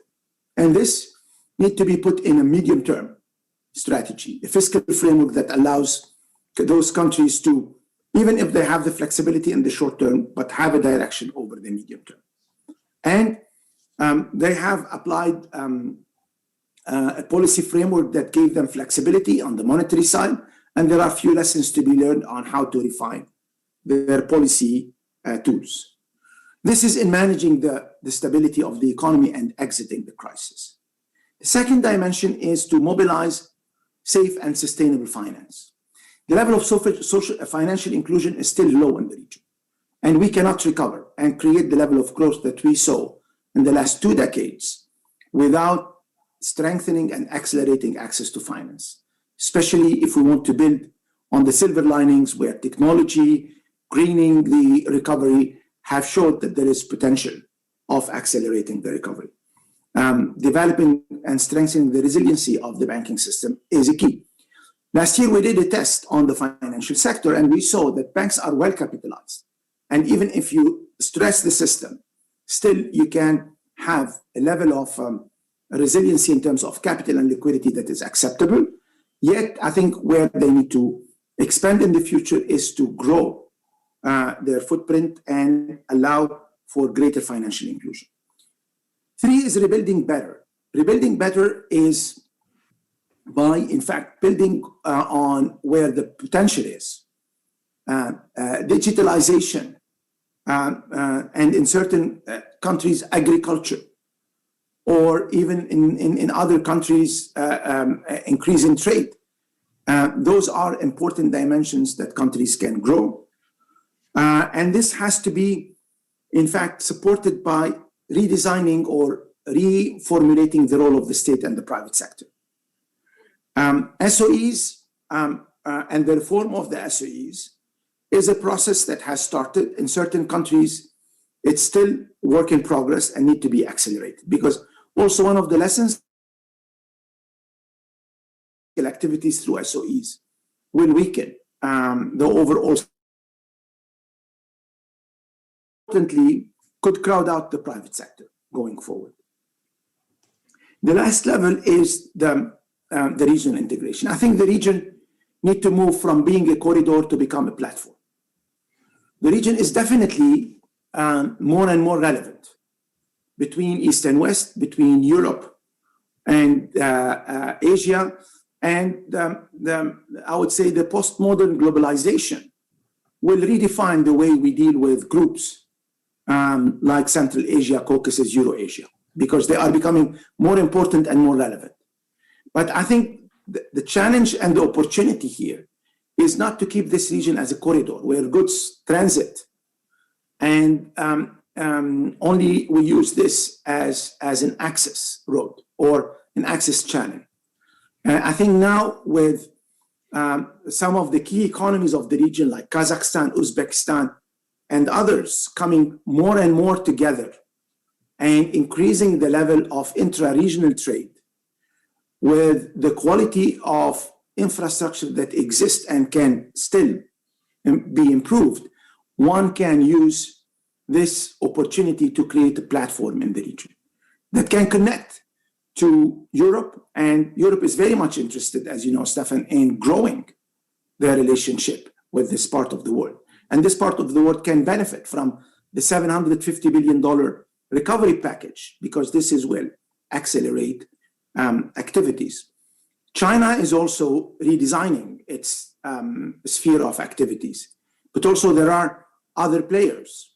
I see very much an increased interest between oil exporting countries to work together for the post-oil recovery between Gulf countries, Kazakhstan, and Uzbekistan and other countries, whereby they are all of them facing with the same challenge, trying to figure out solutions. Therefore, also we see here in the greening the recovery, a potential for many countries in the region to find an additional potential growth. Last but not the least, I think coming up as a region also will ease tensions that currently are in fact affecting some parts of the region, because it will allow to have I would say a cooperation model that is clear and transparent to the rest of the world and allow better economic cooperation. I think what we also would like to see more regional players, not only in the financial sector, but also in the private sector. And developing regional players will allow also to strengthen the ties, and also will push in the direction of reducing some of the barriers to investment, barriers to labor, and so on. Technology will dominate, and without creating a space for it, it's impossible for the region to catch up with the rest of the world. Therefore, we're in an interesting transition. The recovery is there. It needs to be accelerated. And the positive element is it can be accelerated through some useful reforms that can benefit, I would say, the whole region and beyond. Let me stop here, and then if you have any question, I will be very happy to go into more details. Minister, dear Jihad, it was fantastic. Thank you very much. The truth is that moving from corridor to platform very much reflects the fact that talking about those integration projects and the neighborhood they share, results in the neighborhood to be falsely pushed into cooperating with this or that integration project at the expense of cooperating with another one. So I'm going to use this phrase of yours, if I may, moving from corridors to platform. Now it's a great pleasure, Добрый день, господин ректор, to move to Good day, Mr. Rector. First of all, Rector of the St. Petersburg State University of Economics, Mr. Igor Maximtsev. You have been introduced at the beginning. You had some very interesting opening statement. So I will first of all join my predecessor to thank you very much for co-hosting this event. And second, I would just say only one sentence about you. You are well known and active in Russian Federation, but also respected in a number of countries around the world. Professor Rector, you have the floor. Thank you, Mr. Julian. Let me once again thank all the participants of our panel and to greet them. I'm happy that today we managed to meet in an online mode. It's a pleasure to see many friends and partners of our university and distinguished economists who do really develop the theory of economy and suggest the new solutions for the global economy problems in post-COVID era. Our university is и сопряжение общих экономических подходов Китая и Евразийского экономического союза позволяет совершенно по-другому взглянуть экономических союзов И, конечно, без участия Европейского Союза этот проект будет не Мы сегодня Eurasian Economic Union, EU. Реальная экономика, доходы населения, занятость населения резко сократилась. And that program with China, One Way, One Belt, we have the same approaches in China, and pandemic, the real economy, the income of the population went down abruptly. These figures have already been provided by the colleagues today. The situation is more or less the same in all over the planet. So I believe we should review the future, and that will require some efforts on our behalf. In my introduction, I underlined that we observed social tension in many countries of the world. That's a serious signal that we should study. Well, we don't need revolutions. We want evolutions, and we would like to learn from the history lessons and not make new errors. Thus, the development of regional economic integration unions are of vital importance nowadays. Well, if globalization during the pandemic falls apart, then the regional integration unions That's very important. As for the Eurasian Economic Union, it unites the former republics of the Soviet Union. You remember that Russia, Kazakhstan, Belarus, Kyrgyzstan, and this union unites 182 million people, some 16 or 14% of the surface of the Earth and 14% of the planet's GDP. Well, we do a lot. We perform a lot of activities, and we understand that the chief factors today for integration within the EU and the Chinese initiative. One way we should consider the following as factors. follows. Strategic strategic cooperation between Russia and China. It is aimed at coordination of common geopolitical and economic efforts of both countries, who are the initiators and most important drivers of integration processes. The level of trust achieved between Russia and China assists in solution of remove many of the contradictions, and all this has an impact rid on the of certain contradictions development of Eurasia and in general. impacts positively the development of the big Eurasia. Of the regions. Next is the priority development formats, of the regions which are and the new formats of beneficial cooperation, from which the are point of view of the mutually national interests beneficial of from the point of view of the parties national involved. interests Let me of the repeat once again stakeholders. that Let me each and every repeat, country each country has national own national interests, interests, and when but they are when interconnected into a they are single intertwined economic in space, common economic then of course space, there will be a then proper movement the forward future of the development regional of such unions is quite integration possible, unions, including the Eurasian Economic Union. The Union, or next factor is the EAEU. adaptation of the successful Next is experience the accumulated by and other adaptation integration of associations. First of all, the experience of the European Union. experience Our of university European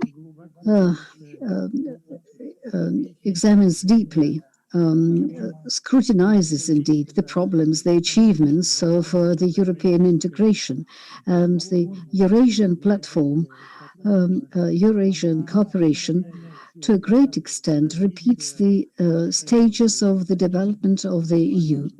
And of course, it's important to move in a dynamic way in order to avoid mistakes. But there are always barriers, there are always contradictions that very often hamper the progress, but nonetheless do not stop it and make it possible to move.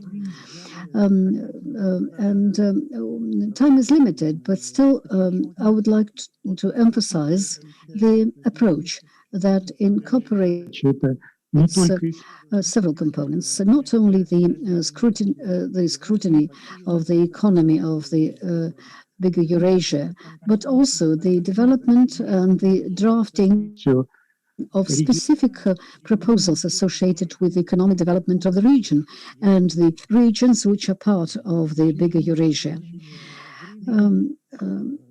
With time constraints, I would like to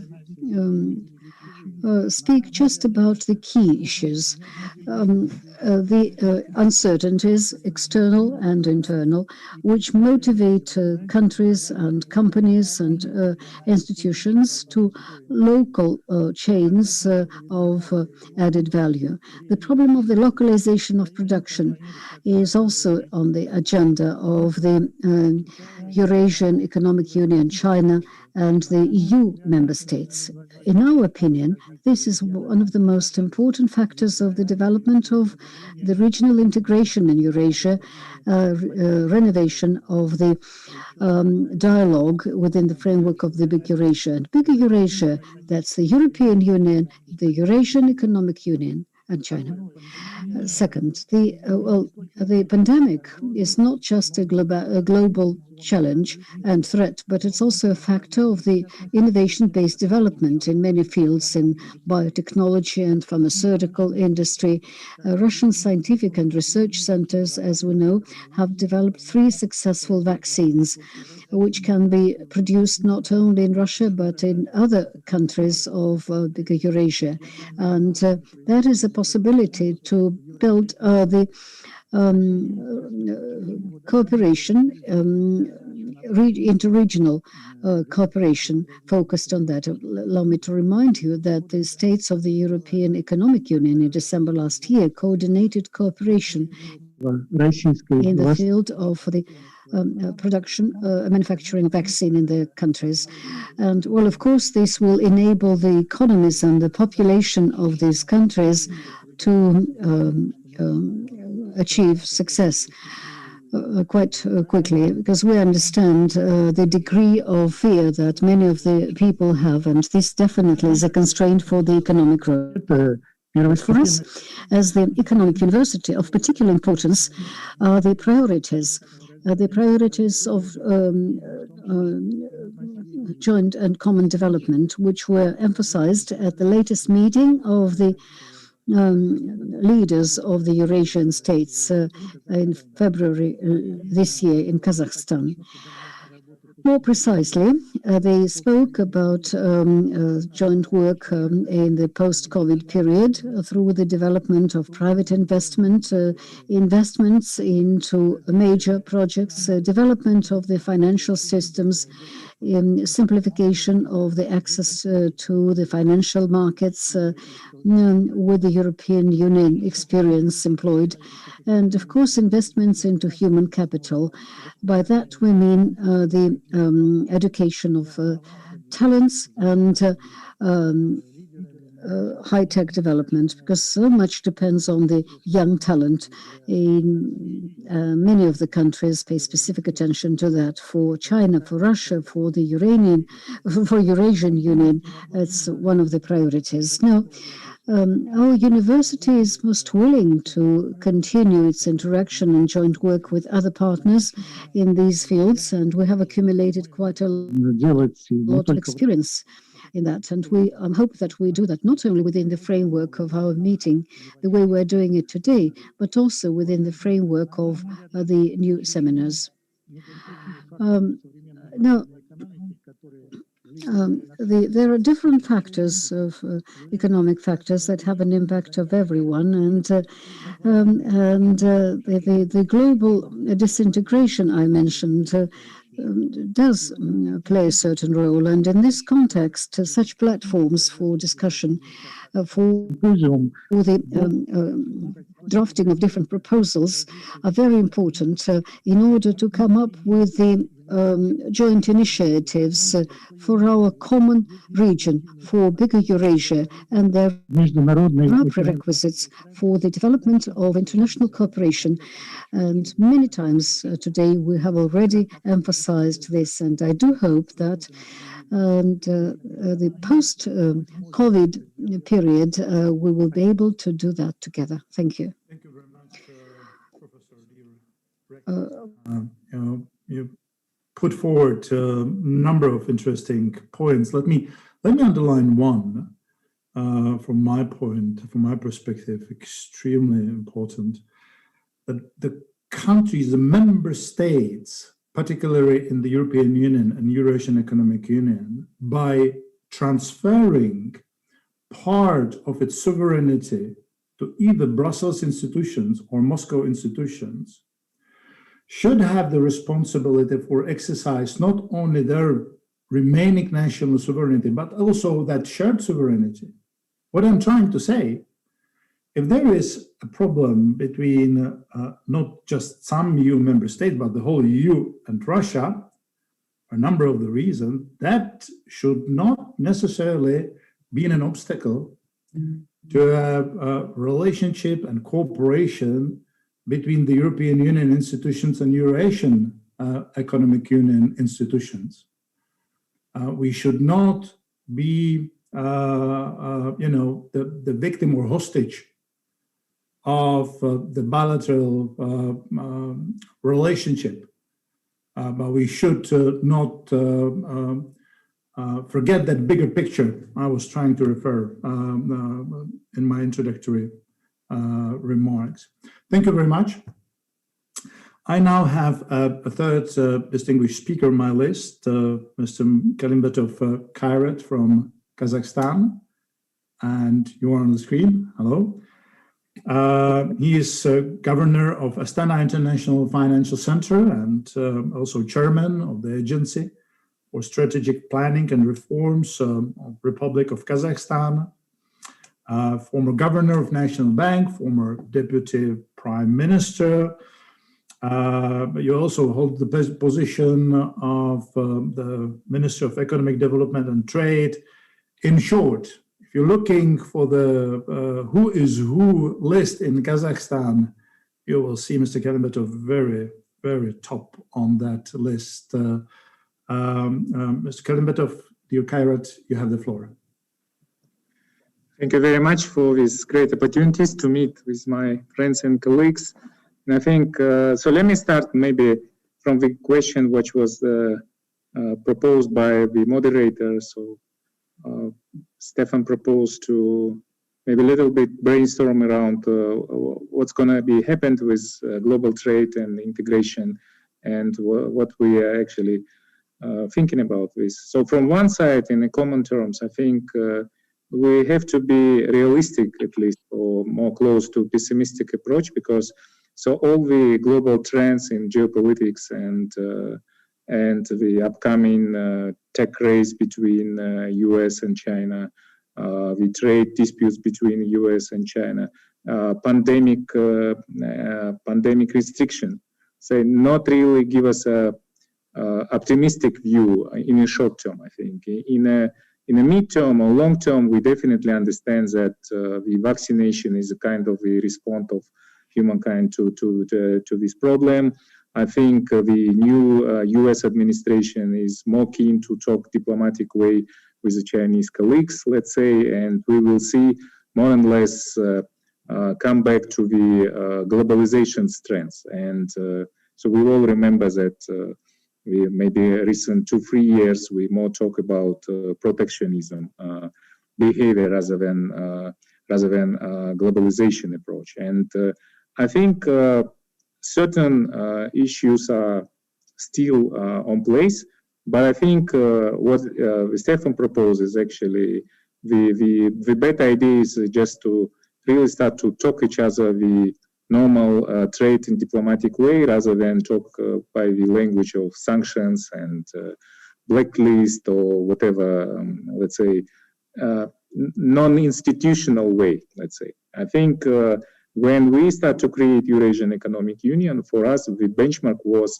the 30 or 40 years of the development of European Union. So this is a real way how the countries should create common markets, how the people in these countries should benefit from the regional integration. And still, I think, even beyond the, let's say, Brexit agenda, European Union is a great example how we should build the regional integration. And we strongly believe that the cooperation between European Union and Eurasian Economic Union, it's really win-win in certain terms, and we should come back as soon as possible to those agenda. So in fact, the institutional development of Eurasian Economic Union was built on examples, let's say on stages experience of European Union. And so this is one. Number two, I think that when we create Eurasian Economic Union, it was a moment when Russia, first among the members of Eurasian Economic Union, actually got access to the WTO. And I think that this is very important fact that the Eurasian Economic Union institutional agenda based on norms and standards and principles of the WTO. And I think it's very much important, especially for the emerging markets, just to understand what is the rules of the game actually in the global trade and how we should to proceed. I know that WTO last year had a certain institutional problems that I think that we all should come back to the WTO using, let's say, in order to let's say, realize what kind of problem we do have between each other and how we should to proceed in certain dispute resolutions dimension. Let me come back now to the particular Kazakhstani agenda, and this is kind of a small attempt to respond to Stefan's question, is that how to proceed in this very difficult, realistic world. I think Kazakhstan, under the leadership of the first president Nursultan Nazarbayev, from very beginning, when we've got independence in 1991, start to build the independent multivectoral foreign policy, which is, now I can give you some results of this policy. The structural global trade in Kazakhstan looks the following. The 50% of the trade of Kazakhstan is European Union countries, 20% Russia and 20% China. So we all understand that, so these are kind of the right balance, which is allow us really to focus on our cooperation with our neighborhood, cooperation with our global partners, including European Union. And we have a enhanced cooperation and partnership agreement with European Union, which I think allow us really to focus on the further cooperation with the European Union. At the same time, Eurasian Economic Union is really, and actually Rector Maximtsev mentioned about it, 5 countries which are members are really focusing on the deeper integration between each other.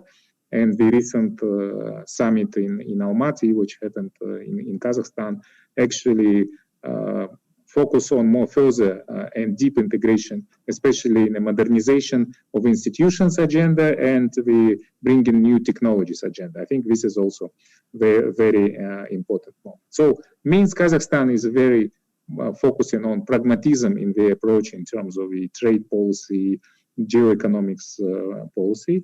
And in these terms, for Kazakhstan is like focusing on, in terms of regional integration, immigration within the Eurasian Economic Union. The number 2, I think, also very much important is our cooperation with our partners in Belt and Road initiatives. In fact, Belt and Road initiative being proposed by President Xi when he been visiting Kazakhstan. And for us, it's very much important also to have a stronger strategic cooperation with China. And number 3 is also Central Asia. Here is like, I think I would like to echo to Jihad Azur's points that the integration is also certain contribution and future response to the further economic development in the region. Central Asia now is a 55 million people market, which is going to be double in the next 10, 15 years. Because of the demographic trends. And I think this is very promising, yet unlocked market, which has to also benefits from the further joining to the globalization agenda. Recent opening up economic reforms in Uzbekistan also give us kind of optimistic view on these terms. So these are how do I see the further cooperation, and I think that as more on academic level, such type of discussion will happen, I think more we can convince politicians really start to talk to each other and start to focusing on win-win agenda between different geographic zones. But in the short term, I think that we will see more regional integration rather than globalization. And I think that for Central Eurasia, I think, which is like former Soviet Union area, plus Central Asia, I think is also great opportunities to strengthening the trade and digital connectivity. It's a big room for maneuver. In terms of what is a post-COVID, or let's say, lessons which we should conclude from the COVID crisis. So I think here is a great opportunities not to come back just to the previous norma, but understanding the new norma is actually withdraw certain quick wins or certain opportunities for the further development. So one, the first is, I already mentioned, is a regional integration. Number 2, I think we should focus on reforms agenda, modernization agenda, let's say, the upgrading the old institution or building the new institution. Here we do have a 5 institutional reforms program, and recently the President Tokayev in Kazakhstan announced the new package of the reforms in political and economic area. He created special council on Supreme Council on Reform, created special institution agency for strategic planning and reforms. And I think reforms focusing on economic and social agenda, and especially it was clear during the COVID crisis, especially during the lockdowns, that the government in broader terms should take care about the people who lost their job and provide them opportunities to create it or provide social benefits. This is very much important to avoid any kind of social tension or social unrest in the region. And number three is technologies or modernization of the business process, which is allow us to leapfrog, which is again online, 3D, fourth industrial revolution tools. It's a great opportunity actually to resolve the issues with access to the world-class education, world-class healthcare to the people of our countries, or let's say focusing on new technologies in terms of exporting new production to our neighborhood. So these are key issues, which is, I think, again, if we follow the strategy, let's say, if we will finalize our we flatten the COVID curve for fighting the anti-crisis consequences of this pandemic agenda, and we should focus on our future economic, social, political agenda. And again, I think that it's a good opportunities here to not just for each country thinks about the own agenda, but together on a platform like Jihad Azur mentioned. I also love this slogan, from corridor to platform. It's a great platform for the future development. Thank you very much for your attention.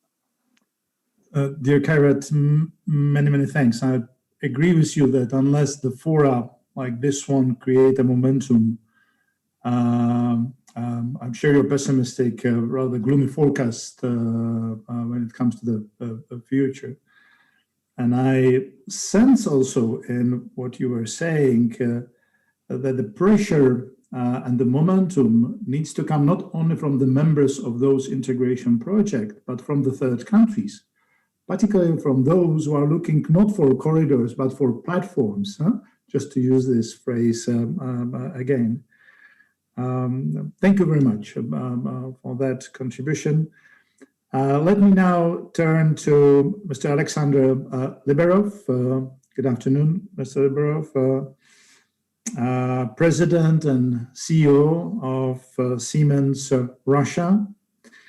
The whole professional career, actually almost 25 years, if I'm not mistaken, is linked to Siemens, widely recognized technological and machinery giant, working in a number of countries across many continents. So welcome among us, and the floor is yours.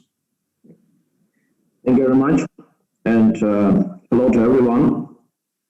Actually, that's true. The 25 years within one company, but these years were not boring. I have privilege to work on 4 different continents and different businesses, and as some of you might know, the Siemens is pretty complex company with absolutely different businesses, from healthcare back to rail, energy, and building automation, industrial sectors.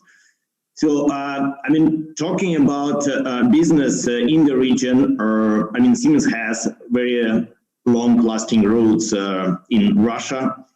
As some of you might know, Siemens history started in St. Petersburg around about 170 years ago, and actually had, despite of some crises like 2 world wars in the 20th century, had uninterrupted history in Russia.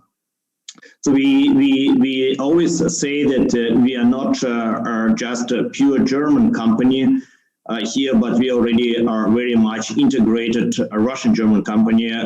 We have around about 7,000 employees in Russia. We have localized quite a lot. We have several productions in St. Petersburg, in Voronezh, in Yekaterinburg, and many brand names like Lastishka trains having been produced already in Russia with pretty high level of local value add and localization. If I talk about Central Asia, actually I'm responsible not just for Russia, but also for Belarus and Central Asia. And we see this region as very much connected, of course, to Russia due to historical reasons, language, and also value chain connections. And we have been also for quite some time in Central Asia, like we opened our offices in 1994 in Kazakhstan and Uzbekistan. And we continue to believe on those markets.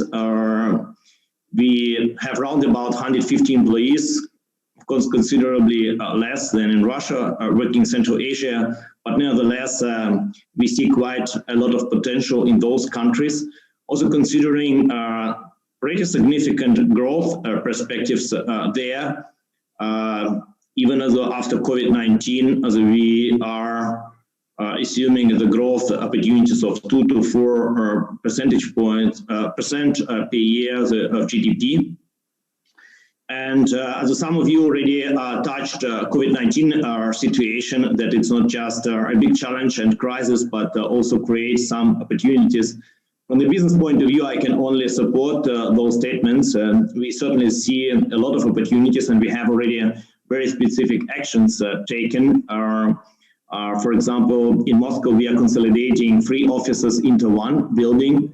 We are significantly increasing the desk share ratio for our employees, and we will still provide opportunity for our employees to work 2 to 3 days a week, even after lifting the whole restrictions to work from home. So that was pretty well a proven point, and it worked very well during the COVID-19 situation. Our financial numbers for 2020 was even above the budget. So that proves that this level of trust and competence as what we pay to our employees is being paid back. And that, of course, opportunities for employees, because as you can imagine, in such large cities, St. Petersburg, you stuck in traffic and lose quite a lot of time, waste quite a lot of time. On one hand, on the other hand, as it would, of course, Kyiv also to significantly reduce expensive office space. And in addition to that, I would say the significant reduction of traveling is being planned, although for even time after COVID-19, where we would, of course, still travel and to visit our customers, but many meetings, as we have today, certainly as can be done online in an efficient way. Talking about market potential in Central Asia, as I said, we do believe into this market, and we present at the moment in Central Asia, not just in Kazakhstan, Uzbekistan, but also in Turkmenistan, with the entire business portfolio. We have ongoing projects in the digitalization and automation of industry, infrastructure, in power generation, healthcare, and of course, railway business. So from my perspective, the fast economic development of those countries provides opportunities and creates challenges on its own. It's certainly a necessity to increase consumption in energy. It's a need to upgrade transportation system and infrastructure, the logistics, especially in large populated areas. It's a need for reorientation and technological upgrades in industry. It's a need to develop local competences, because it's not just about technologies, but of course we need people in the region who would be able to pick up those technologies, the transfer of know-how into the region, and of course starting from local education, global exchange and training programs with German universities. This is something that what we certainly keep in mind in order to increase local competence and to proceed with the development. And of course, Central Asia, from my perspective, it has certainly interesting position, having been between Russia and China, and I think it's both. It's an advantage and it's also a challenge. With potential for technological and financial support, but strong dependence on development of external markets. Talking about Siemens focus in Central Asia, we work closely with the governments of Kazakhstan and Uzbekistan. In those countries, the same way as probably in Russia, the political elite is playing quite a significant role also in economy, in business life, especially in infrastructure, energy projects. And I personally had a privilege to meet in the last 2 years the president of Kazakhstan, Mr. Tokayev, but we also are pretty much on a monthly basis in touch with the first Vice Prime Minister of Kazakhstan, Mr. Sklar, who is also head of working group for Germany. But also with Uzbekistan, whenever I get a chance, I visit Uzbekistan, and we have the pretty high-level meetings, including, met already a few times, the Prime Minister of Uzbekistan. So we have already the first projects in both countries in energy arena. And last year, before the crisis, in frame of Munich Security Conference, we signed a memorandum of understanding with Kazakh government to develop industry infrastructure. And the goal of the Kazakh government is certainly to use digitalization as a drive for economy, as a drive for increase of productivity in the industry. But at the same time, as what the president told us, it's a motivation to bring more transparency into economy. I mean, to see about value chain, and of course with the modern technologies like blockchain, I mean, you can install it in a very professional and efficient manner. The projects that we are working at the moment in Kazakhstan, at least addressing this are certainly smart grids and digitalization. We see digitalization as a certain driver for the economy, and here in the first run, we are talking about digital twins.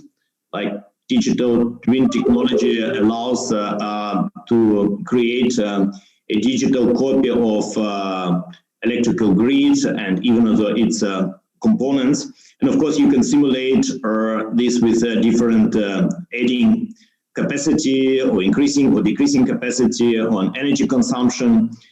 You can see any problems, potential problems with the grid, and of course, you can react on it in a more faster way, as with let's say having the digital twin of such grid, so it saves quite a lot of time, efforts, and also resources. We see also potential in automation and digitalization of industry. These are the first projects we are trying to address as a pilot projects. We are in contact with the government, and certain ideas have been already identified. And from my perspective, digitalization and automation is a driver, or is the driver for those countries. The same, by the way, as for Russia, to drive, let's say, the innovation of those countries further. It's also not just about productivity and transparency. It's also about sustainability of the business, about environmental protection, because if we are more efficient in, let's say, production value chain, in our, let's say, energy consumption, we, of course, also increase ecological situation in such countries, which is certainly very much on the agenda, on the political agenda of all the governments in the region. I think what is important as a key for success to realize those projects and to come, let's say, further with the digitalization is to have a seamless communication and joint project set up that includes all, so I underline also all the stakeholders in government and respective industries, like policymakers, financing institutions, end customers, local partners and suppliers, and from our side, of course, consultants, engineers, and top management. This is not just pure the product business of the way you can deliver the product and install it, and that's it. It's much more complexity inside, including, of course, legislation, financing, project realization, design, and therefore it is important to realize a very seamless and close communication, coordination between all stakeholders in order to really to get feasible improvement. The challenges are usually not just to identify the right technical solution. That's we have already certain pilot projects realized in other countries to solve one particular problem, and rather to have a holistic view in the long-term development of national economy, of the specific company, to create, so to speak, a roadmap as a way you can see a long-term or mid-term development as a way you would like to be in 5, 7, 10 years from now, and really to have a consequent development into that direction rather than just, as I said, to solve one small particular problem. I mean, for us, the goal is a long-term partnership which creates local know-how and technical expertise inside Kazakhstan and Uzbekistan. And as already said, we do believe into those markets the same way as we do believe into Russian market, despite all political tension at the moment, which is of course not easy because it's certainly not tailwind, but rather headwind. But nevertheless, as I always say, as Siemens was able to survive 2 world wars as a German company, and I do believe that still, despite all political tension at the moment between European Union and Russia, the businesses will remain here. It's an interesting market. It also creates our working places in Europe, and there is a lot of strategic complementarity between both regions, and Russia certainly needs Europe and Europe needs Russia. Thank you very much for your attention.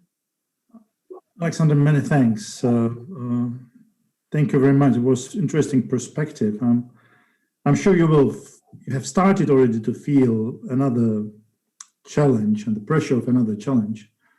And it is to what extent, particularly for the EU member states and its citizens, the trade is linked with other fields and areas and issues like the climate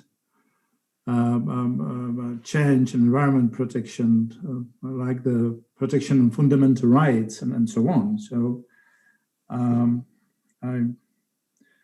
it's going to be another challenge for you, but the job you're doing is extremely important, and I hope we have more of the companies like Siemens through its work in the EU and the Eurasian Economic Union and around sort of making the need to cooperate among or between the integration project even more topical.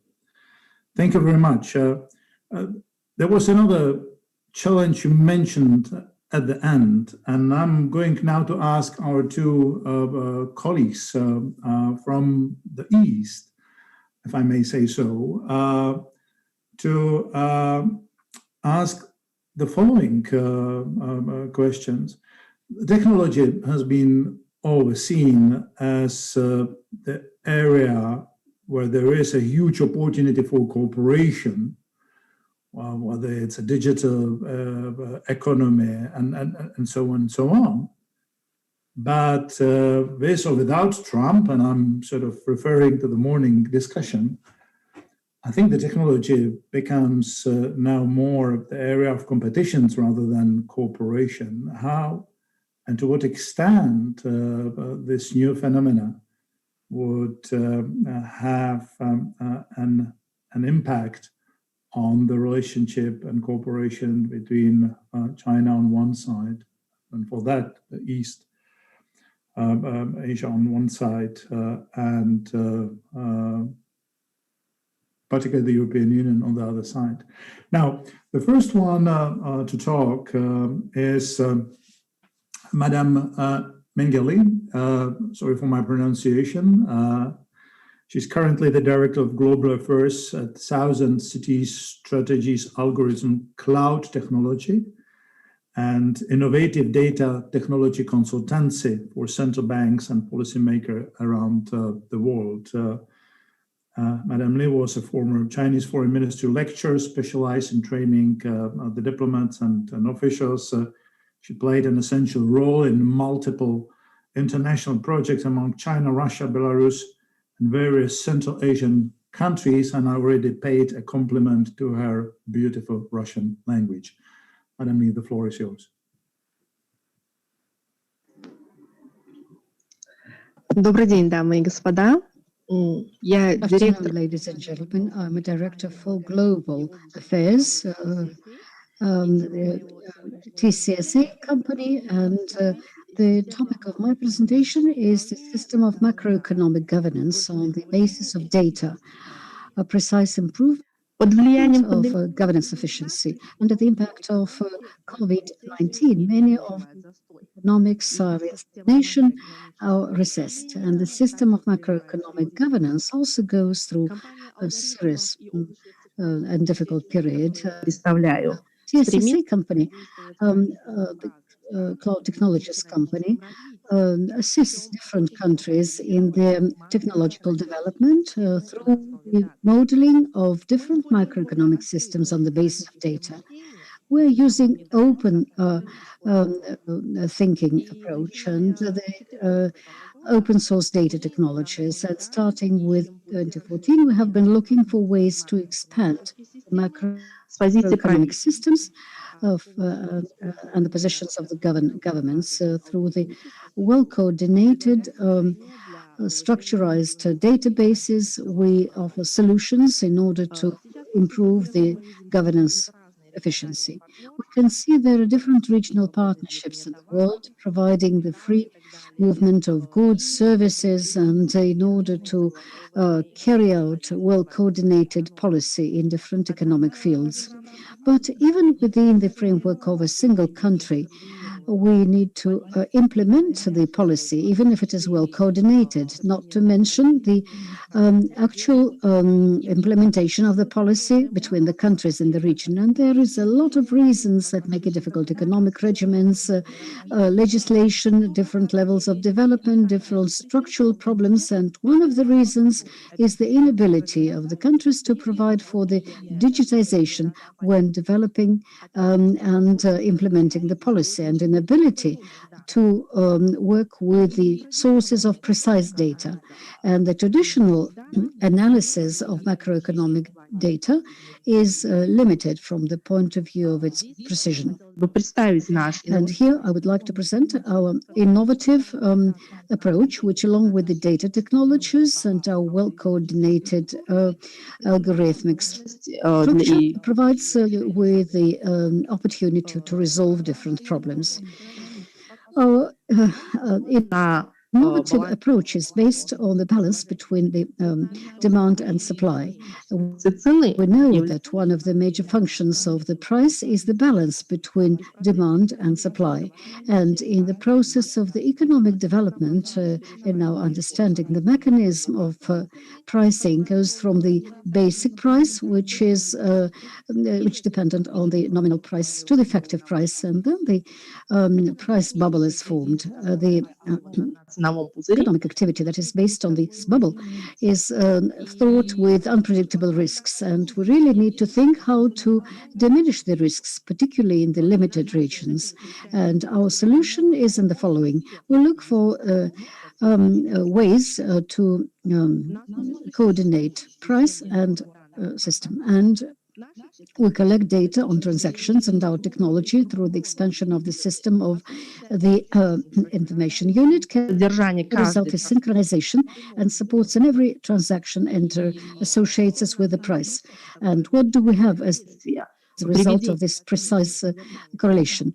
the content on transaction and the price of the transaction. How important is that for economic development? We know for each and every responsible government that is focused on the development of the national economy, it's important to have a stable social basis, and at the same time, it's important to have a lively market.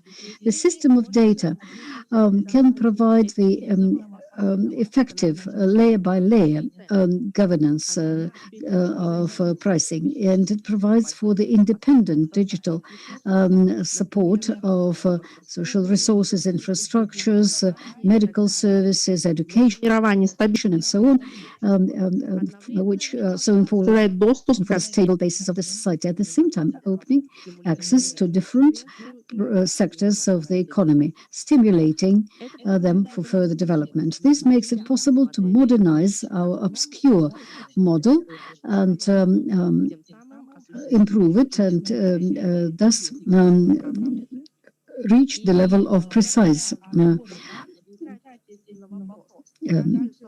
governance. Then, how do we collect? How do we carry out the calculation? How do we analyze the enormous amount of data within the framework of a whole state? And how can we use all the data for the governance efficiency improvement? First of all, I would like to speak of how we do it. Our architecture collects data for each money transaction with a simultaneous content and spreads it over the subsystems. When processing the data is qualified by 6 spheres, which cover the whole area of public governance. And these 6 platforms, which you can find over here, algorithmic platforms and transmission systems for sectoral markets, infrastructure, social security, and so on and so forth. And for the application of data, our basic structure of data, which incorporates all the data from the 6 platforms, has a universal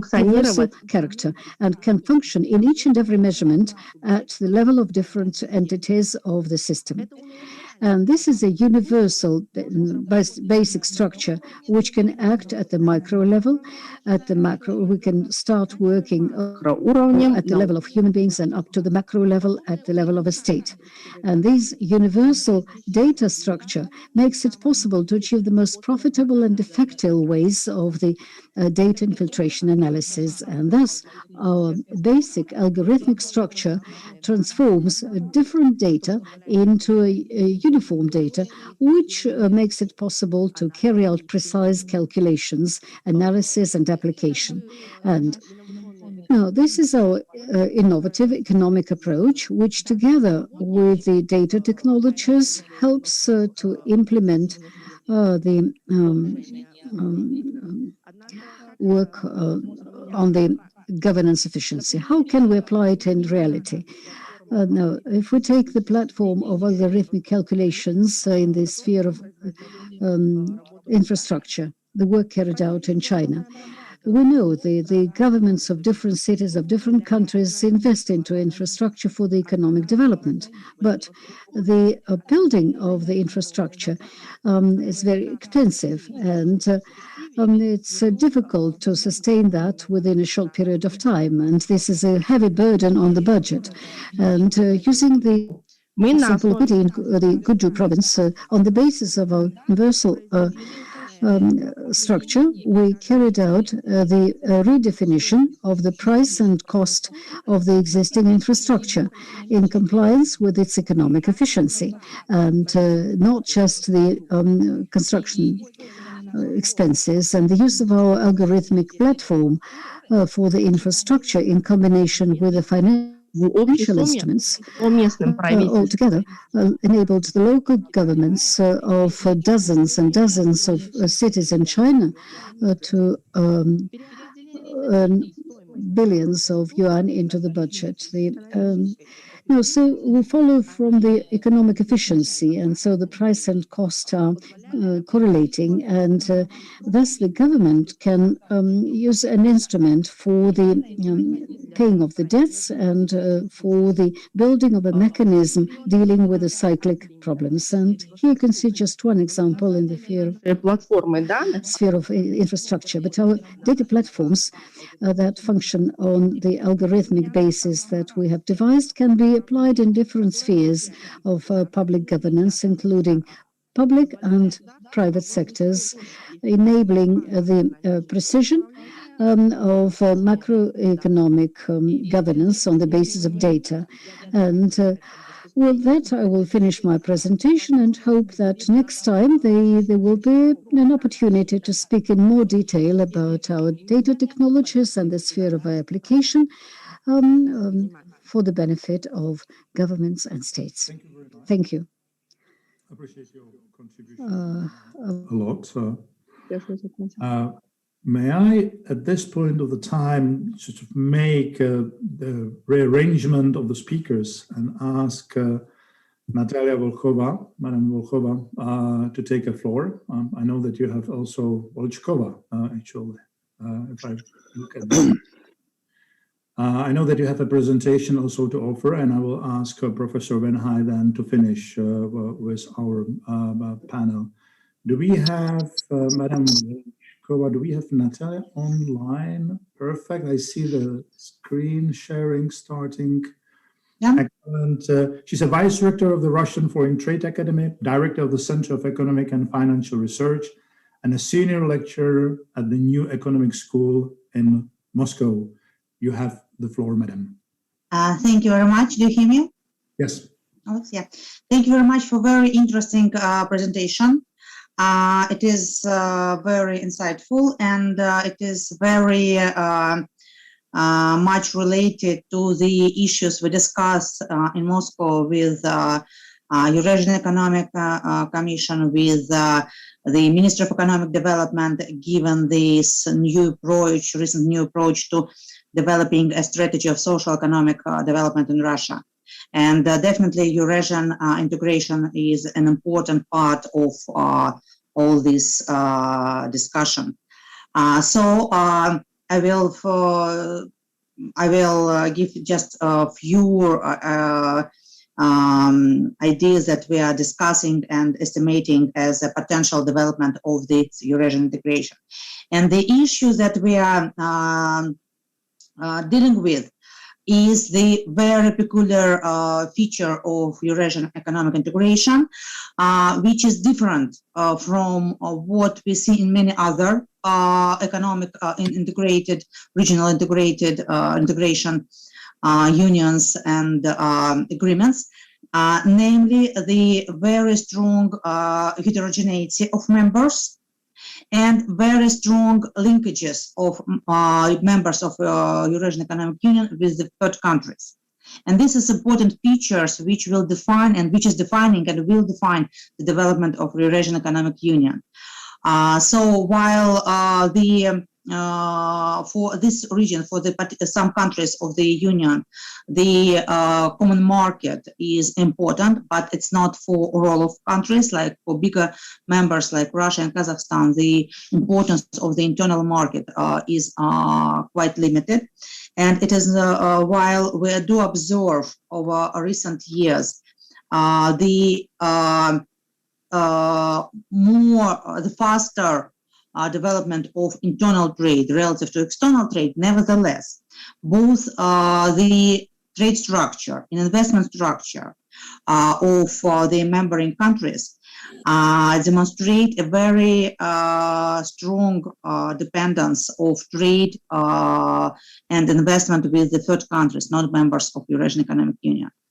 There is a heterogeneity, like substantial heterogeneity for Armenia, Belarus, to less extent Kyrgyzstan. The importance of member markets, internal markets, both in terms of investment and trade, is substantial, but for Russia and Kazakhstan and Kyrgyzstan, it is much limited.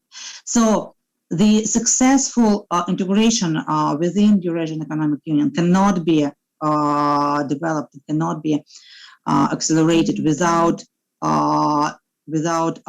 alignment of internal integration with external one, because of these effects of size and importance.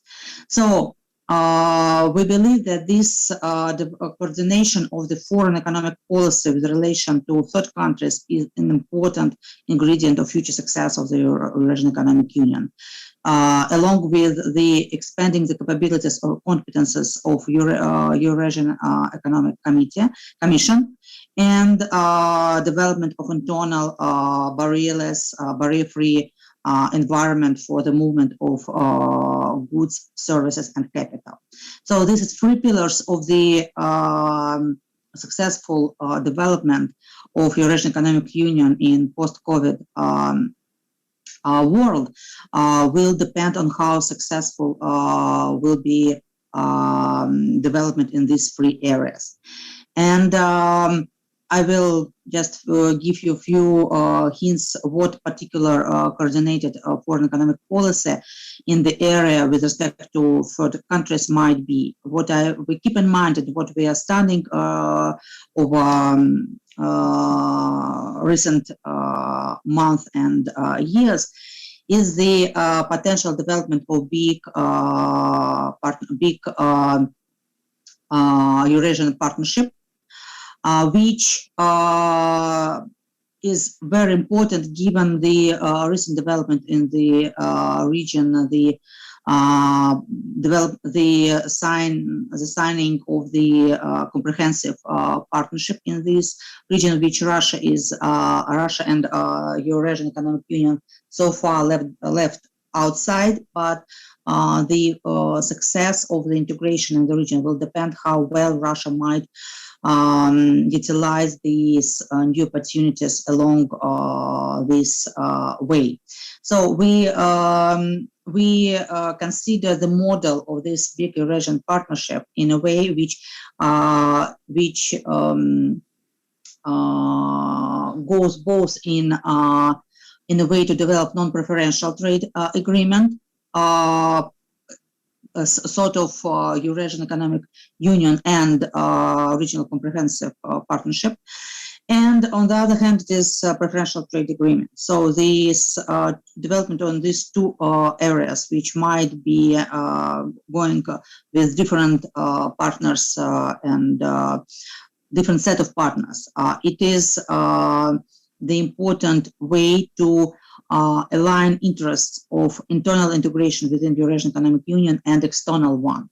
And in that regard, we did some estimations of the effects, of the potential effects of this union, which provides us with some numbers such the potential effect of this big Eurasian partnership might generate up to $60 to $70 billion of trade flows for the member countries, which is the important which is very important for development in post-COVID economy. So that is the proposal that we are working on, and we believe that this is an important way to ensure the success of the Eurasian Economic Union. Thank you. No, that was very interesting insight. Thank you very much for that. I know that the ambitions were very high sometimes ago to have already at this point of the time a political union, but I see that the ambition has not been abandoned. It might be probably more realistically tackled. What's going to be interesting from my perspective is how you succeed, to what extent to coordinate your foreign policy vis-à-vis the third countries and vis-à-vis the Belt and Road Initiative, the European Union and others. Okay, thank you very much. And we have, the last but not least, we have Kim Hai, Director of Eurasian Scientific Institute of Development at University and Helirongyang. center on analytics, on the key issues of the Chinese Provincial Party Committee with the province of Heilongjiang. You also researchers, and you also played a crucial role in strategic collaboration between China and Russia in your province. Mr. Benhai, you have the floor, please.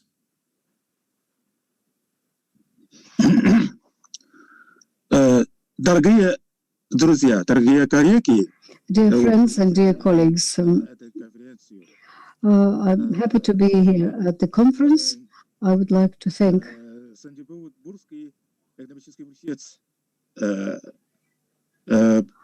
for the invitation to be here, to be at the conference. My topic is on the initiative One Belt, One Route. Russia and China deepen innovations in the mechanisms of trade and economic cooperation. The present-day global forms of trade and economic relations change deeply, and they are structurally being transformed. Interdependence and cooperation between the countries becomes more and more deep.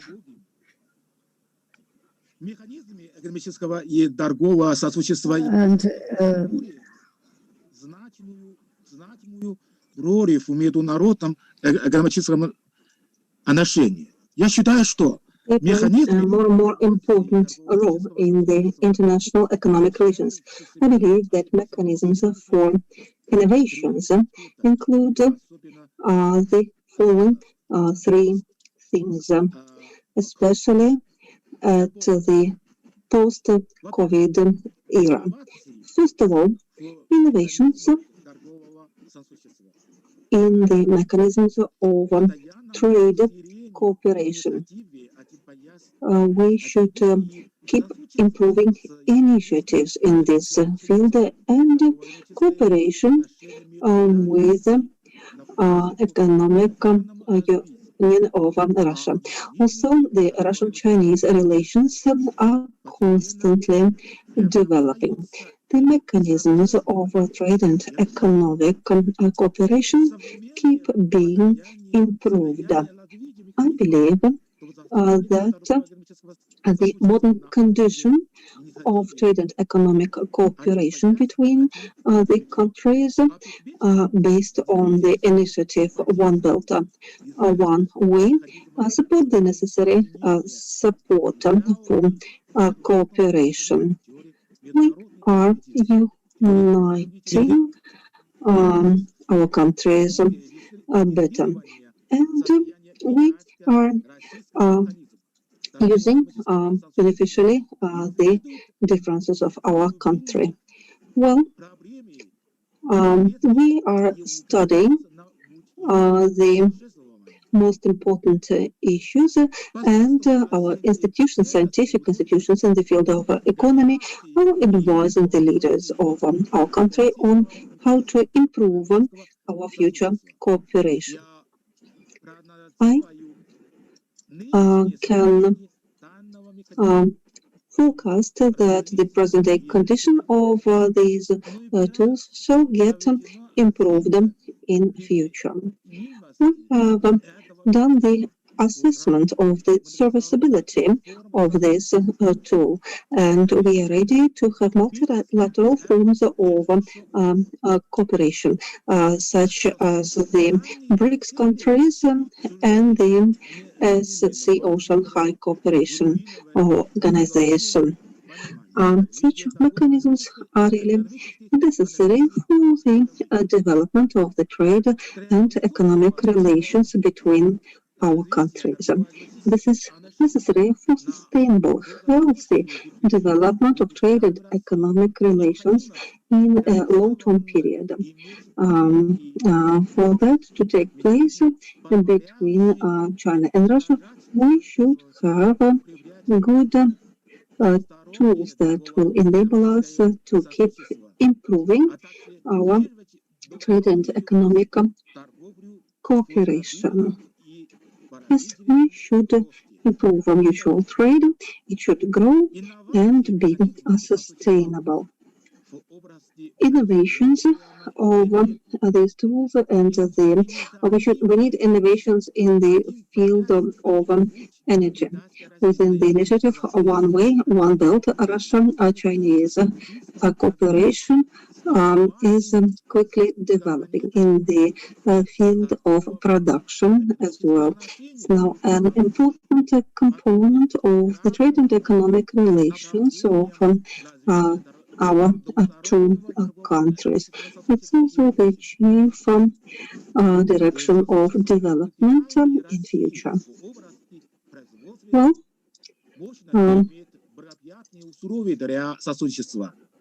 really, we have beneficiary conditions for cooperation.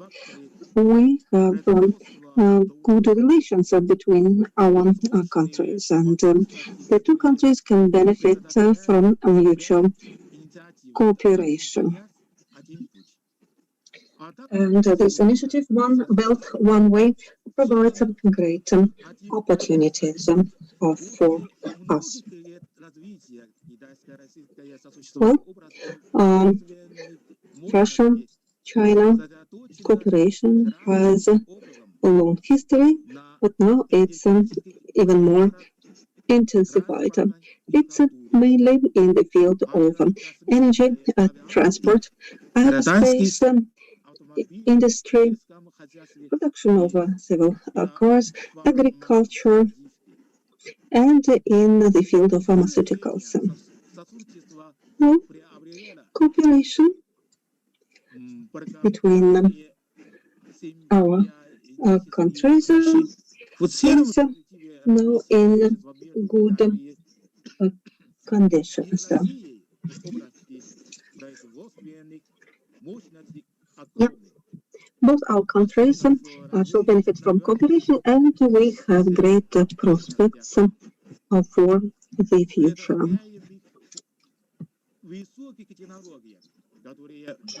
Technologies are necessary to speed up the future development of our countries.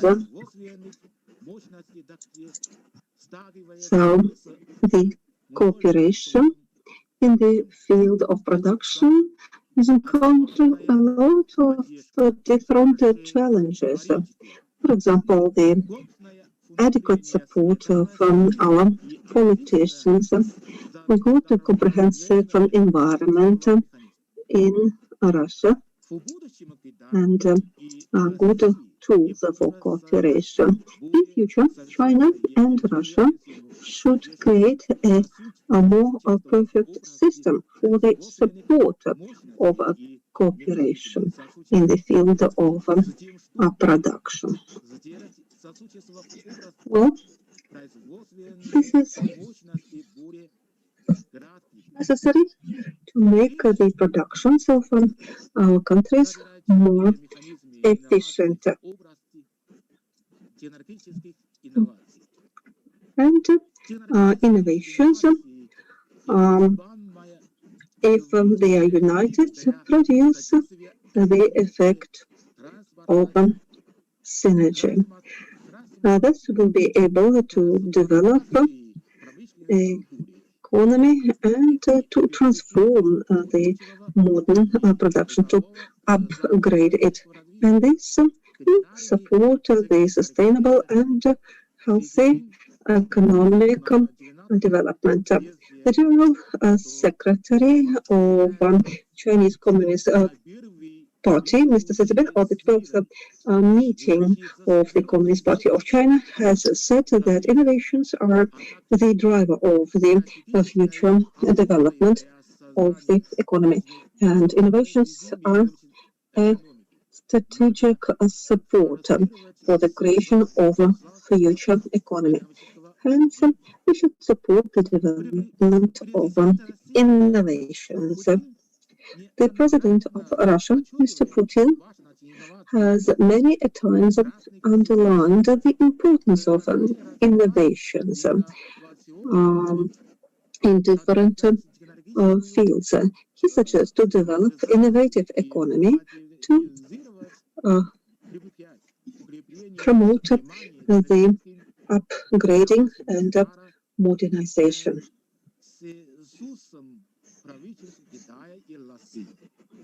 Yeah, both our countries should look for innovations. That's the way of the development. Russia has a good scientific base and many technical achievements, but sometimes they are not very good in promotion of these innovations in the industry. In China, we have sufficient of money of financing for we can finance both the scientific research and the implementation of the innovations in practice. Thus, if the forces of the two countries are united, we can achieve the effect of synergy, and both science and technology may get the future development in both our countries. Thus, the cooperation between our two countries shall be continuous and mutually beneficial. That's my opinion. Thanks a lot for your attention.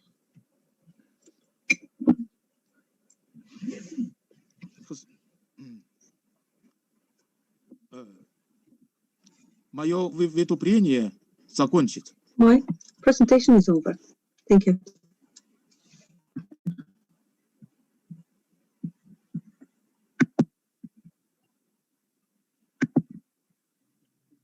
Sorry, could you please turn on your microphone? Простите, включите, пожалуйста, микрофон. Да-да-да. Я как раз жаловался, какую трудную работу мне Марк дал. Он мне дал меньше времени и больше спикеров, а я ему обещал закончить все вовремя. Но все-таки хотел бы сделать несколько замечаний по поводу... Прошу прощения, поменяйте, пожалуйста, номер первый. Number one, I think the sooner we get up from the current pandemic situation, the better.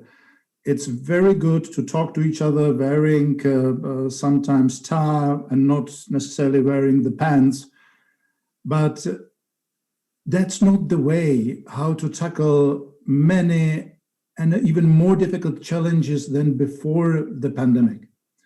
So someone dreaming that we will continue the business like today, it's a nonsense. It will be indeed a very gloomy future if we are not able to get out from the current digital constraints.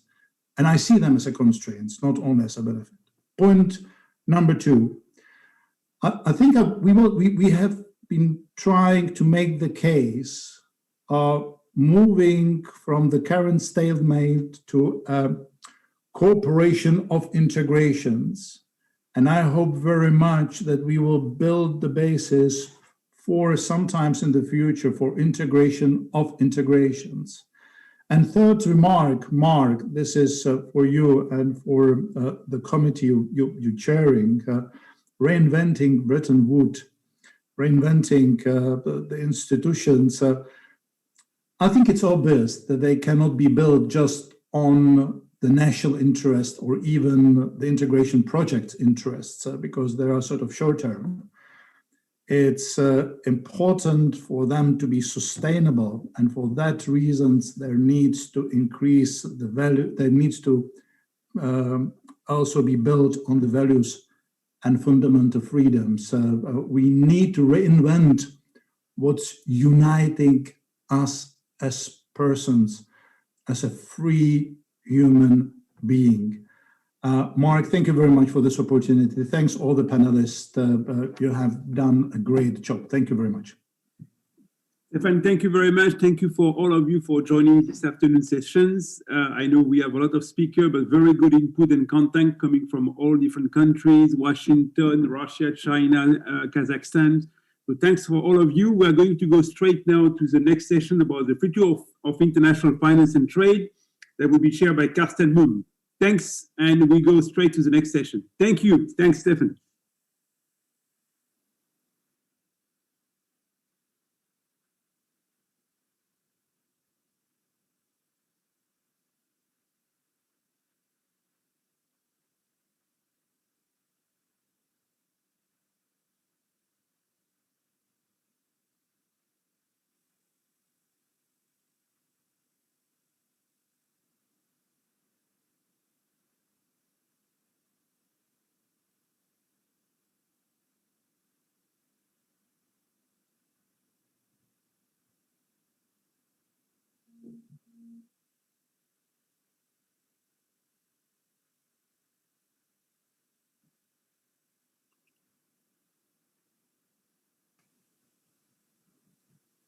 Hello, Mark.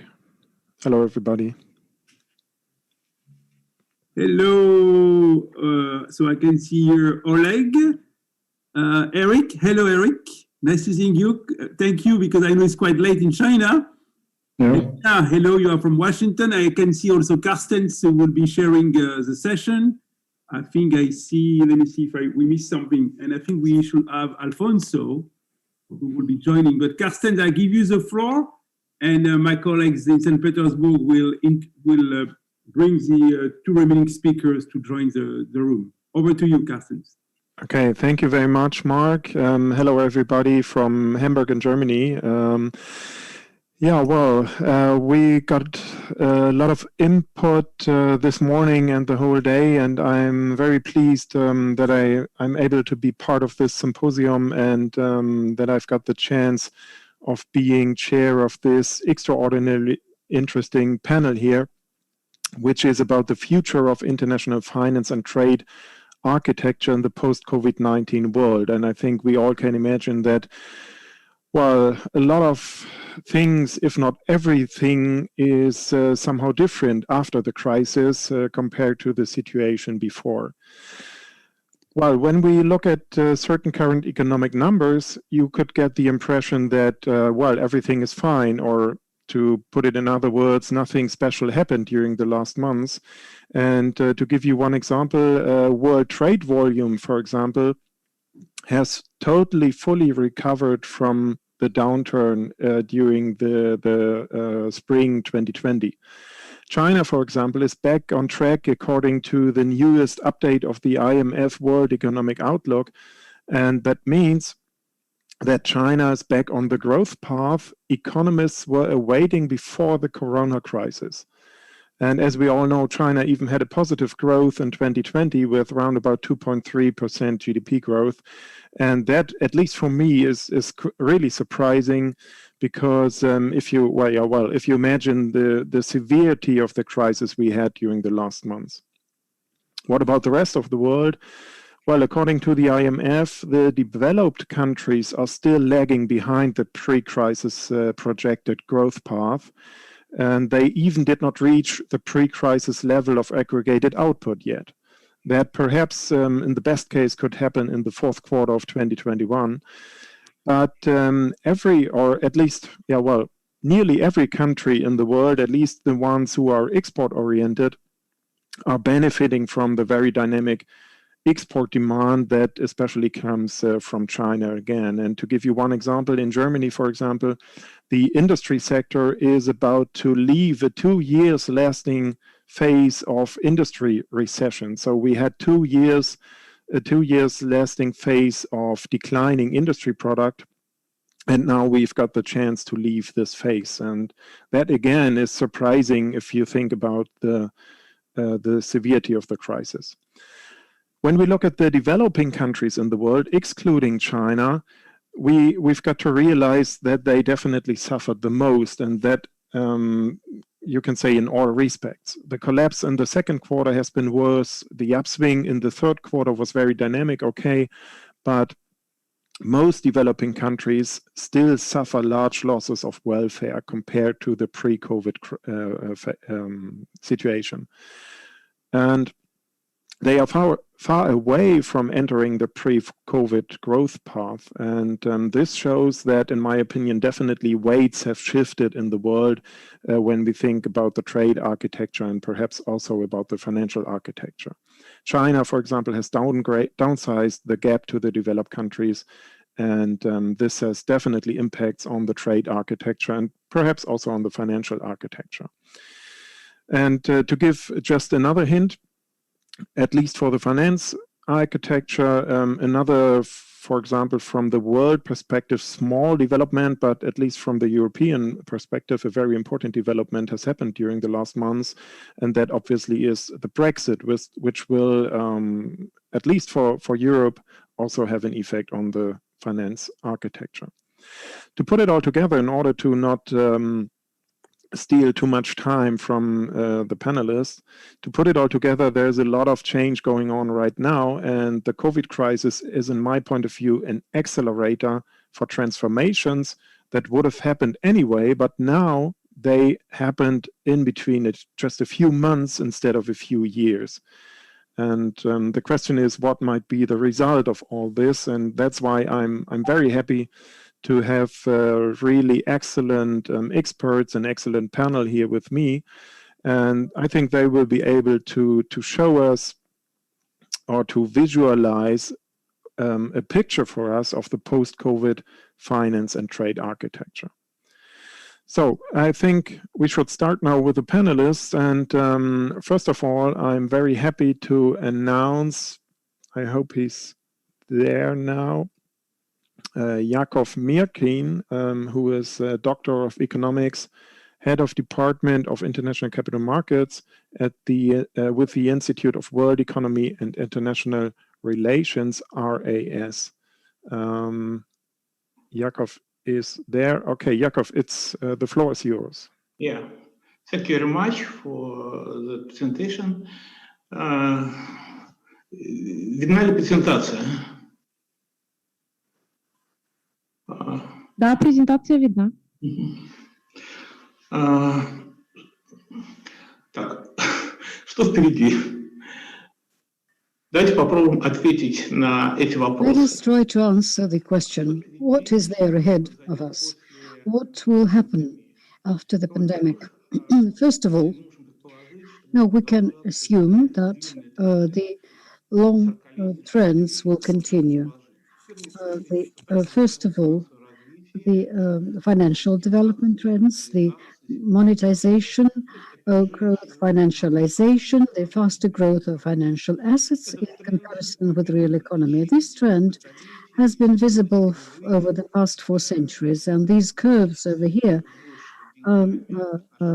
demonstrate that there is a lot of money. The money supply is increasing, has been increasing. Another trend is financialization trend of all assets. And at the beginning of the century of raw materials and the appearance of new assets, including rights to resources and virtual assets, and not only the rights get separate from the companies, but they start circulation as assets. But there is also synchronization happening along with the movement of other assets, and synchronization with the currency rates. Euro, dollar as 2 basic reserve currencies.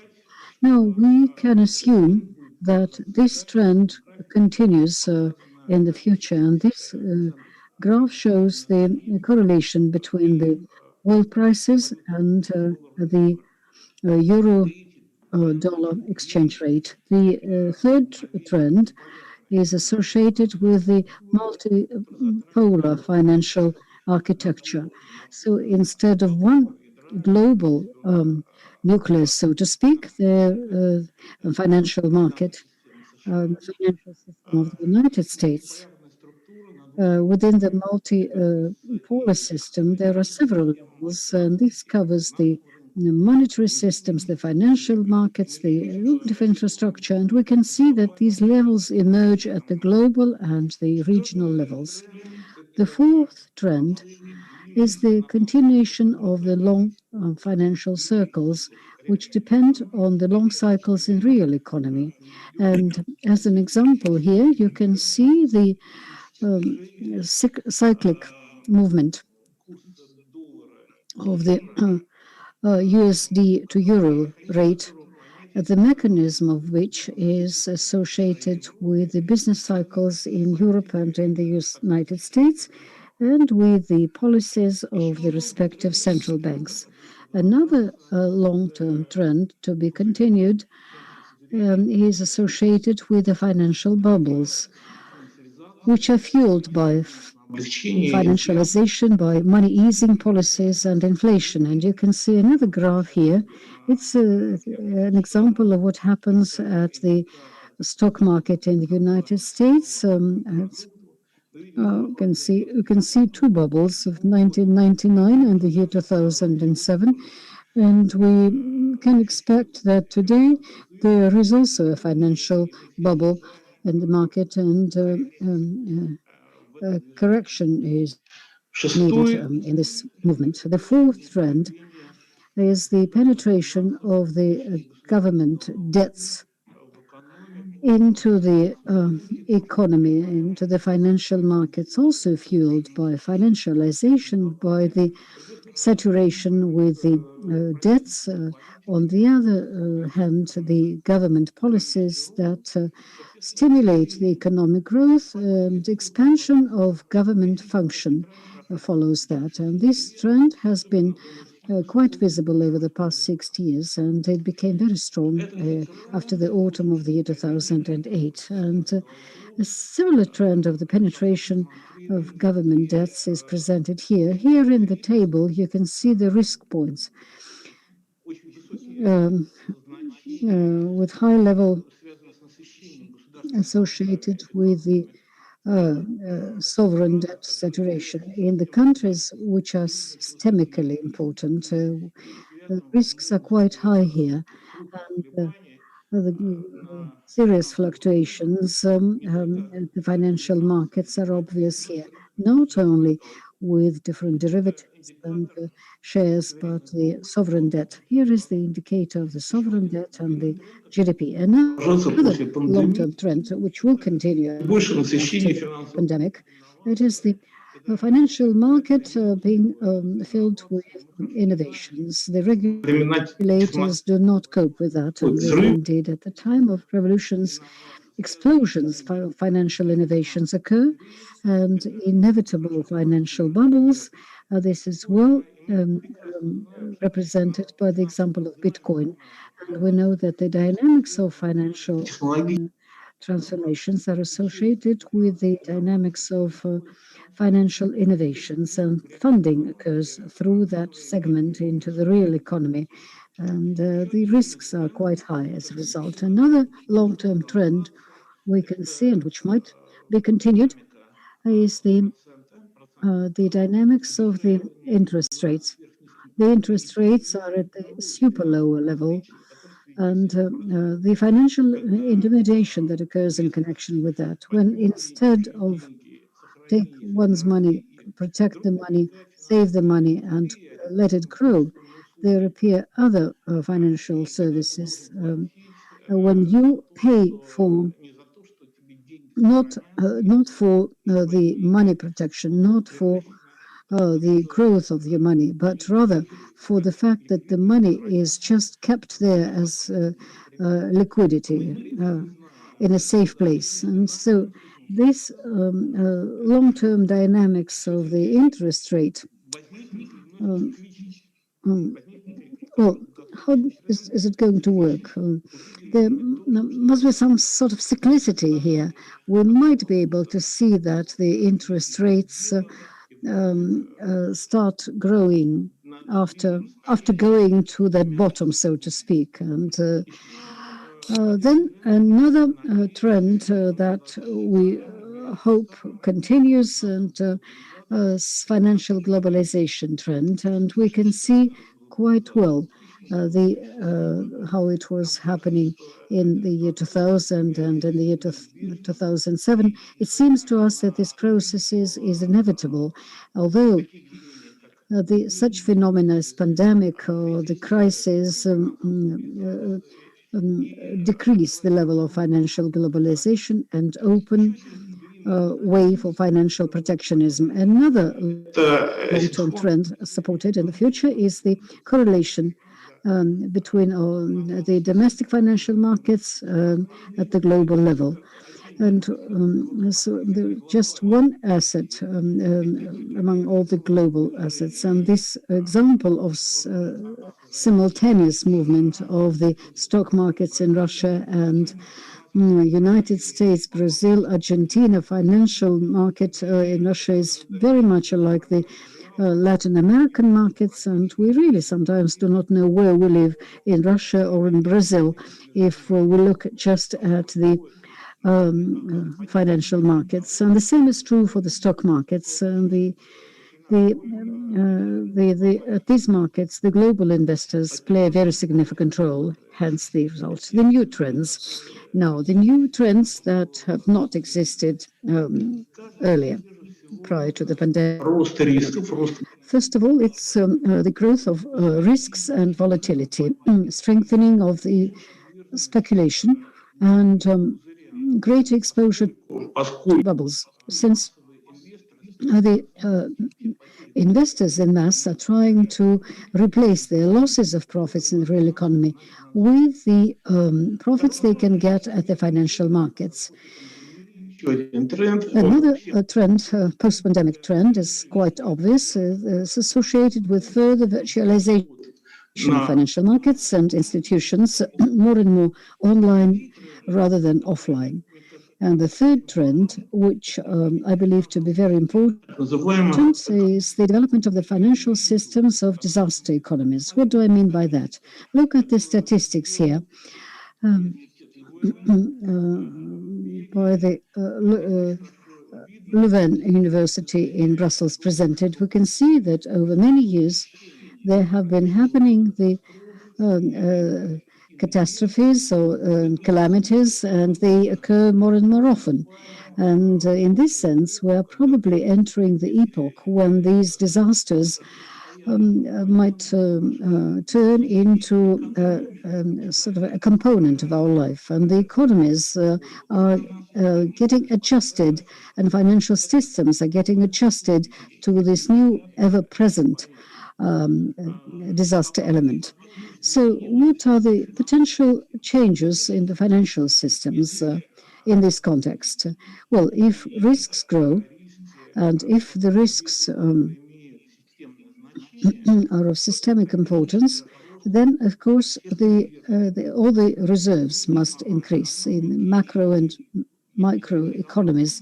If we take the earnings, and then that means there must be certain limitations to that. Then, secondly, that is the economies constantly on ventilation for artificial respiration. The sovereign debts grow in order to save the economies afloat. Now, since the growth of these disasters means it's necessary to mobilize all the resources, the economies remind us of military economies when there needs to be a direct management of resources. So the financial systems become over-regulated, the dirigism works, and then there are all sorts of constraints for the functioning of the financial markets introduced, and financial protectionism might be used. Then gradual transition to the exchange rate regimens that are associated with a higher degree of administration, as it happens at the time of military tension. And then finally, easing and removal of different constraints and limitations on the budget, on the financial health elements, and public debt. So everything that is typical of the economies under an enormous strain, under serious risks, and try to manage their resources directly. That's how I see the long trends that are building the global financial architecture. Most of these trends are well established, and as I can see, it are going to continue. There are other trends as well. They're quite specific, and they will be observed in the post-pandemic period. Thank you. Thank you for your attention. Thank you very much, Jakov, for your very impressive presentation and the really well-structured, long trends that will continue, as you mentioned, and on the other side, new trends. If I'm trying to put it all together, it's not a too optimistic view about the future of financial markets, but I totally understand the points. And my fear also is that, well, a lot of developments that were not really good during the past also have been accelerated during the crisis. Obviously, when we're talking about government debt, for example, about interdependencies between monetary and fiscal policy, for example. And I think that leaves a lot of open questions for the future, and well, definitely a lot of challenges for politicians, people working in central banks, and well, not the least for everybody of us. Instability seems to be rising, and we've got certain risks we've got to deal with in the future. So the question is, in my point of view, will we be able, that's the key question, will we be able to overcome these challenges? And I'm going to give the panel or hand over the panel to Eric Bergloff, who is the next to give us his insights. And Eric is a chief economist with the Asian Infrastructure Investment Bank, and I'm very pleased to have him here in the panel. And Eric, I'm going to hand over to you. The floor is yours. Thank you very much, Carsten. And I have a presentation. I don't know if you want me to share it, or you have sent it ahead.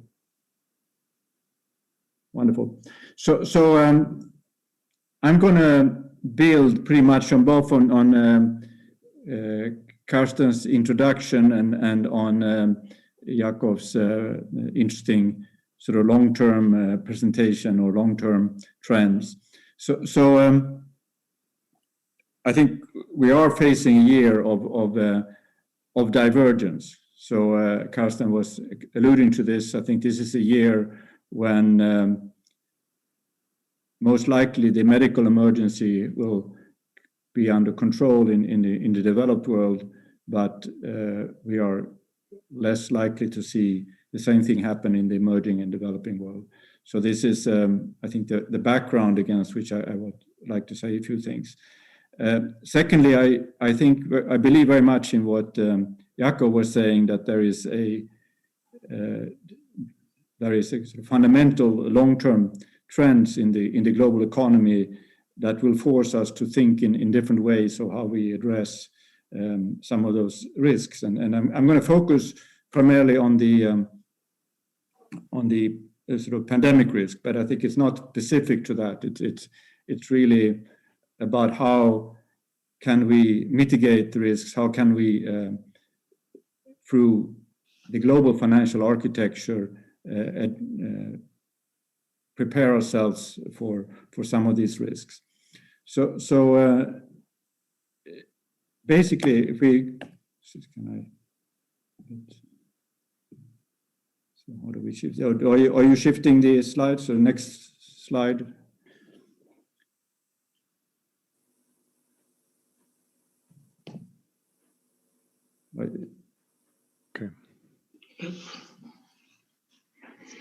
Okay, great, fantastic. So, if I look at and I'm going to focus a lot on global health and pandemics, but I think these are the lessons are more general. So, if you look at what we have learned through this pandemic, we have basically seen very fundamental flaws at every level of governance, at the global level, at the regional level, and EU, I will come back to that, at the national level and at local level.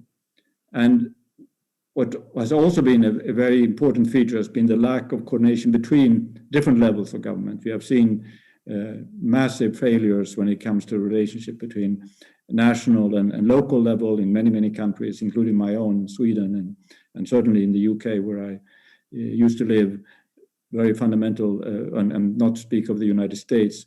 So, and we also seen failures between the EU level and the national level within the European Union, and certainly when you look at the global coordination, I think that WHO has fallen short of on several occasions. I'm not don't belong to those who think that we should close WHO down or anything like that, but certainly there are things that it will have to answer at some point. European Union, as I said, has a very mixed record, I think, from this pandemic, and certainly what's happened over the last couple of weeks is not reassuring on that front. If you look at how the preparedness was assessed before the pandemic, the two countries that were supposed to be by far the most well prepared are among those countries that I think have failed most miserably. So we have some fundamental flaws in how we assess pandemic preparedness. I think it's fair to say that we have no functioning national pandemic preparedness, supranational or even national surveillance systems for pandemics. And of course, what we have seen in the response to the pandemic has been very fundamental fragilities of the basic health system in primary care all across the world, but of course, particularly in some emerging and developing countries. And what also in the most developed countries, a lack of capacity to test, to trace, to track, and the difference across countries when it comes to the ability or the capacity, it seems, to do genetic sequencing, which is becoming so critical to monitoring of the pandemic now, is very fundamental. So we don't have an issue of not having challenges when it comes to global health and pandemic preparedness. Next slide, please. So I was going to. So that's the background, and I'm going to now move one step further back, which is thinking about. So what were we talking about before this pandemic? Well, there was this global exercise of the G20 Eminent Persons Group on Global Financial Governance, and the fundamental ambition of that exercise was to try to make the system work as a system. So looking at both the development part and the financial stability part and make that work as a system. And it was very much about strengthening coordination, not in the sense of central planning, but in the sense of trying to get more coherence across the system, coherence operationally, coherence in terms of financing, coherence in terms of different stakeholders behaving in similar ways across different institutions. We wanted to look at how we can exploit complementarities between different institutions in the system and avoid duplication. We wanted to see how we could get a sort of challenge-driven or a mission-driven approach, and recognizing that the different public goods that we wanted to produce are very different, even within climate. A big difference between climate mitigation and climate adaptation. And the big answer from this group was to say that we need these platforms for coordination, and they will look quite differently depending on which global public goods. So we will need some global platforms, we need some regional platforms, and we need, and perhaps that's the most important proposal, and the one that is having most legs at the moment, is the country platforms, where sort of in the context of individual countries, this is where the whole global system shows whether it works or not. And of course now, when we look at the ability of the system to function in terms of addressing the pandemic, that's where we are actually ultimately tested. Next slide, please. So here is the idea of the global platform. I put it now in the context of the EU, but you have the ideas that there is leadership from the WHO, there is some leadership from, or on the implementation side, from the multilateral development banks, particularly the World Bank. The regional development banks important too, particularly ADB is important in this space, but less important than the World Bank. Just to give you a sense, I think the World Bank has sort of something like 1,000 people working just on global health. So it gives you a sense of the importance in terms of implementation that the World Bank plays. And then you have the role of other players, particularly the Gates Foundation, some of the other Wellcome Trust, and some of the other global NGOs and CSOs. You have these various collaborations around vaccines, the Gavi, CEPI, and so on. Some of these things have worked reasonably well, others have not worked as well.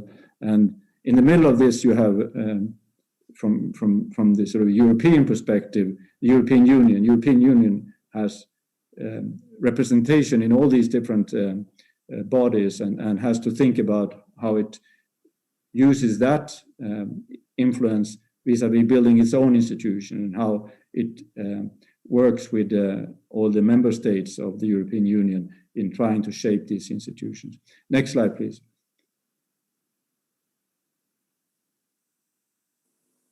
So the second dimension that I wanted to focus on was on the country platforms, and here is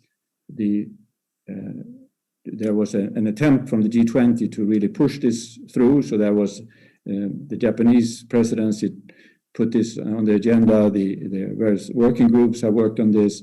It's now coming back under the Italian G20 presidency, and there is the idea of trying to apply this to the vaccine finance in a few countries.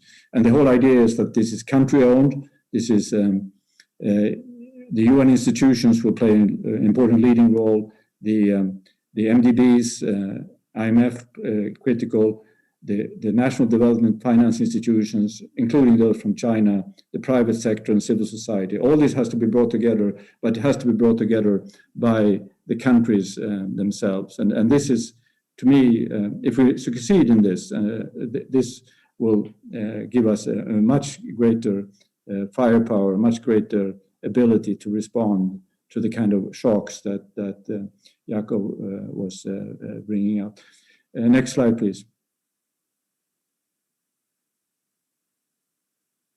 So, and the idea is, and this is coming from this eminent persons group, that there are certain core standards that have to be enforced on these platforms. It's about debt sustainability. So this has already been mentioned as a very serious issue already before the pandemic. Certainly is something that we should worry a lot about.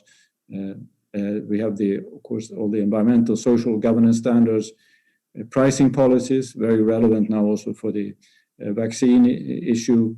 The need for local capacity building, ensuring that this is actually happening in terms of both financing capacity to implement complex programs, procurement, transparency, and anti-corruption. So these are the standards that will be enforced on these platforms if this approach from the eminent persons group is realized. Next slide, please. You can actually go to the last slide now. So I think it's okay.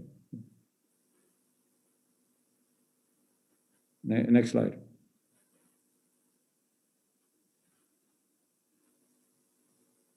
Next slide.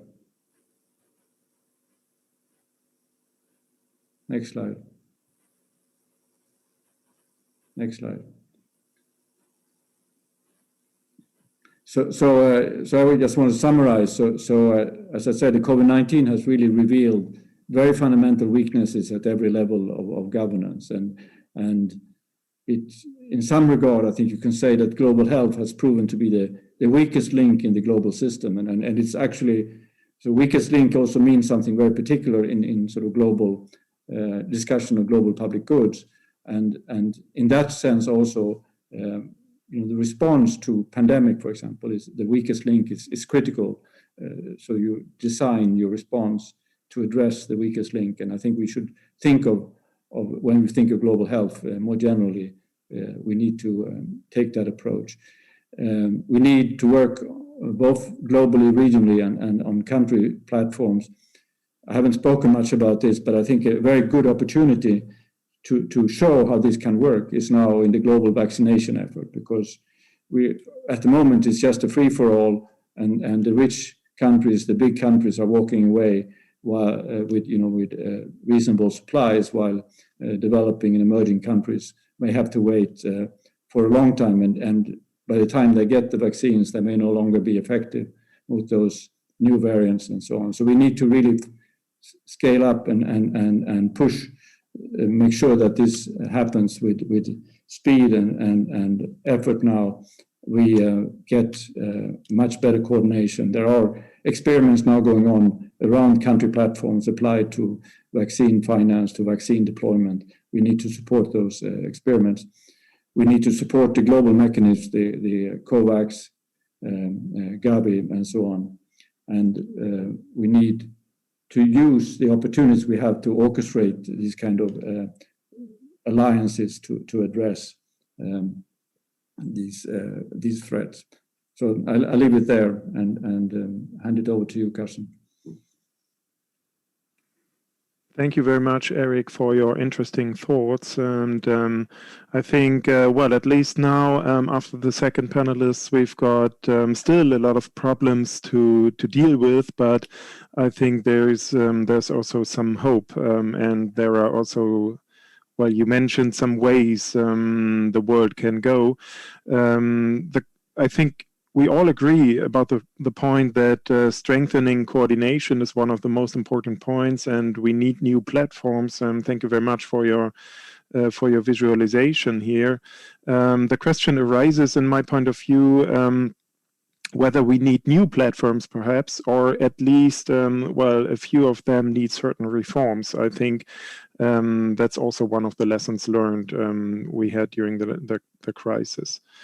A very good example is, as you mentioned, the global vaccination effort. Although my impression is in relation to, with regard to other topics, let's say global trade or similar patterns, there is a tendency in the world to go in exactly the opposite direction, not into more in the direction of more cooperation, but rather less cooperation. But perhaps that's a point we can talk about at the end of the panel. I also got a few questions from the audience now, but I'd also suggest to well, to try to give some answers at the end of the panel. And I think the best way to go further on now is to go to the next speaker, to the next panelist, which is, according to my list, Natalia Volkova. And Natalia is senior lecturer with the New Economic School. She's director with the Center for Economic and Financial Research and vice rector of the Russian Foreign Trade Academy. So I'd like to go on with Natalia. The floor is yours, Natalia. Sorry, Natalia was in the previous session. Now it is turn for Elena Rybakova.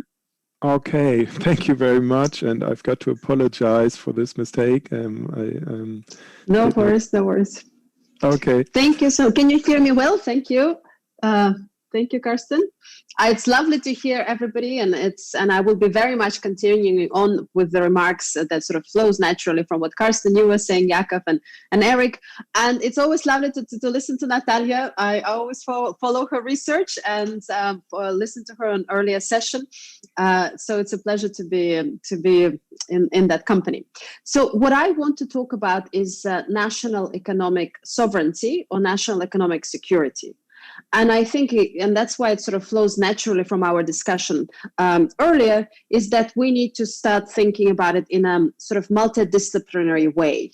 You know, we have issues in finance, as as Jakub explained it very clearly, and also we have issues of coordination, as Erika has explained, and we have also trends, underlying trends that have been happening before. Sort of beautiful, world of multilateral cooperation that we had before. I don't think it's a naive way of thinking about it. And this concept of national economic security, I think, is here to stay.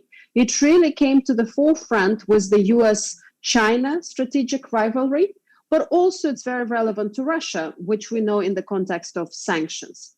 So in a way, when we think about economics, we're very used to thinking about independently. This is economic. This is our multilateral institutions like WTO or maybe the IMF, the World Bank, Bretton Woods organizations. And this is foreign policy, and it's somehow very separate.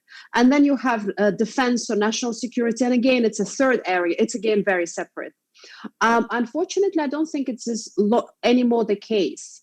And therefore, we need to start thinking that the tools of financial economic leverage will be increasingly used to achieve either foreign policy or national security objectives. So we can no longer treat this model separately. And I think it's very important for the EU because EU grew up institutionally in the environment where there was pure multilateralism in economics policy. So EU is used to thinking about it, well, it's just economics. Of course, we saw even changes in the European Union, where this commission is mostly geopolitical, as the commissioners were saying. And then also, of course, ECB is beginning to more proactively increase use of euro, which wasn't the case, for almost 20 years when it started, when it was very agnostic. If people would like to use it, it's fantastic, but, we'll pursue good policy and somehow it will happen. Now it's beginning to be proactive. So Europe even also already changing that approach, especially in the light of the US-China strategic rivalry. So now the question is, we have new administration in the US. How should we think about this? Well, I think the trend is not going to change. And if you look at the writings of some of the national security, treasury, foreign policy experts that are going into the current administration, and we're beginning to see first announcements, of course, many announcements already and confirmations will start. We see that these people wrote about that, wait a second, foreign policy experts can help us with economics when we're talking about role of the US in WTO, when talking about currency manipulation, when foreign policy experts can help. This is literally from one of the publications that we have seen recently. I think the second important one, even with this new administration, the strategic objectives between European Union and the US towards China are not always aligned. So, of course, we'll see more cooperation between EU and President Biden has already made those comments, and that will be much more constructive and will be more organized fashion. But again, the objectives of European Union is not to compete with China. I think it has sort of, in a way, has given up on that. It would like to protect global standards that Eric has talked about. It would like to have a sort of multilateral cooperation, and it maybe would like to lead on some of those global standards, projected soft power, be it euro or maybe green standards, which Europe is way ahead of most countries. But again, it has no plans of sort of strategically competing with China. If China is a global sort of dominant economy, but at the same time complies with some of these multilateral standards that Europe would like to enjoy, Europe is perfectly fine with that. It is questionable whether the US establishment, it's very bipartisan view, would be fine with China taking dominant roles in certain industries, even if it complies with multilateral standards. So I'm saying it's questionable because there are debates on this side, but I think that's where the strategic objectives might not be aligned. And the sooner European leaders and US leaders sit together and start talking about it frankly and openly, the less likely we'll have disappointments down the road when we think, well, wait a second, we thought that, we have common interest here. We do, but it's not on every single item. And then now finally towards Russia, I think Russia was the first big experiment of sanctioning a highly integrated global financial economy, integrated in the commodity markets and also financial markets. So the question is, and that was also maybe the first country that is highly integrated to experience this mix of foreign policy objective and financial economic leverage. What it means for Russia, it's likely that the sanctions policy will become a bit more predictable, more thought through, but it also increasingly the stakes are higher because the remaining leverage that the US can apply towards Russia, it's mostly unfortunate to call them, but nuclear options are very extreme options, whether it's access to the international capital markets, access to international payment systems. I don't think that from the analysis of the incoming administration statements, I don't think they will be haphazard or they will be disorganized or I think they will think very carefully for these options. They're very familiar from this concept of the costs and benefits and also analyzing potential spillback effects. But these options are on the table. And I think that's very important for us to keep on following and also understanding the cost of benefits. And just a final comment in terms of Russia, I think, again, this concept of national economic sovereignty or security and achievements on the scale of national economic sovereignty and security give you certain benefits, but they do not come without costs. And one has to be very honest with your population, with your electorate, what those costs are. Sometimes you might be overprotecting the producer, but then the consumer has to pay for it. Or maybe, you might have lower incomes, but that means you have stronger national economic security. So I think I will leave on that. The trend continues, and also we need to think about the cost and benefits. Yeah, thank you very much, Elina, for your impulse. And you mentioned a few very important things we did not mention so far, especially the new administration in the US and the things that might change, especially with the strategic rivalry between the US and China that you mentioned. And I think, especially from the European point of view, it's very important to at least have an idea how to deal with the new US administration on the one hand and with this rivalry between the US and China on the other hand, because in my opinion, there is a danger for the EU to get in between these lines, and especially because the EU has got so huge problems on its own platform that it hasn't got time left to deal with the really important things, which is, as you mentioned, to position itself between China and the US and Russia, for example. Thank you very much, Elina, and we're going on with Alfonso Yotzo, who is Vice Chairman of the Triffin Foundation. Alfonso, please. Okay, thank you very much. We have sent a research of the Triffin Foundation. Can you put in the screen? Is possible? Just a second, please.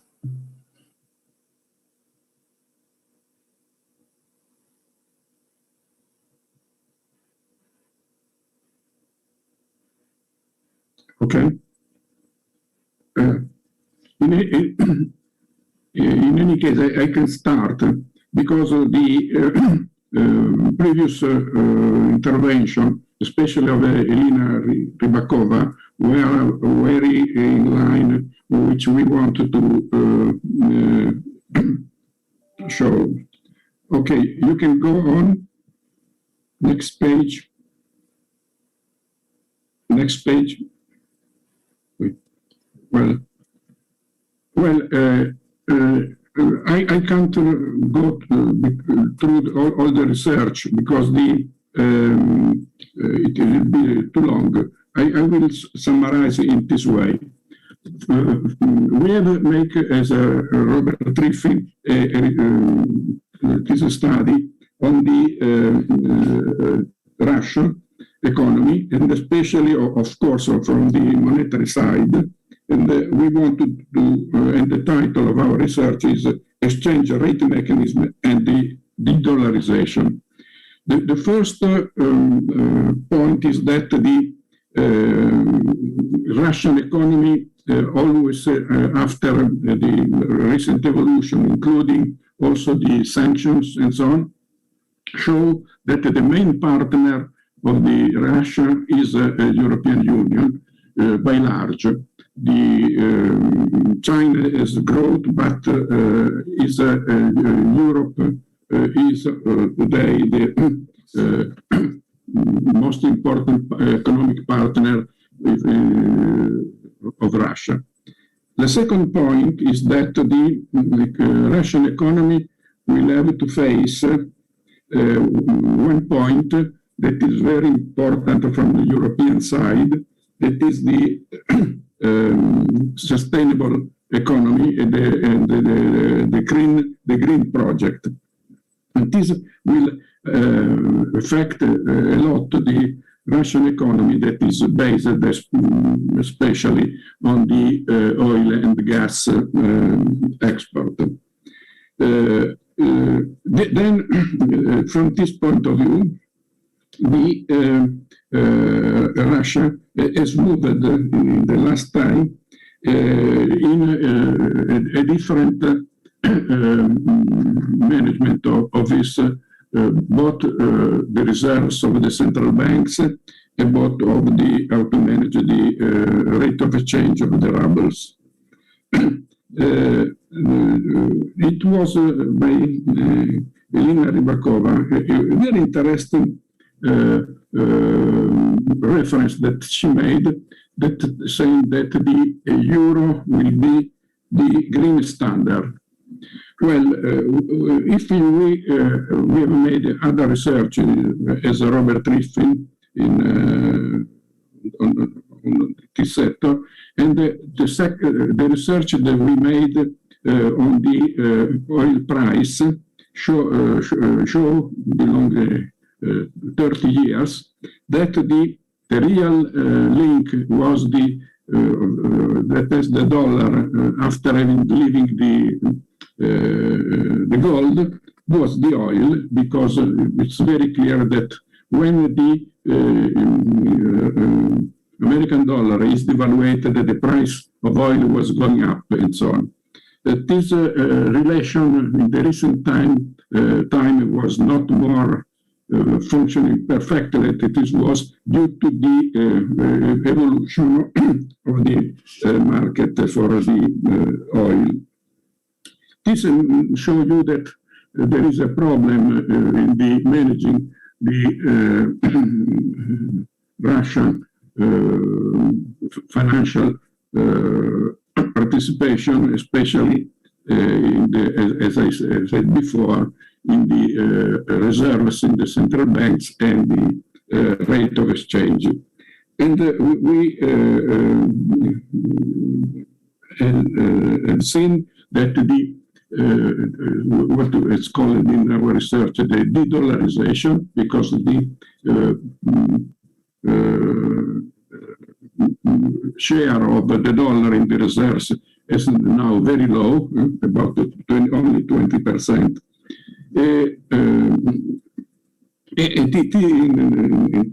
And the rate of exchange of the rubles is not more in the corridor with the dollar, and is a sort of free floating rate of exchange. Then I think Russia has to make a certain choice, but this choice is clearly related to the fact that if we with the creation, especially of the regional comprehensive economic partnership in Asia by China with the Asian countries and the Japan, Australia, and Korea, the Russia and the Eurasia Union has a problem, because, like India, that are out of this agreement. The question is, Russia has to reach we can call the Asian platform, or is in the interest of Russia to strengthen the relation with the Europe, creating a much more European platform that can include, of course, the countries like Kazakhstan or of the area of the Caucasus and so on. I think this is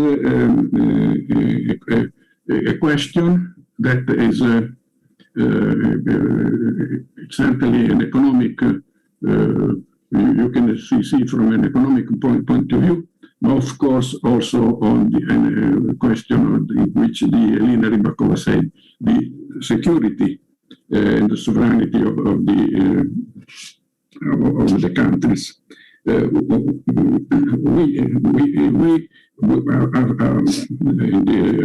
Robert Triffin Foundation, we think that it is in the interest of Russia, of the country, of the Eurasian Union, to have a strong economic relation with Europe, because the two parties have a lot of a common interest. I can then the question is if the relation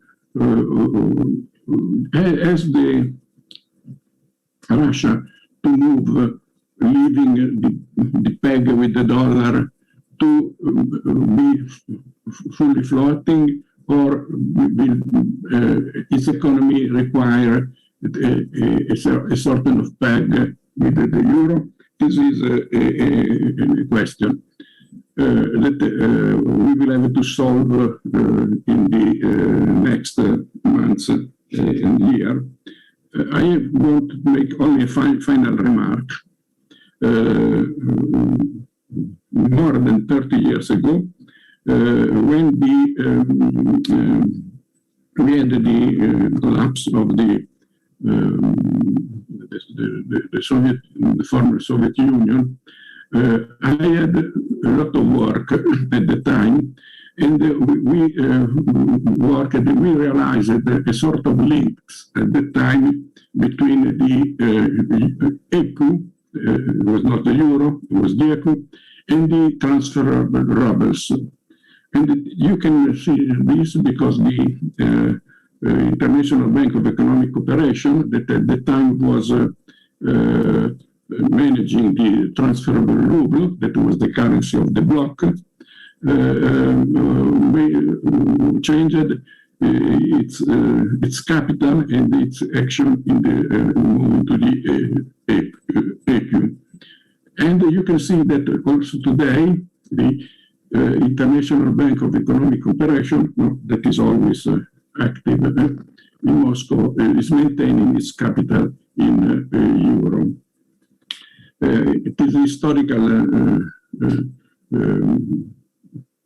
fact. It is not important because we have to look at the condition of today. But I think that, as it was mentioned before, that we are moving towards sort of platforms, will be certainly global platforms, regional platforms, local platforms. And I think that there is an interest between European Union and the Eurasian countries to link in a certain way their platforms. Thank you. Thank you very much, Alfonso, for your also very interesting insights. And well, I think you mentioned a very important, or a few very important points. One of them was the question, what about the relationship between Russia and Europe, or whether it is a good idea for Russia to get a closer relationship to Europe or not, or to focus rather on different countries, Eurasia, for example. And from my point of view, again, I think there would be a lot of advantages of a closer relationship for each side, for Europe also as for Russia. But I see one large problem, and this problem is not located in Russia, but rather in Europe. The problem is that we've got a lot of diverse and totally different standpoints, as everybody knows, in Europe. Europe hasn't got one voice when it comes to very important questions. And well, I think during the COVID-19 crisis, we also saw that the unanimity among the European countries, so the differentiation between the European countries got larger and did not narrow. So that might be a problem, but we've got to see. And with respect to this, there might also be an important impact during this year. In October, there will be the election in Germany, and the result will be a new government in Germany, or obviously a new government, but definitely a new chancellor. And the question is whether this might also give a new impulse to this question of the relationship between Europe and Russia. So also very interesting point of view. And yeah, well, I'd like to come to our last speaker in this panel, which is... May I make one small remark? Yes, for sure. Also Italy will have a new government. Yeah, again. No, but it's not the case. Will be the president of the European Central Bank.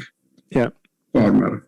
Thank you. Yeah, that's right. Mario Draghi, if he's able to form a new government, and although in Italy people are used to have new governments much more than in Germany, for example. Yes. But well, somebody mentioned that before. Italy is the new leader of the EU countries during the next half year, so that will also be very, very interesting. Yeah.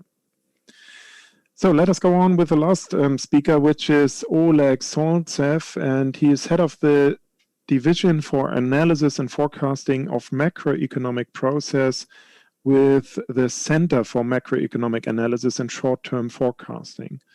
Oleg, I'm very happy to have you here, and the floor is yours. Здравствуйте, коллеги. Скажите, видно ли сейчас мою презентацию? Yes, colleagues, I hope you can see my presentation. Can you? Right. Yes, we can see the presentation. Хотя наша секция называется посвящена международной. Our session is dedicated to the international financial infrastructure. In my presentation, I would like to touch upon the national financial systems, and our study was carried out on the исследование, проведенное по заказу Банка России, of the Bank of Russia about 2 years ago. It was commissioned by them, and it is dedicated to the national financial systems. It's obvious that we can not speak about separate elements of the system, but nonetheless, certain particular large elements can have an impact on the system as such. And I will try to demonstrate that this impact and the change of this impact can be obvious in the long-term perspective. The research was carried out together by me and my colleagues from the Center for Macroeconomic Analysis and Short-Term Forecasting. Over the past few years, and particularly over the past 2 years, we have been able to see the growth of the financial sectors in different countries, both developed and developing countries. And here in the slide, you can see the composite index of the financial development, the FDI index. These are not the foreign direct investments. These are financial development indices built following the principle of 4 segments: bank loans, assets of insurance companies, and private pension funds. we can see this development that was stimulated by the soft monetary policy and by the budget, and particularly in some countries, this was an increase in the period before 2020, because there was incentives provided for the economy. We can see this in the United States, in France, in China, and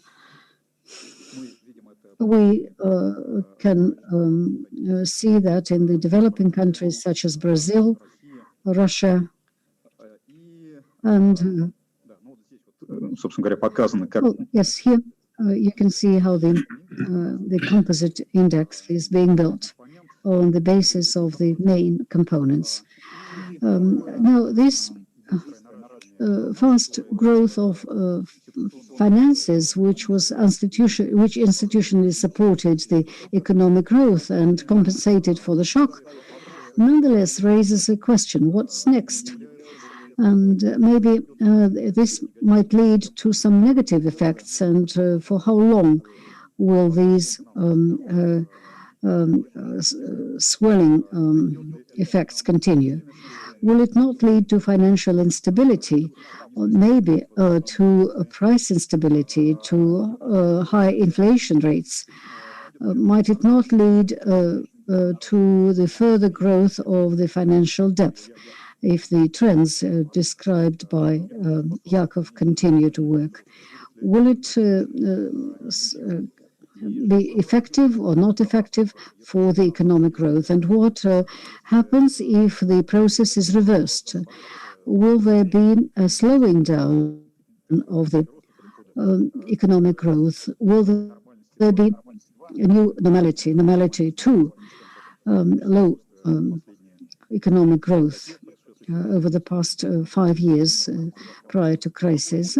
Maybe the growth rate will be still lower. But we tried to answer all these questions, and with all of that, we relied on rich literature available, and we discussed the competitiveness and long-term economic growth process. There are three theories. One older says that the growth of our financial sector is a benefit for economic development, and it throws away the inefficient projects, etc. The other theory that appeared in the end of 1990s says the opposite.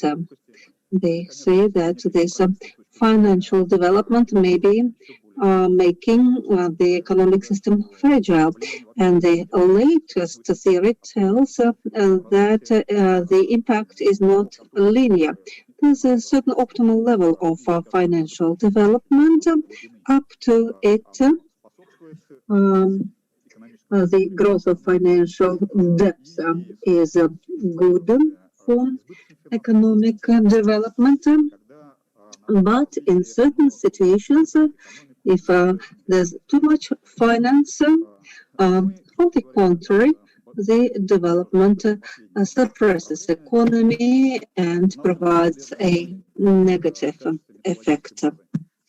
In fact, we agree with the latest theory, and in our research, we works of the IMF of the year 15 and 16, Sahay and Sviridchenko groups. Well, for our assessments, to make our conclusions, we've used the data for some 40 years. And to be more precise, the period from the year 80 to 15 in 63 countries, and we were trying to find that optimal level of the finance sector development. What is the optimum level? We believe that this is when the finance sector development incentivizes the long-term, not situational, but long-term economic growth, brings down the volatility of the growth rate, and is good to bring down the inflation level and provides financial stability. That is the frequency of bank crisis. So we use 4 objectives instead of less, 4 altogether. Moreover, we regard it as the interaction between different markets. That's the way we've calculated the optimization of the level of financial development from the point of view of it being the regulator, minimizing the volatility of economic growth, minimizing the inflation and financial instability. Well, that's the result. That's the result, and this is the current situation presented. That's the condition of the years 1920. Countries with asterisks, year 20. Those without an asterisk, year 19. Along the vertical axis, there's the target function that includes the sustainable economic development and the price and financial stability. Effects with all the other conditions equal. Along the horizontal axis is the level of financial development. And it's presented the FDI, Composite Index of Financial Development. See how well developed different countries and what's the general effect for economy that provides. The top point is optimum, and we see that a number of economies have already passed that optimum point. Some countries have been there yet before the pandemic, and some countries came to that point quite recently. The countries that were already beyond the too much finance situation are to the right. That is US, UK, France, Japan, and recently France joined that group from among the big countries. China was for a long time approaching the top.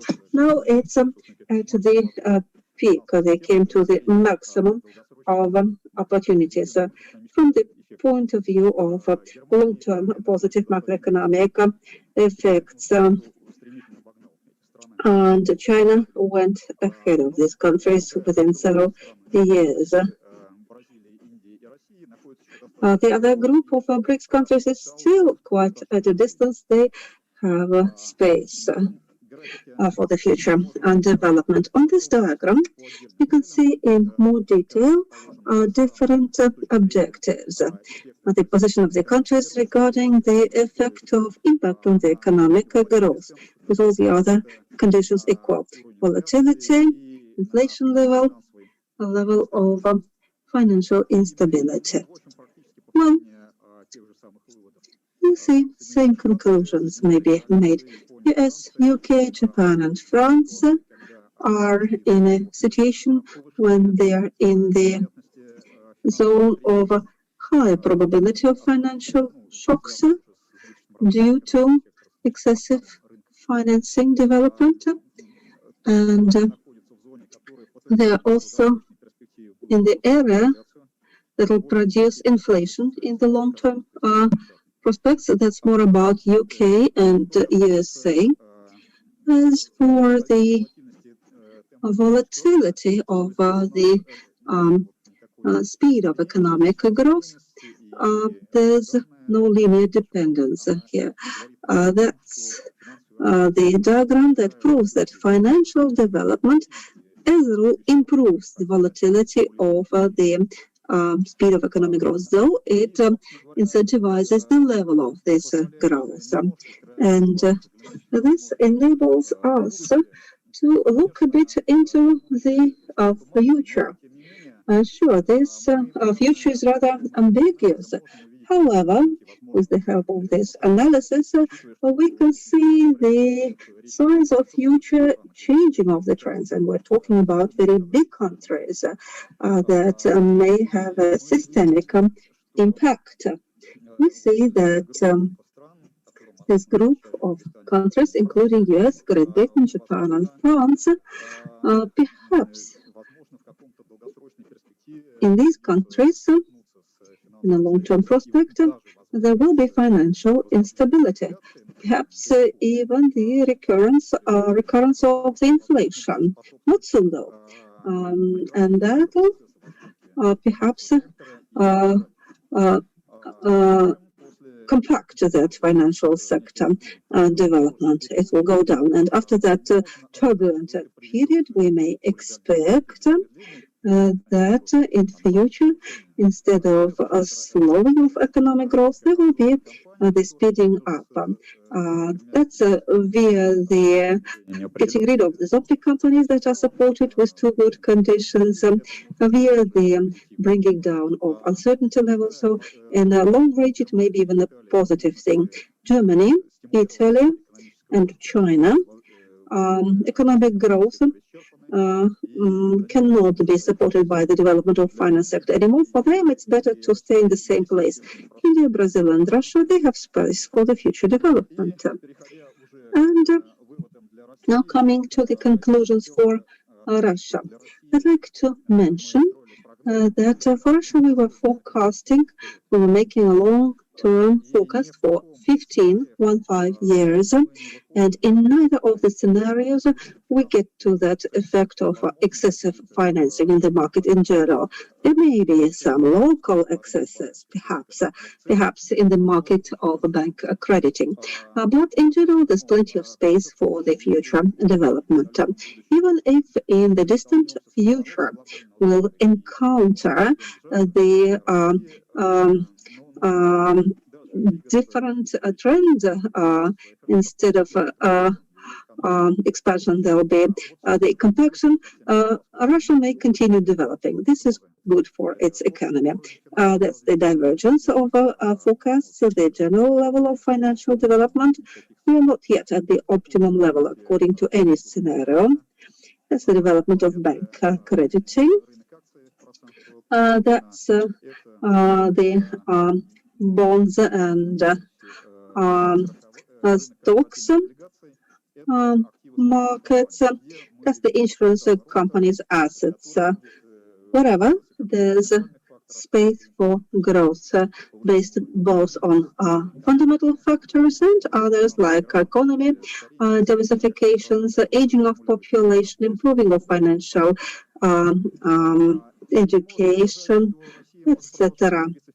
Russia may continue going forward, even if the rest of the world stops going forward. And we shouldn't hope only for very soft monetary policy or budget incentivizing. The main source of growth for financial development of Russia is in the field of expansion.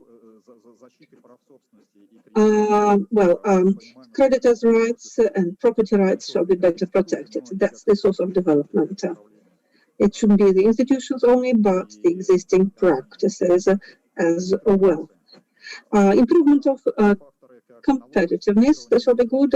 As for the tax incentivizing and liberalization of the foreign trade, not having a great impact. So if we have support, it's okay. If not, we shall still continue developing. Thanks a lot for your attention. Thank you very much, Oleg, for this also very interesting input. And I mentioned that I got a question during the panel from somebody out of the audience, and I think you might be the right addressee for this question, Oleg. And the question is, where are the growth points of global financial architecture nowadays? So which are the financial hubs that might grow the most during the next years? And perhaps it's a good idea to combine this question or to answer this question with regard to your analysis of the levels of financial sector developments. And the question is, you just mentioned China is at the optimum, whereas the US and UK, for example, are beyond the optimum. So could you derive an answer to the question where the financial hubs are in the future with the most, with the highest growth expectation? Are they also China?